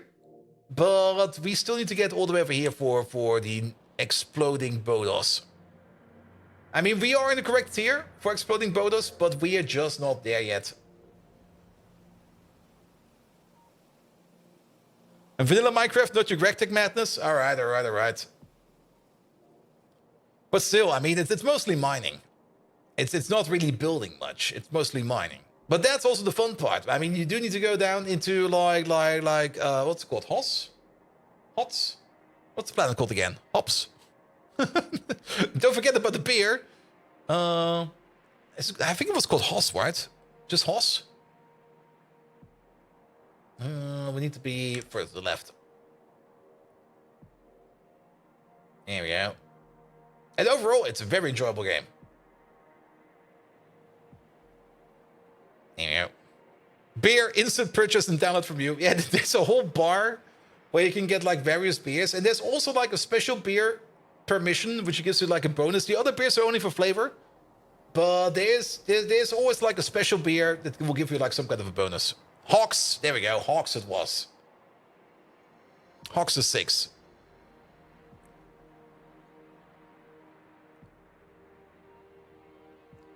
There we go. And you got the 4 base classes, and the 4 base classes have like a whole bunch of different guns and upgrades and everything. And then you also got the overclocks. Oh, the overclocks are fun. Yeah, there's a whole bunch of good content in it, and it should not be too cheap, not too expensive actually. And it might be on sale. It's also one of those games that's on sale quite often. But if you already got it, yes. And the best thing about Deep Rock Galactic is they basically are anti-FOMO crew. Yeah, pretty much. I mean, they do know how to do it all good. Oxus is 4. Yeah, sorry, not 6. Sorry, I read it from the wrong side. Alright. Let's get some titanium processing going. Alright, you over there? We're gonna do this one first. Let's just get all the things out real quick, and then we're just gonna... You turn grade 2 into grade 1. You over there, you make grade 1 and grade 2. Then afterwards, I think we need to sort it again into grade 3. Yep. And then finally, grade 3 gets turned into grade 4. Yeah, there we go. These are the buildings that we need. So we're gonna start off with you. 3 of you make 1.5. The 3 of you make 0.5 titanium grade 2 per second. You over there, 3 of you eat 1 titanium grade 2 per second. 3 of you make 0.5. So this over here is a 6-to-3 ratio.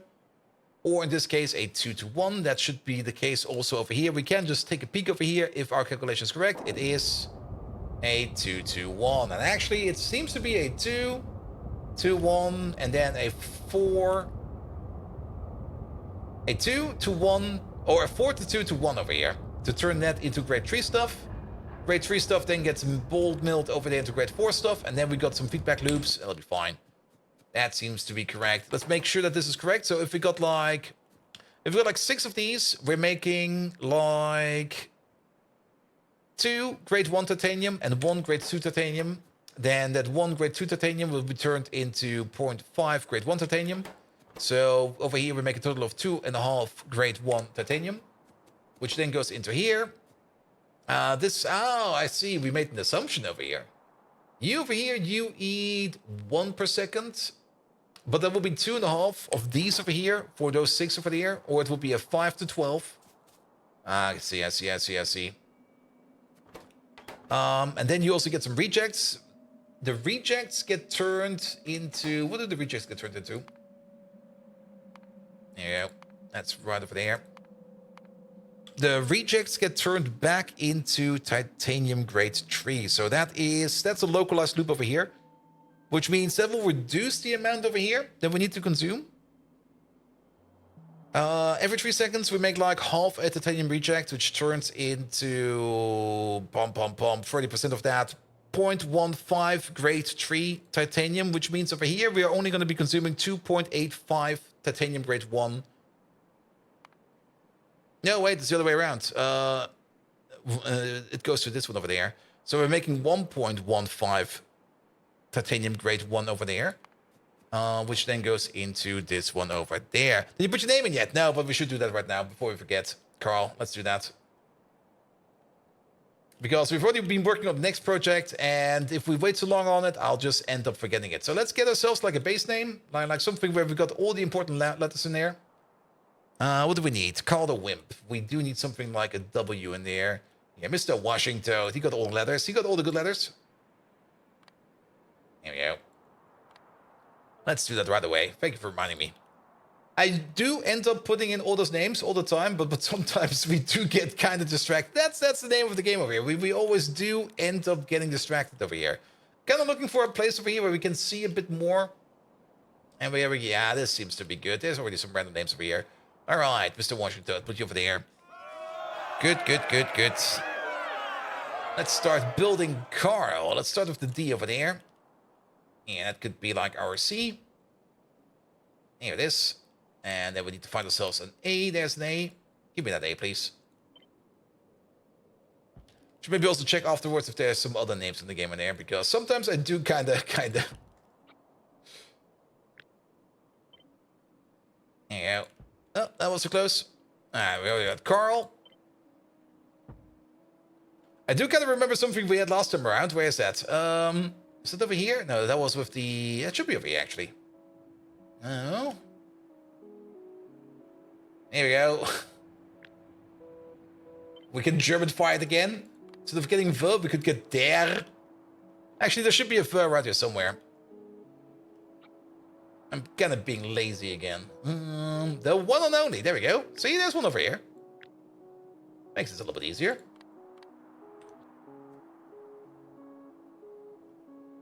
Also there.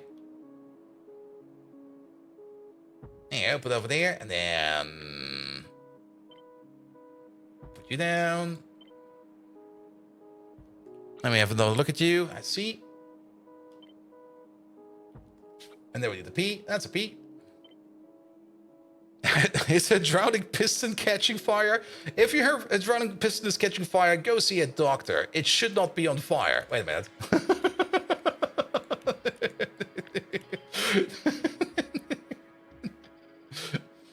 If it's red and glowing, go see the doctor right away. Alright, and give it some space. Also, goal. Somebody has struck a goal.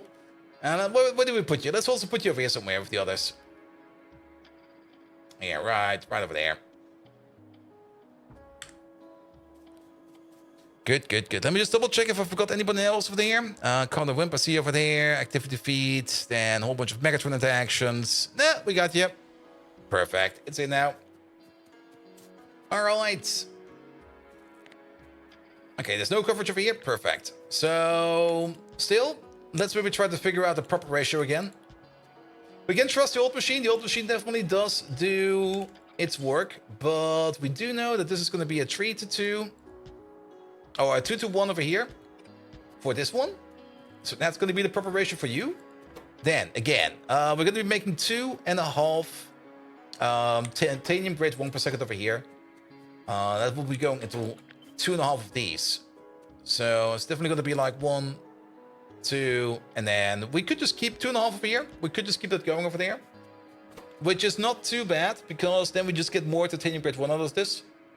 That would mean we make 1.15 titanium grade 3 per second. And then these over here eat them at a rate of 0.5 per second. And then we could just go for 3 of these. And maybe just 1-to-1 these. And then we got it. And there's definitely singing in the street. I guess the match is over. I guess somebody is happy.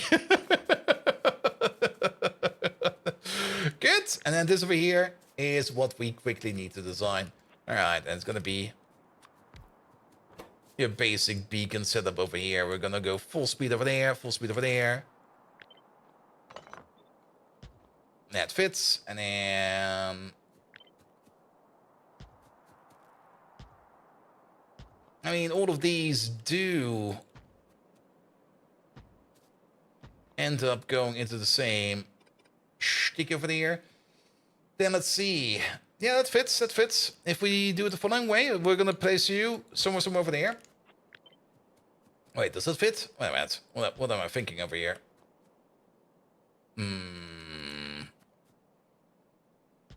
It's gonna be a bit stupid. A bit stupid is fine. There we go, because we need these three over there, and then we're gonna start going with...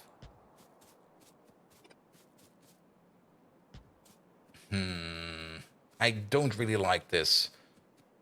Actually, all of these do go one-to-one, so how about we just do it like this then? We just flush everything over here to the sides.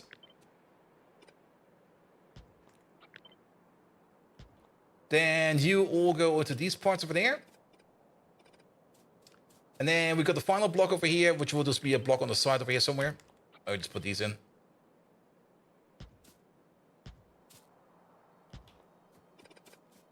There we go. Something like this. That'll be fine. This whole thing over here is hopefully going to have enough of a crafting speed to process all of these ores over here. These over here are more or less going to be determining how much of an input we have over here. If we go to this all the way over here at the beginning, every 3 seconds they consume 5 titanium ore. They're going to have a crafting speed of 6, so this is 10, 20, 30, 40, 50, 60 ore per second, or 2 of these red belts. There's currently 3 of these red belts, plus 1 over there. We could double this down, because then we could consume all of these belts over there. And not only that, if we double it down, we can then also do this, that, and this. However, you over there. Yeah, we'll just put you over there. Sure. Why not double it down? Put you all the way at the end over there, and then we get like another one of these. But before we, before we copy paste it over like this, let's maybe get the inputs going. Alright, we're also going to get some extra outputs over here. That's going to be one of the downsides. Like, it's no longer going to be like just ore over here. We're also going to be like removing. We should maybe already start to close this whole thing down over here. This over here, you don't exist no more. You over there, also disable. No more trains will be coming over here. We do need to get rid of this ore over here. We could move it out into like a temporary dump over here real quick. There we go. Just so that we have the space, and we would technically need 2 of these. Because we got like 2 full silos over there. And we don't need to worry about too much speed over here. We're just going to do this slow. It really doesn't matter too much. When you're finished? Well, I kind of want these 2 train stations over there to be empty because I want to use them for something else. And this is definitely going to be a bit of a slow process, you know. It's not like we're going to be feeding the entire thing yet, but it's more like I kind of want to empty these 2 out over there. Oh, wait, that was the wrong way. Ooh. And from the deepest into processing, yeah, this connection over here, this one at the end, we're going to do that all the way at the end. Wait a minute. If we do it like this, wait, no. Wait. Wait. Here we go. And not only that, also you.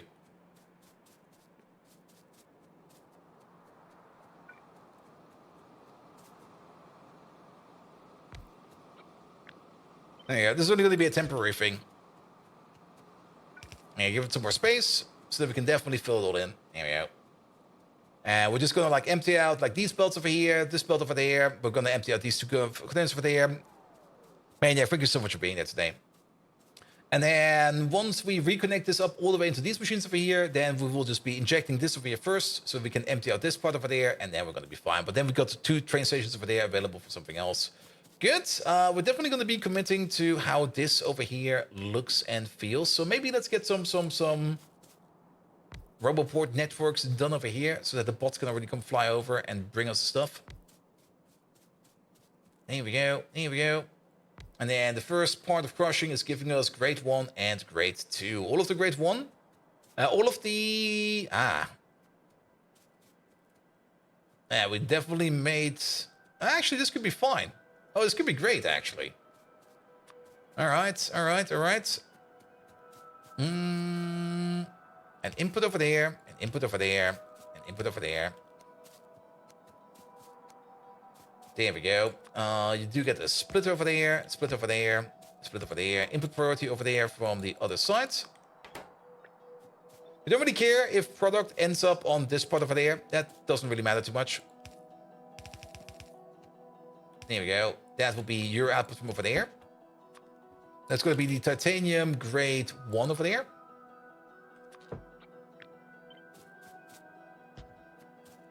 There we go.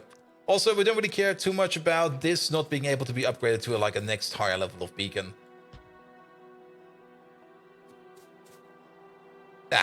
Okay, that also kind of worked. We could care about that, but I don't really care too much about this because this is only an outpost. It's gonna be fine. It doesn't need to be that super duper fast.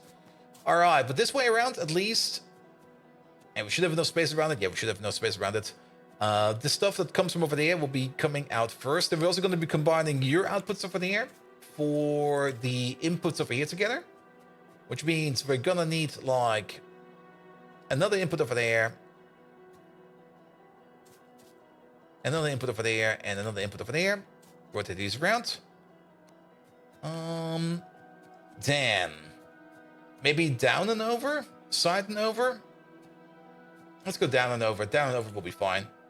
You over there, you will be then titanium grade 2. There we go.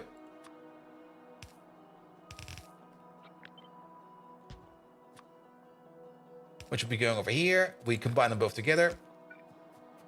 And then the first one will be going into this one. Perfect. And then again, we're just going to put an underground underneath there. It'll be fine. Same over there. Well, there's not going to be an underground over there, but that will be fine. Good. And then you go into there. Wait a minute. This whole thing over here doesn't exist. That's great. And you over there, you go into there, and this over there doesn't exist. So that's a grade 2 coming out of these, going into these to turn that more into grade 1. Then they all come together and go over here. And then technically we need the same thing over here the other way around, because we're making more grade 1 over here. Huh. Well, let's see. We can definitely get an underground in over here, going over. We can get an underground in over there. Actually, if you kind of think about it, it doesn't really matter. Just place them all over here. Over here is fine. Because you over there, you're going to be all of the grade 1 titanium. There you go. Because you go this way, that way, and this way. With an underground going all the way over there. Here we go.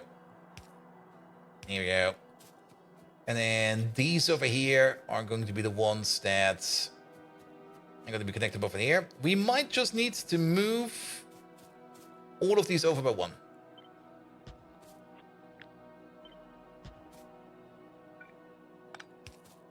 Here we go. And then this one over there, move it over by 1. Because then we can do the following. Ah, that was kind of stupid. Fuck.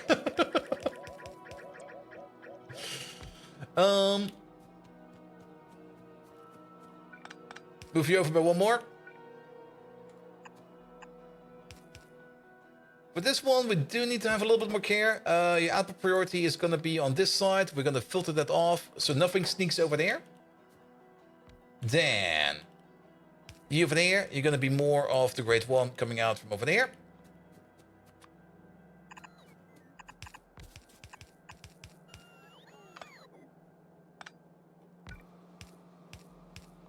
And it seems I kind of missed a bit over there, but I think that is fine. Yeah, I'll just do one of these. There we go. Pick up you. It's a little bit confusing over here with those extra inputs. There we go. And then we just need to do the same thing over here a couple more times. For example, over here, one more time. This time around, we can... I did it again. God damn it. Marius, thank you so much for being there today. Have a good night rest, mate. Yeah, you'll be over there. You'll be over there. Ah.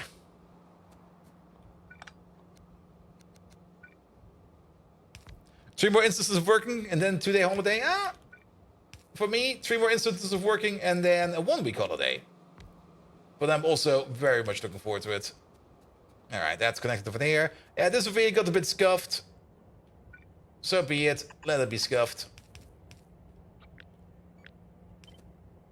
There you go. We could have probably done this better, but it's like this now. There we go.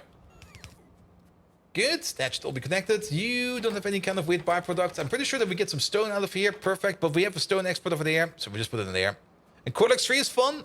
A 1,800 lottery attempt and still only at 50% progress. Yeah. It's the one part I also kind of dislike quite a bit about Pi. That you have those chance recipes. And those chance recipes, sometimes they just don't go like that. Sometimes you just, it's still going to be luck-based. I would rather have like a recipe that's not luck-based, but more guaranteed, so it's a little bit more consistent. And in the long term, it's going to be consistent, but in the short term, or even in the midterm, it's always going to be a bit like, why is it like that? Come on. Yeah, we're going to get some stone from over here. That stone we can export over there.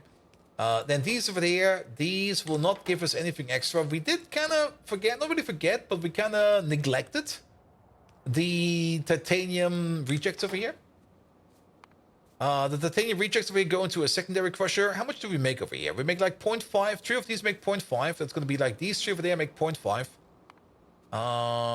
per second. And 3 of these machines over here consume 1 in total. So if we do copy paste this over, we would only need like 3 more machines over there processing titanium rejects. But then again, I just wouldn't mind if they would be part of this system because they do feed back into... Actually, it doesn't really matter.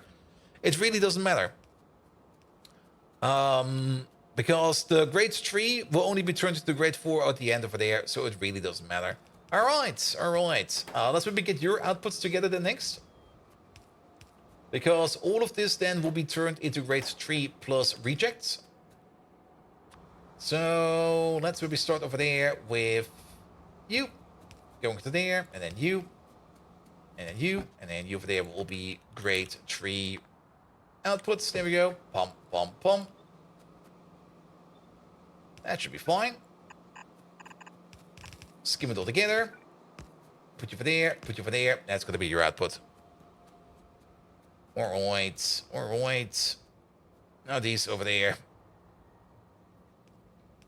Okay, they're not even remotely full yet. I see. And then we also do need to think a little bit about... we can put it over here. It would be a bit weird doing it like this, but I kind of like it. Here we go. You're going to be over there like this. With you over there in the middle. And then you over there like that, with you over there in the middle. There we go. And then we've got an output over there and output over there. And these over there is going to be like the rejects. There you go. Good old reject processing. Good, that's all the inputs and the outputs I think done. You don't got anything left. You don't got anything left. You still got the stone left. Let's do that stone real quick. The stone, let's maybe just push it out at the top. Don't really care too much about it. Over there is going to be stone. Not strown. Stone, please. There it is. That was a proper misclick. Stone. Here we go. Here we go. And off you go. And off you go. That's perfectly fine. You go in over there. You go in over there. And then the stone goes out of here. Good. Let's put some power in there. And then we can... copy paste this thing over.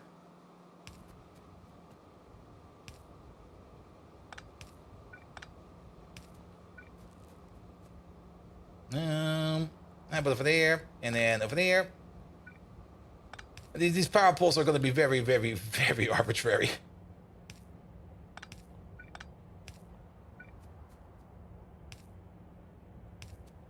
Yeah, and then one over there, and one over there. Very much important. Lamps. We do love lamps. Let's maybe put them over there, and over there, over here, over there. Here's a lamp. Here's a lamp. I guess you'll be on the sides. You can go over there. You can go over there and over there. There we go. It fits most of the time. Good. And now we can copy paste this entire thing over. We still do need to think about the input at the bottom, but I think we don't need to worry too much about that. All right, let's maybe get to the other side real quick. Give it some extra space. This should be enough. Perfect amount of space because it can still be reached. And then this is going to be the next. This is going to be like the grade 4 titanium processing. And we're going to be using the titanium from these mines over here. And keep in mind, these are some big mines over here. There's like 87 million over there. There's 29 million over there. There's 30 million over there. And there is about another 72 million over there. So there's a good amount of titanium left over here. It's coming out at the rate of 20 per second. And actually, what did we do over here? We said like 30, 60, 120 over there. We're only getting like 80 million in total per second. We do get a productivity bonus of 20% on top. So that 80 million is going to be something like 96 million. Not 96 million, 96 per second. And 96 per second, that is... Yeah, they're going to be running a little bit slower than that. But you know what? That's fine. That's fine. Keep in mind, we do have a bit of a buffer over here of ores. We do push stuff into a chest first, so I think it'll be fine. Alright, alright. And then we got this all the way at the end over there. Where we do... It's only 80 million per second. Yeah, that's just an easy 80 million per second. Come on. Get that processing speed up. Alright, yeah, the only thing we're missing over here is the secondary crushers. And for this, we do need a couple more. That thing is way too close. Because we do need to do the reject processing over here. And for every 6 of these, we will need 3 of these. So we need 3 of these. Can we maybe... I'm going to pick up one of these. I'm going to replace it with one of these. And we're going to put in some speed modules over there. That should compensate. We also already were like making more than we need over there. So this should be fine. Alright, alright.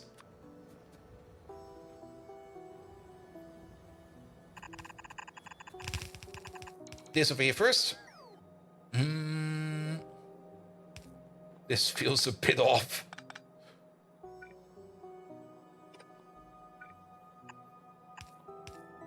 Yeah, let's do the alpha priority on this side. We can't do it like that, can we? No, we can't. And then forget about that. I was kind of hoping we could slide in like this, but it will then only side load.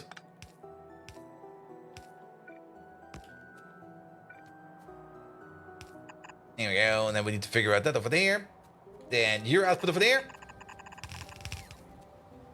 Comes together over there. Let's maybe go this way first. And actually, if you kind of think about it, do it like this. Because then we can have this input over there, which will be the combined output of these over there. And if we don't really worry too much about it, we can just do it like this. I mean, it's going to be an unequal load split, but to be perfectly honest, it doesn't really matter too much over here. It will just back up and it will still be processed over here. As long as stuff goes in and as long as stuff moves around, it's fine. I mean, this one over there is going to get 50% of the product, and these two over there is going to get like a quarter. This one will most likely back up, and then these over there will most likely fall asleep every now and then. And that's perfectly fine. Alright, but we do get 2 different outputs over here. Which I guess we're going to be combining up all together first.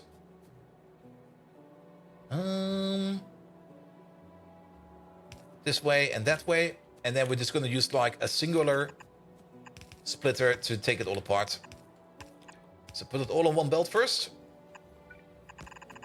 Get your stuff in there as well. Then you over there, upper priority over there. This is going to be the gravel. If we can learn to type. There we go. Gravel is going this way. And then everything else is going this way.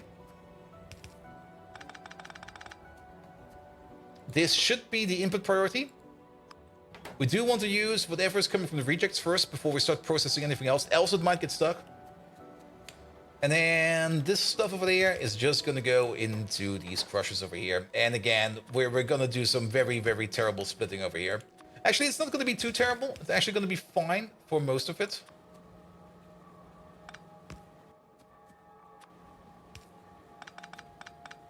There we go.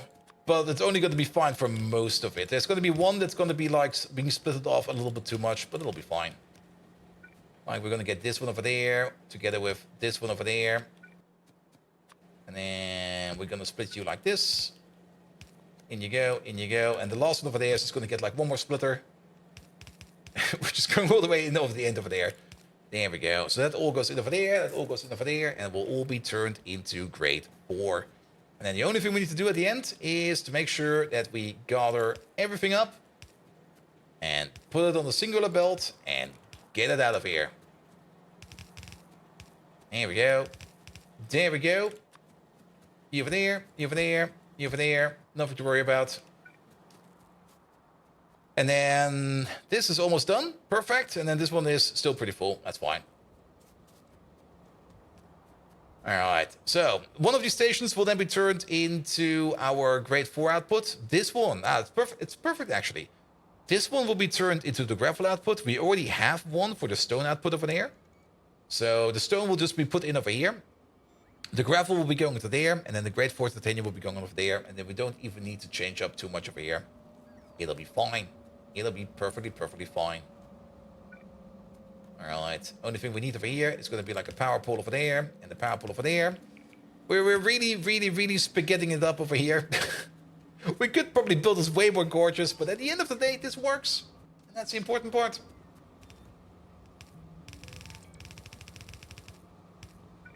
There we go. That's going to be stone.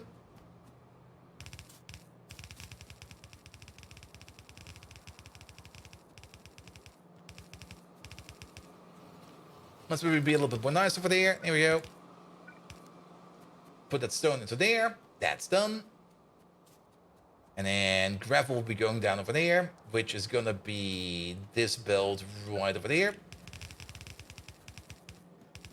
We do need to figure out how we're going to get this ore belt down there somehow, but that will not be too much of an issue. And do you do liquid processing as well now? What do you mean by liquid processing? Do you mean for the entire titanium chain? If that's the question, then no. The things we're kind of moving on to is instead of moving ores around in ore trains, we're going to do like some local processing of the ores on site. For example, titanium ore over here only stacks up to 50, and it's not really that dense.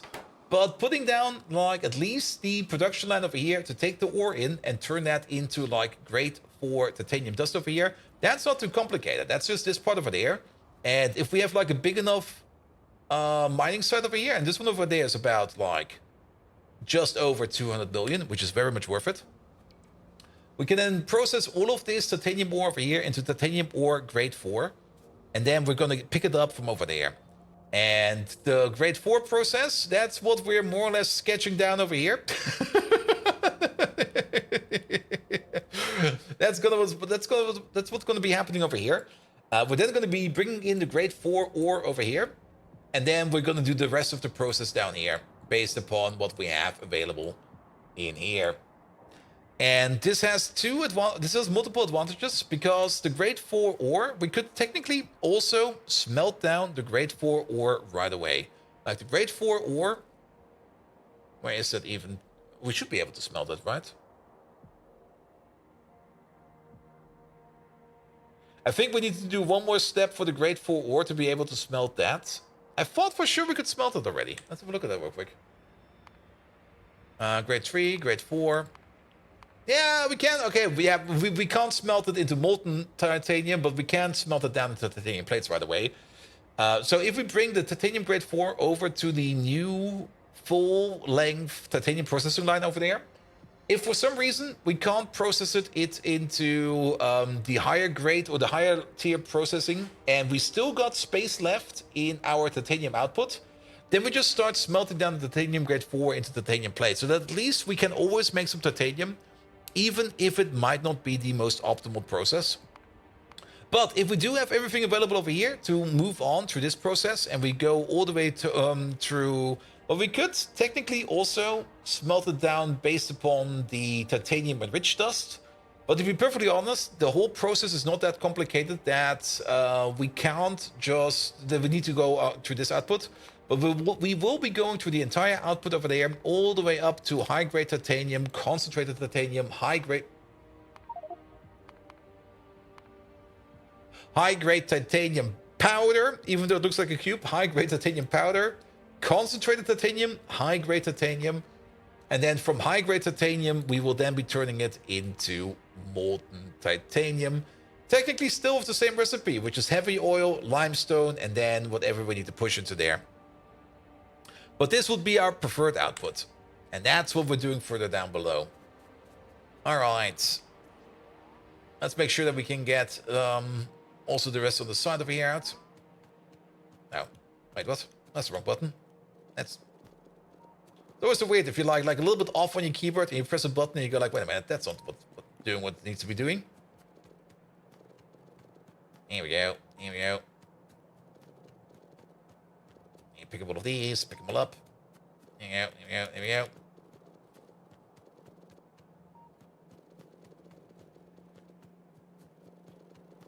go. Alright, and then you get all of this. Move that all down into these dumps at the bottom. We can probably already work on you. What is this belt? This is the old belt. We can... Well, we can probably keep this belt over there. How much grade 4 titanium could potentially be coming out over here? It's 0.5 per second per machine. We got 5 machines over here at the crafting speed total of 30. So, at most, a yellow belt. So we can get rid of all of these belts over here. These belts over here are not going to do anything.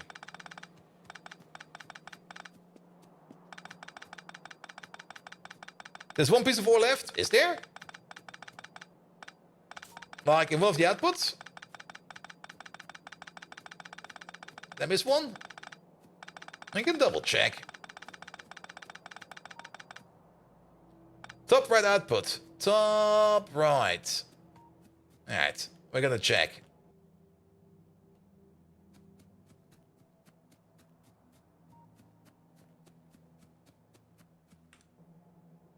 I don't think so. There's no ore in my inventory. Dark 4. What the fuck, man? Nah, it's fine. It's fine. We double checked, so it'll be fine. You might have seen this thing over here. This sometimes looks like a ore, but it's actually a lamp. It might also have been a shadow or something like that. That's what you meant? Yeah, that comes up quite often. Well, like the first time I saw it myself, it was also like, hey, there's something over there. I need to pick it up. And I was like, nope, it's a shadow. It's a common mistake.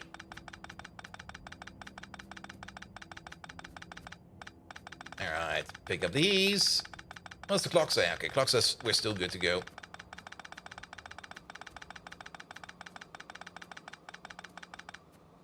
Pick up those.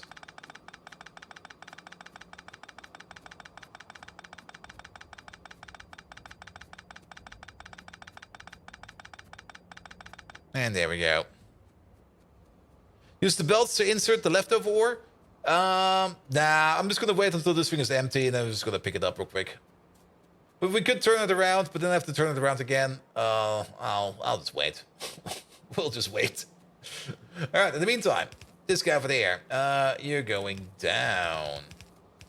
Now, there's only one more thing we need to solve over here, and that's gonna be actually it's not gonna be too much of an issue. Let's just pick up you real quick.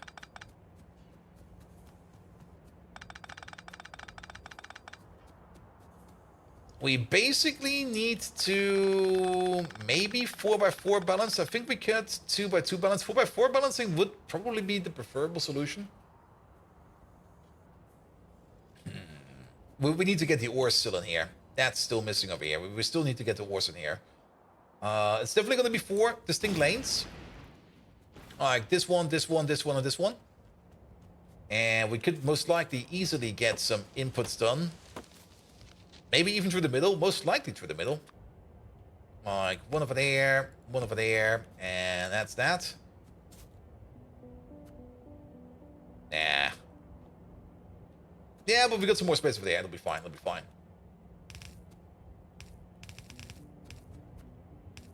Not really my preferred solution, but we're gonna do it like this.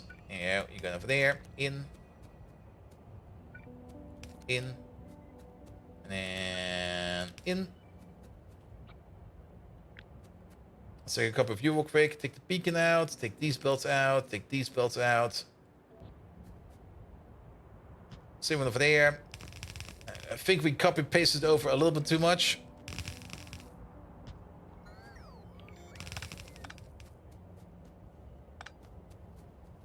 There we go. That's going to be our 4 main input belts. Okay, we don't really have a lot of space over here.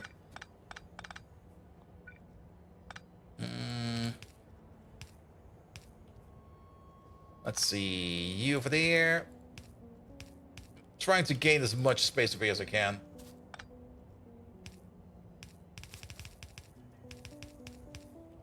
Alright, and then...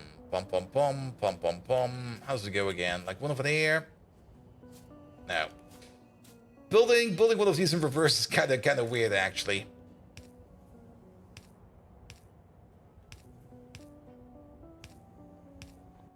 Yeah, it's gonna be like this. And then you over there.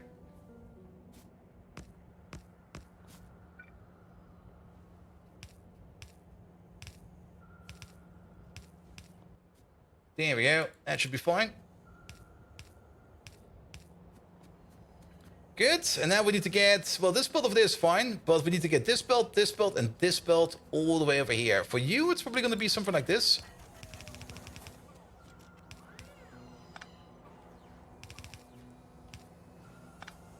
Let's not connect you yet. You're going to be over there. We can get one more belt through here without any issue, and then... Ugh. Like, we can move you through here. It's gonna be definitely a bit of a wonky spaghetti. It's gonna be amazing, but... wonky. Because you can then go in over there. And actually, no, we got some space. We got all the space we need. There we go. And even better, we still got some space over here and some space over there. We just move you over there. You over there and you over there. Perfect.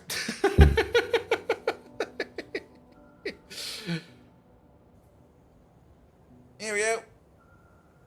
If the spaghetti is straight, you're doing it wrong. Exactly. All right. And then as for the injection over here, we will probably just take all of this over here. We're just going to side load it in one of these. Like, once we really want to insert this stuff over here, and I do know that this is not really the most optimal way of doing it, but this is how we're going to be doing it. We're just going to import it from over there. If this process over here takes like forever, that's fine. As long as it is decremental, and it will be moved out at some point in time, that's great. All right, I think we can hook it up.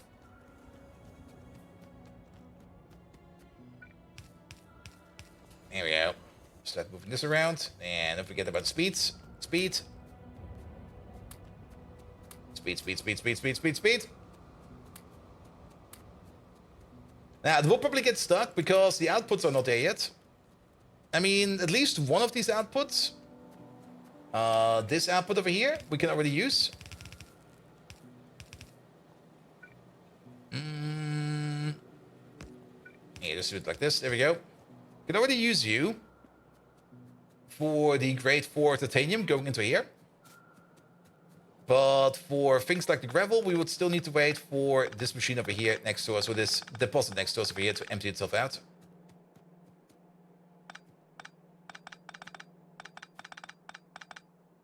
Which is still kind of full. Oh, trade!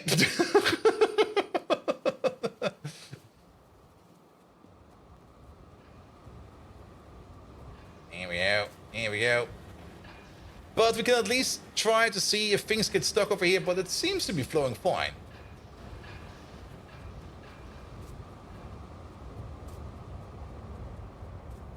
There we go. And this does look kind of nice, actually. It does kind of look nice when things are flowing like in all kinds of directions over here.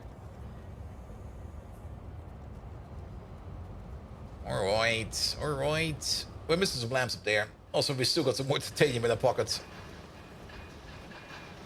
Yeah, you can go over there. You go over there. Alright. Yeah, that's looking good. That's looking decent. Don't see any contaminations. Nope. Stone is going in there now. Excellent. We could, of course, maybe just make like a little in-between buff over here for the gravel. We could maybe also just try to speed up this process by just picking up stuff by hand. Actually, if you're gonna think about it, just turn this off for a second. We can do this in an instant. You have that. I'll be back for that. Oh. Okay, maybe we can't do it in an instant. Those things are a bit more thicker than I thought they would be. There we go. Pick up this one. Pick up this one. There you go. You empty out. You empty out.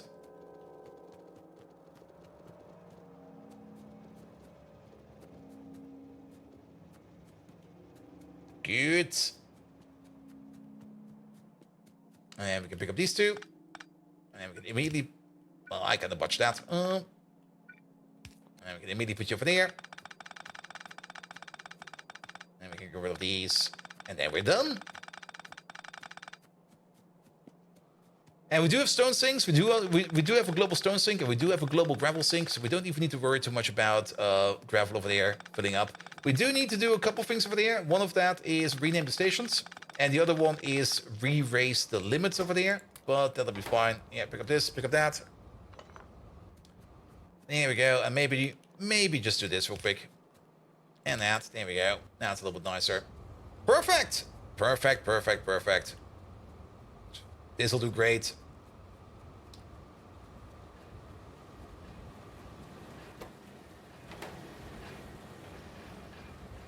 This'll do real great. I'm a little bit surprised that the output belt over here is not as full as expected. Not all of them are working all the time, it seems. Maybe we had a miscalculation or two, but to be fair, it's working, it's doing its stuff. I'm happy about it. As long as we're processing it over here, that is gonna be fine. There we go. It could maybe just be these over here. These over here seem to be barely working. Same for this one over there. Do we maybe have, it's 10, 20, 30... No, it's fine. This is 30 titanium ore per second. 30 over there, 30 over there, 30 over there. This one is backed up. As such, the rest is going through over here. We equally split over there. So these over there are working on speed. So that's fine over there as well. You seem to be backing up a bit. But then again, I think that's just because the way we did that. Worst case scenario, things are actually backing up. We can just put in like another speed module or something like that just to even things out a bit. Yeah, it's fine, it's fine. Just keep it rolling like this. There we go, there we go. Alright, so stone station stays stone station. This station over there will now become a gravel station. So you over there, you're no longer this. You're going to be a gravel provider. There we go. We're going to re-enable you. Not only that, this one over there also needs to be set to not 8,000. It's going to be like 32,000. There we go. The day-night is completely broken now. Say, oh, Simrock. I was kind of missing you a bit. I was like, wait, is Simrock not here yet? Where the fuck is Simrock? Simrock, same. My day-night cycle is also busted as fuck. Like thinking about watching Oshinoko at 2 a.m. Sunday morning was definitely a terrible, terrible, terrible idea. It's good though. You're in bed. Okay. Don't tell me you just woke up. Provider. Actually, it's already a provider. We can just... No, you was in bed. Oh, I see. Titanium. Grade 4. Alright, and this over there will then be going at a rate of 16,000. Good. Alright. Yeah, this is also definitely a way denser way of transporting titanium. Just transport it in grade 4 titanium. So this VS will be fine. Speaking of titanium, how is it actually over here for you for the titanium tetrachloride? Oh, we get titanium plates in. Okay, that's fine, I guess. I thought we needed to get some kind of ore in there, but it doesn't seem to be the case. Good.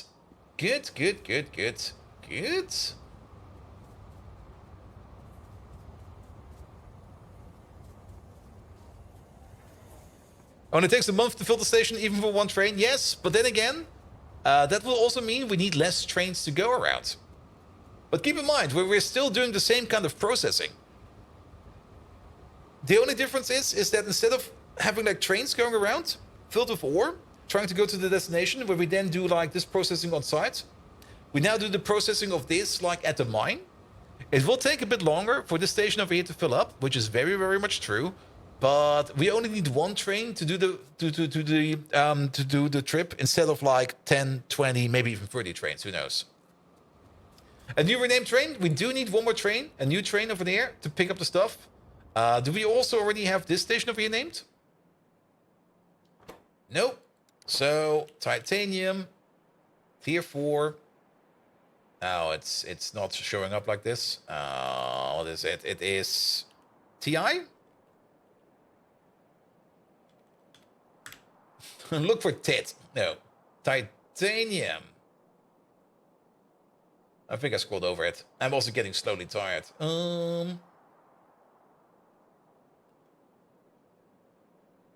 Yeah, it's not showing up as this. TI4, maybe? I did see the name just now, or TI4. What the fuck is the internal name, man? Titanium grade 4.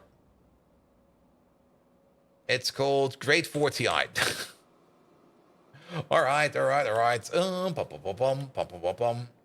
we go. Grade 4 TI, there it is. Good. And then we just need one train for that. We could make a new train for that. We do have this train sitting around over here, which has nothing to do. And he fits. So how about you? Grade 4 TI. There we go. Provider, requester, full cargo, empty cargo. Stop is disabled. That's true. Enable. Good. You're going to the requester first. I guess that's fine. You can wait to the requester. And then we got the new train recycled over there. Perfect. Yeah, it will definitely take a while for this thing over here to fill up. If we have a look over here at titanium, grade 4. I go for the last 10 minutes. Reset all of that, please, so we can see a bit more. Titanium grade 1, grade 2, grade 3, grade 4. There we go.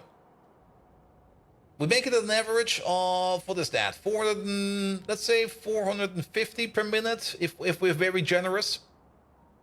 450 per minute, that is going to be like 7.5 per second. We're making it at half the rate I was expecting. I was expecting 15, but we're making 7.5.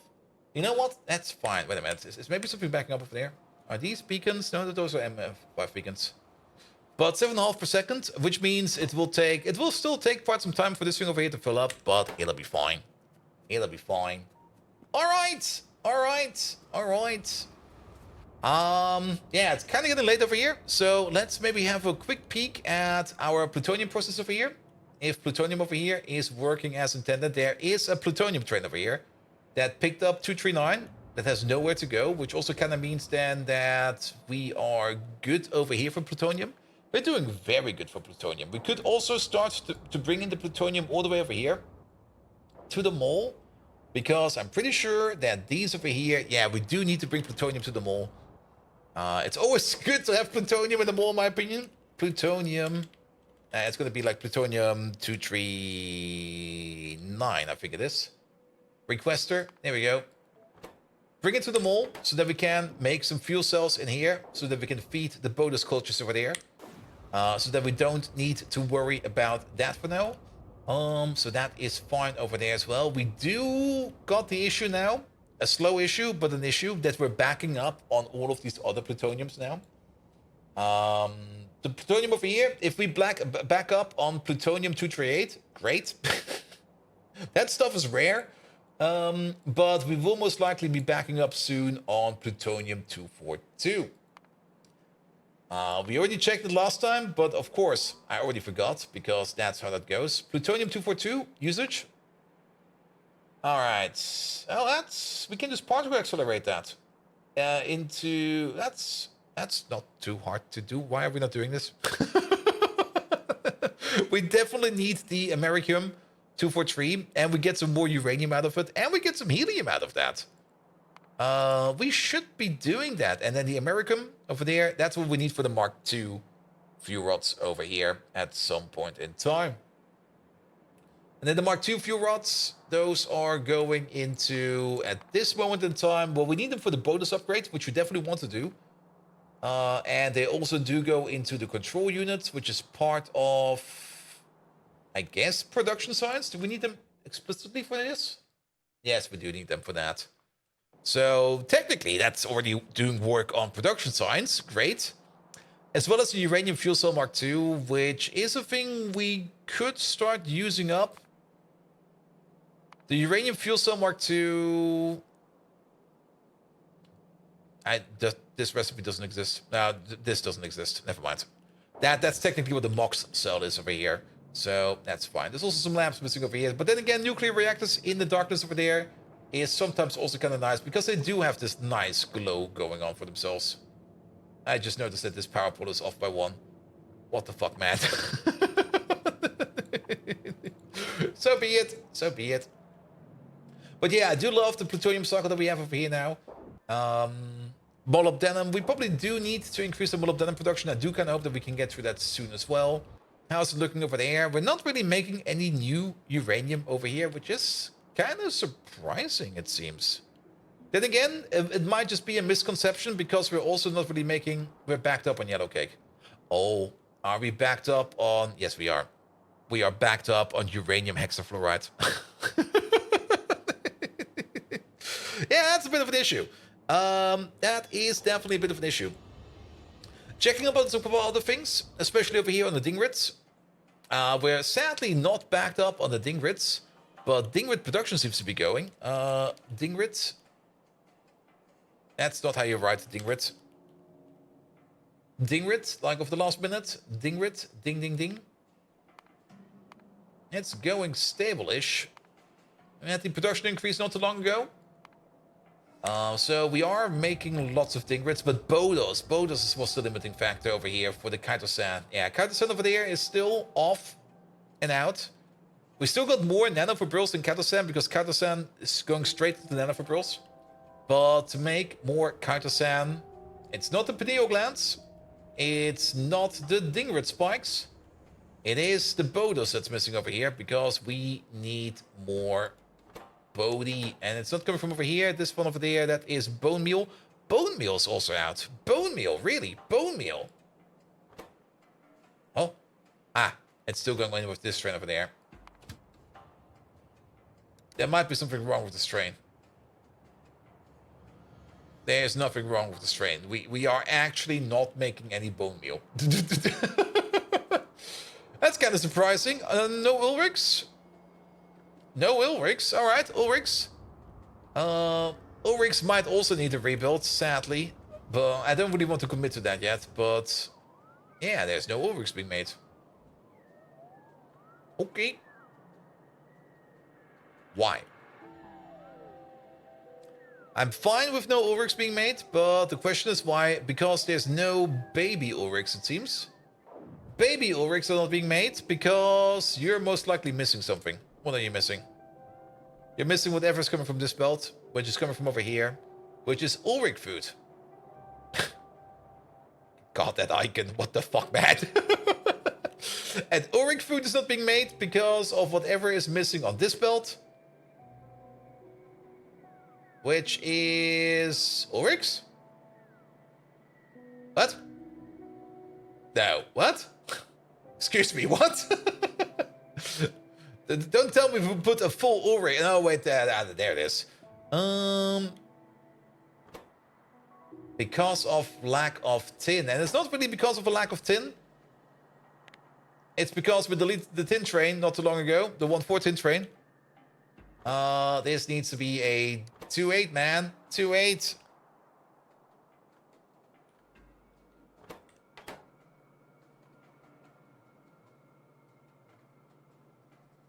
Yeah, lack of tin. But that should be fixed now. Alright. Good. But I think I'm happy for today. We did a couple of things. I do kind of hope that we can, or that I at least can finish up this thing over here off camera. I do know I say that all the time. And sometimes it works, sometimes it doesn't. But I do want this process over here to be mostly done. Was the station designed for a 2.8? It should have been designed for a 2.8. Ulrich. There it is. That's a 2.8 station, right? That's a 2.8 station. Look at that. That's a 2.8 station. Good. But yeah, I do hope that I can just wire up and finish up the train stations over here for this part over there. It's a very boring procedure. Just bring in all the resources, wire up the rest, and hopefully at the end of it, we will get more better titanium out of it. Because currently, our titanium process over here has probably stopped. There's still a bit coming out, but it's not the fastest amount of titanium over here. We could definitely do better over here in the titanium fraction. All right. Also, UPS is all over the place. Like, I saw it at 50 today at some point in time, so now we're like at sub 40. UPS is like all over. Absolutely all over. It's kind of interesting, actually. I do hope that that new AMD CPU will be coming out soon because we need that upgrade, man. How long until new trains? Technically, we already have like the tier 2 trains, but I don't want to build the tier 2 trains because they require canisters, and canisters can go die in hell. We're going to go for the tier 3 trains. And the tier 3 locomotives. There they are. We're going to get them soonish. There we go. And what do you use the UPS for? I don't really know right now. But you know what? We'll figure that out later. It's fine for now. It slows down processing, yes. And Mark II trains with rocket fuel are very cheap and nice. Do they take rocket fuel? If they take rocket fuel, that would be a whole nother angle. But now we already committed to the tier 3 rockets. Not the tier 3 rockets, the tier 3 trains. They do. All right. That would have been an argument. I missed that. I definitely missed that. Because rocket fuel will still give you things like the speed bonus and the acceleration bonus. And they do come with a good amount of fuel value. Yeah, had I known this beforehand, that they take that, then I only saw the canisters. And I was like, fuck those canisters. I don't want to fuck around with canisters. Because rocket fuel is not too hard to make. Well then, we know for next time. But I think for today, we are good. Perfect. Last objective for today. Who are we going to rate today? Pom.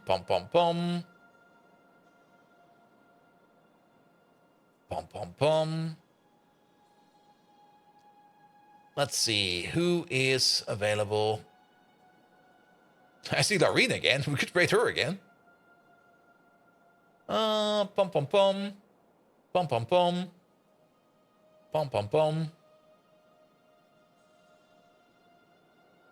Yeah, let's rate Larina again. Why not? He's also doing some Factorio.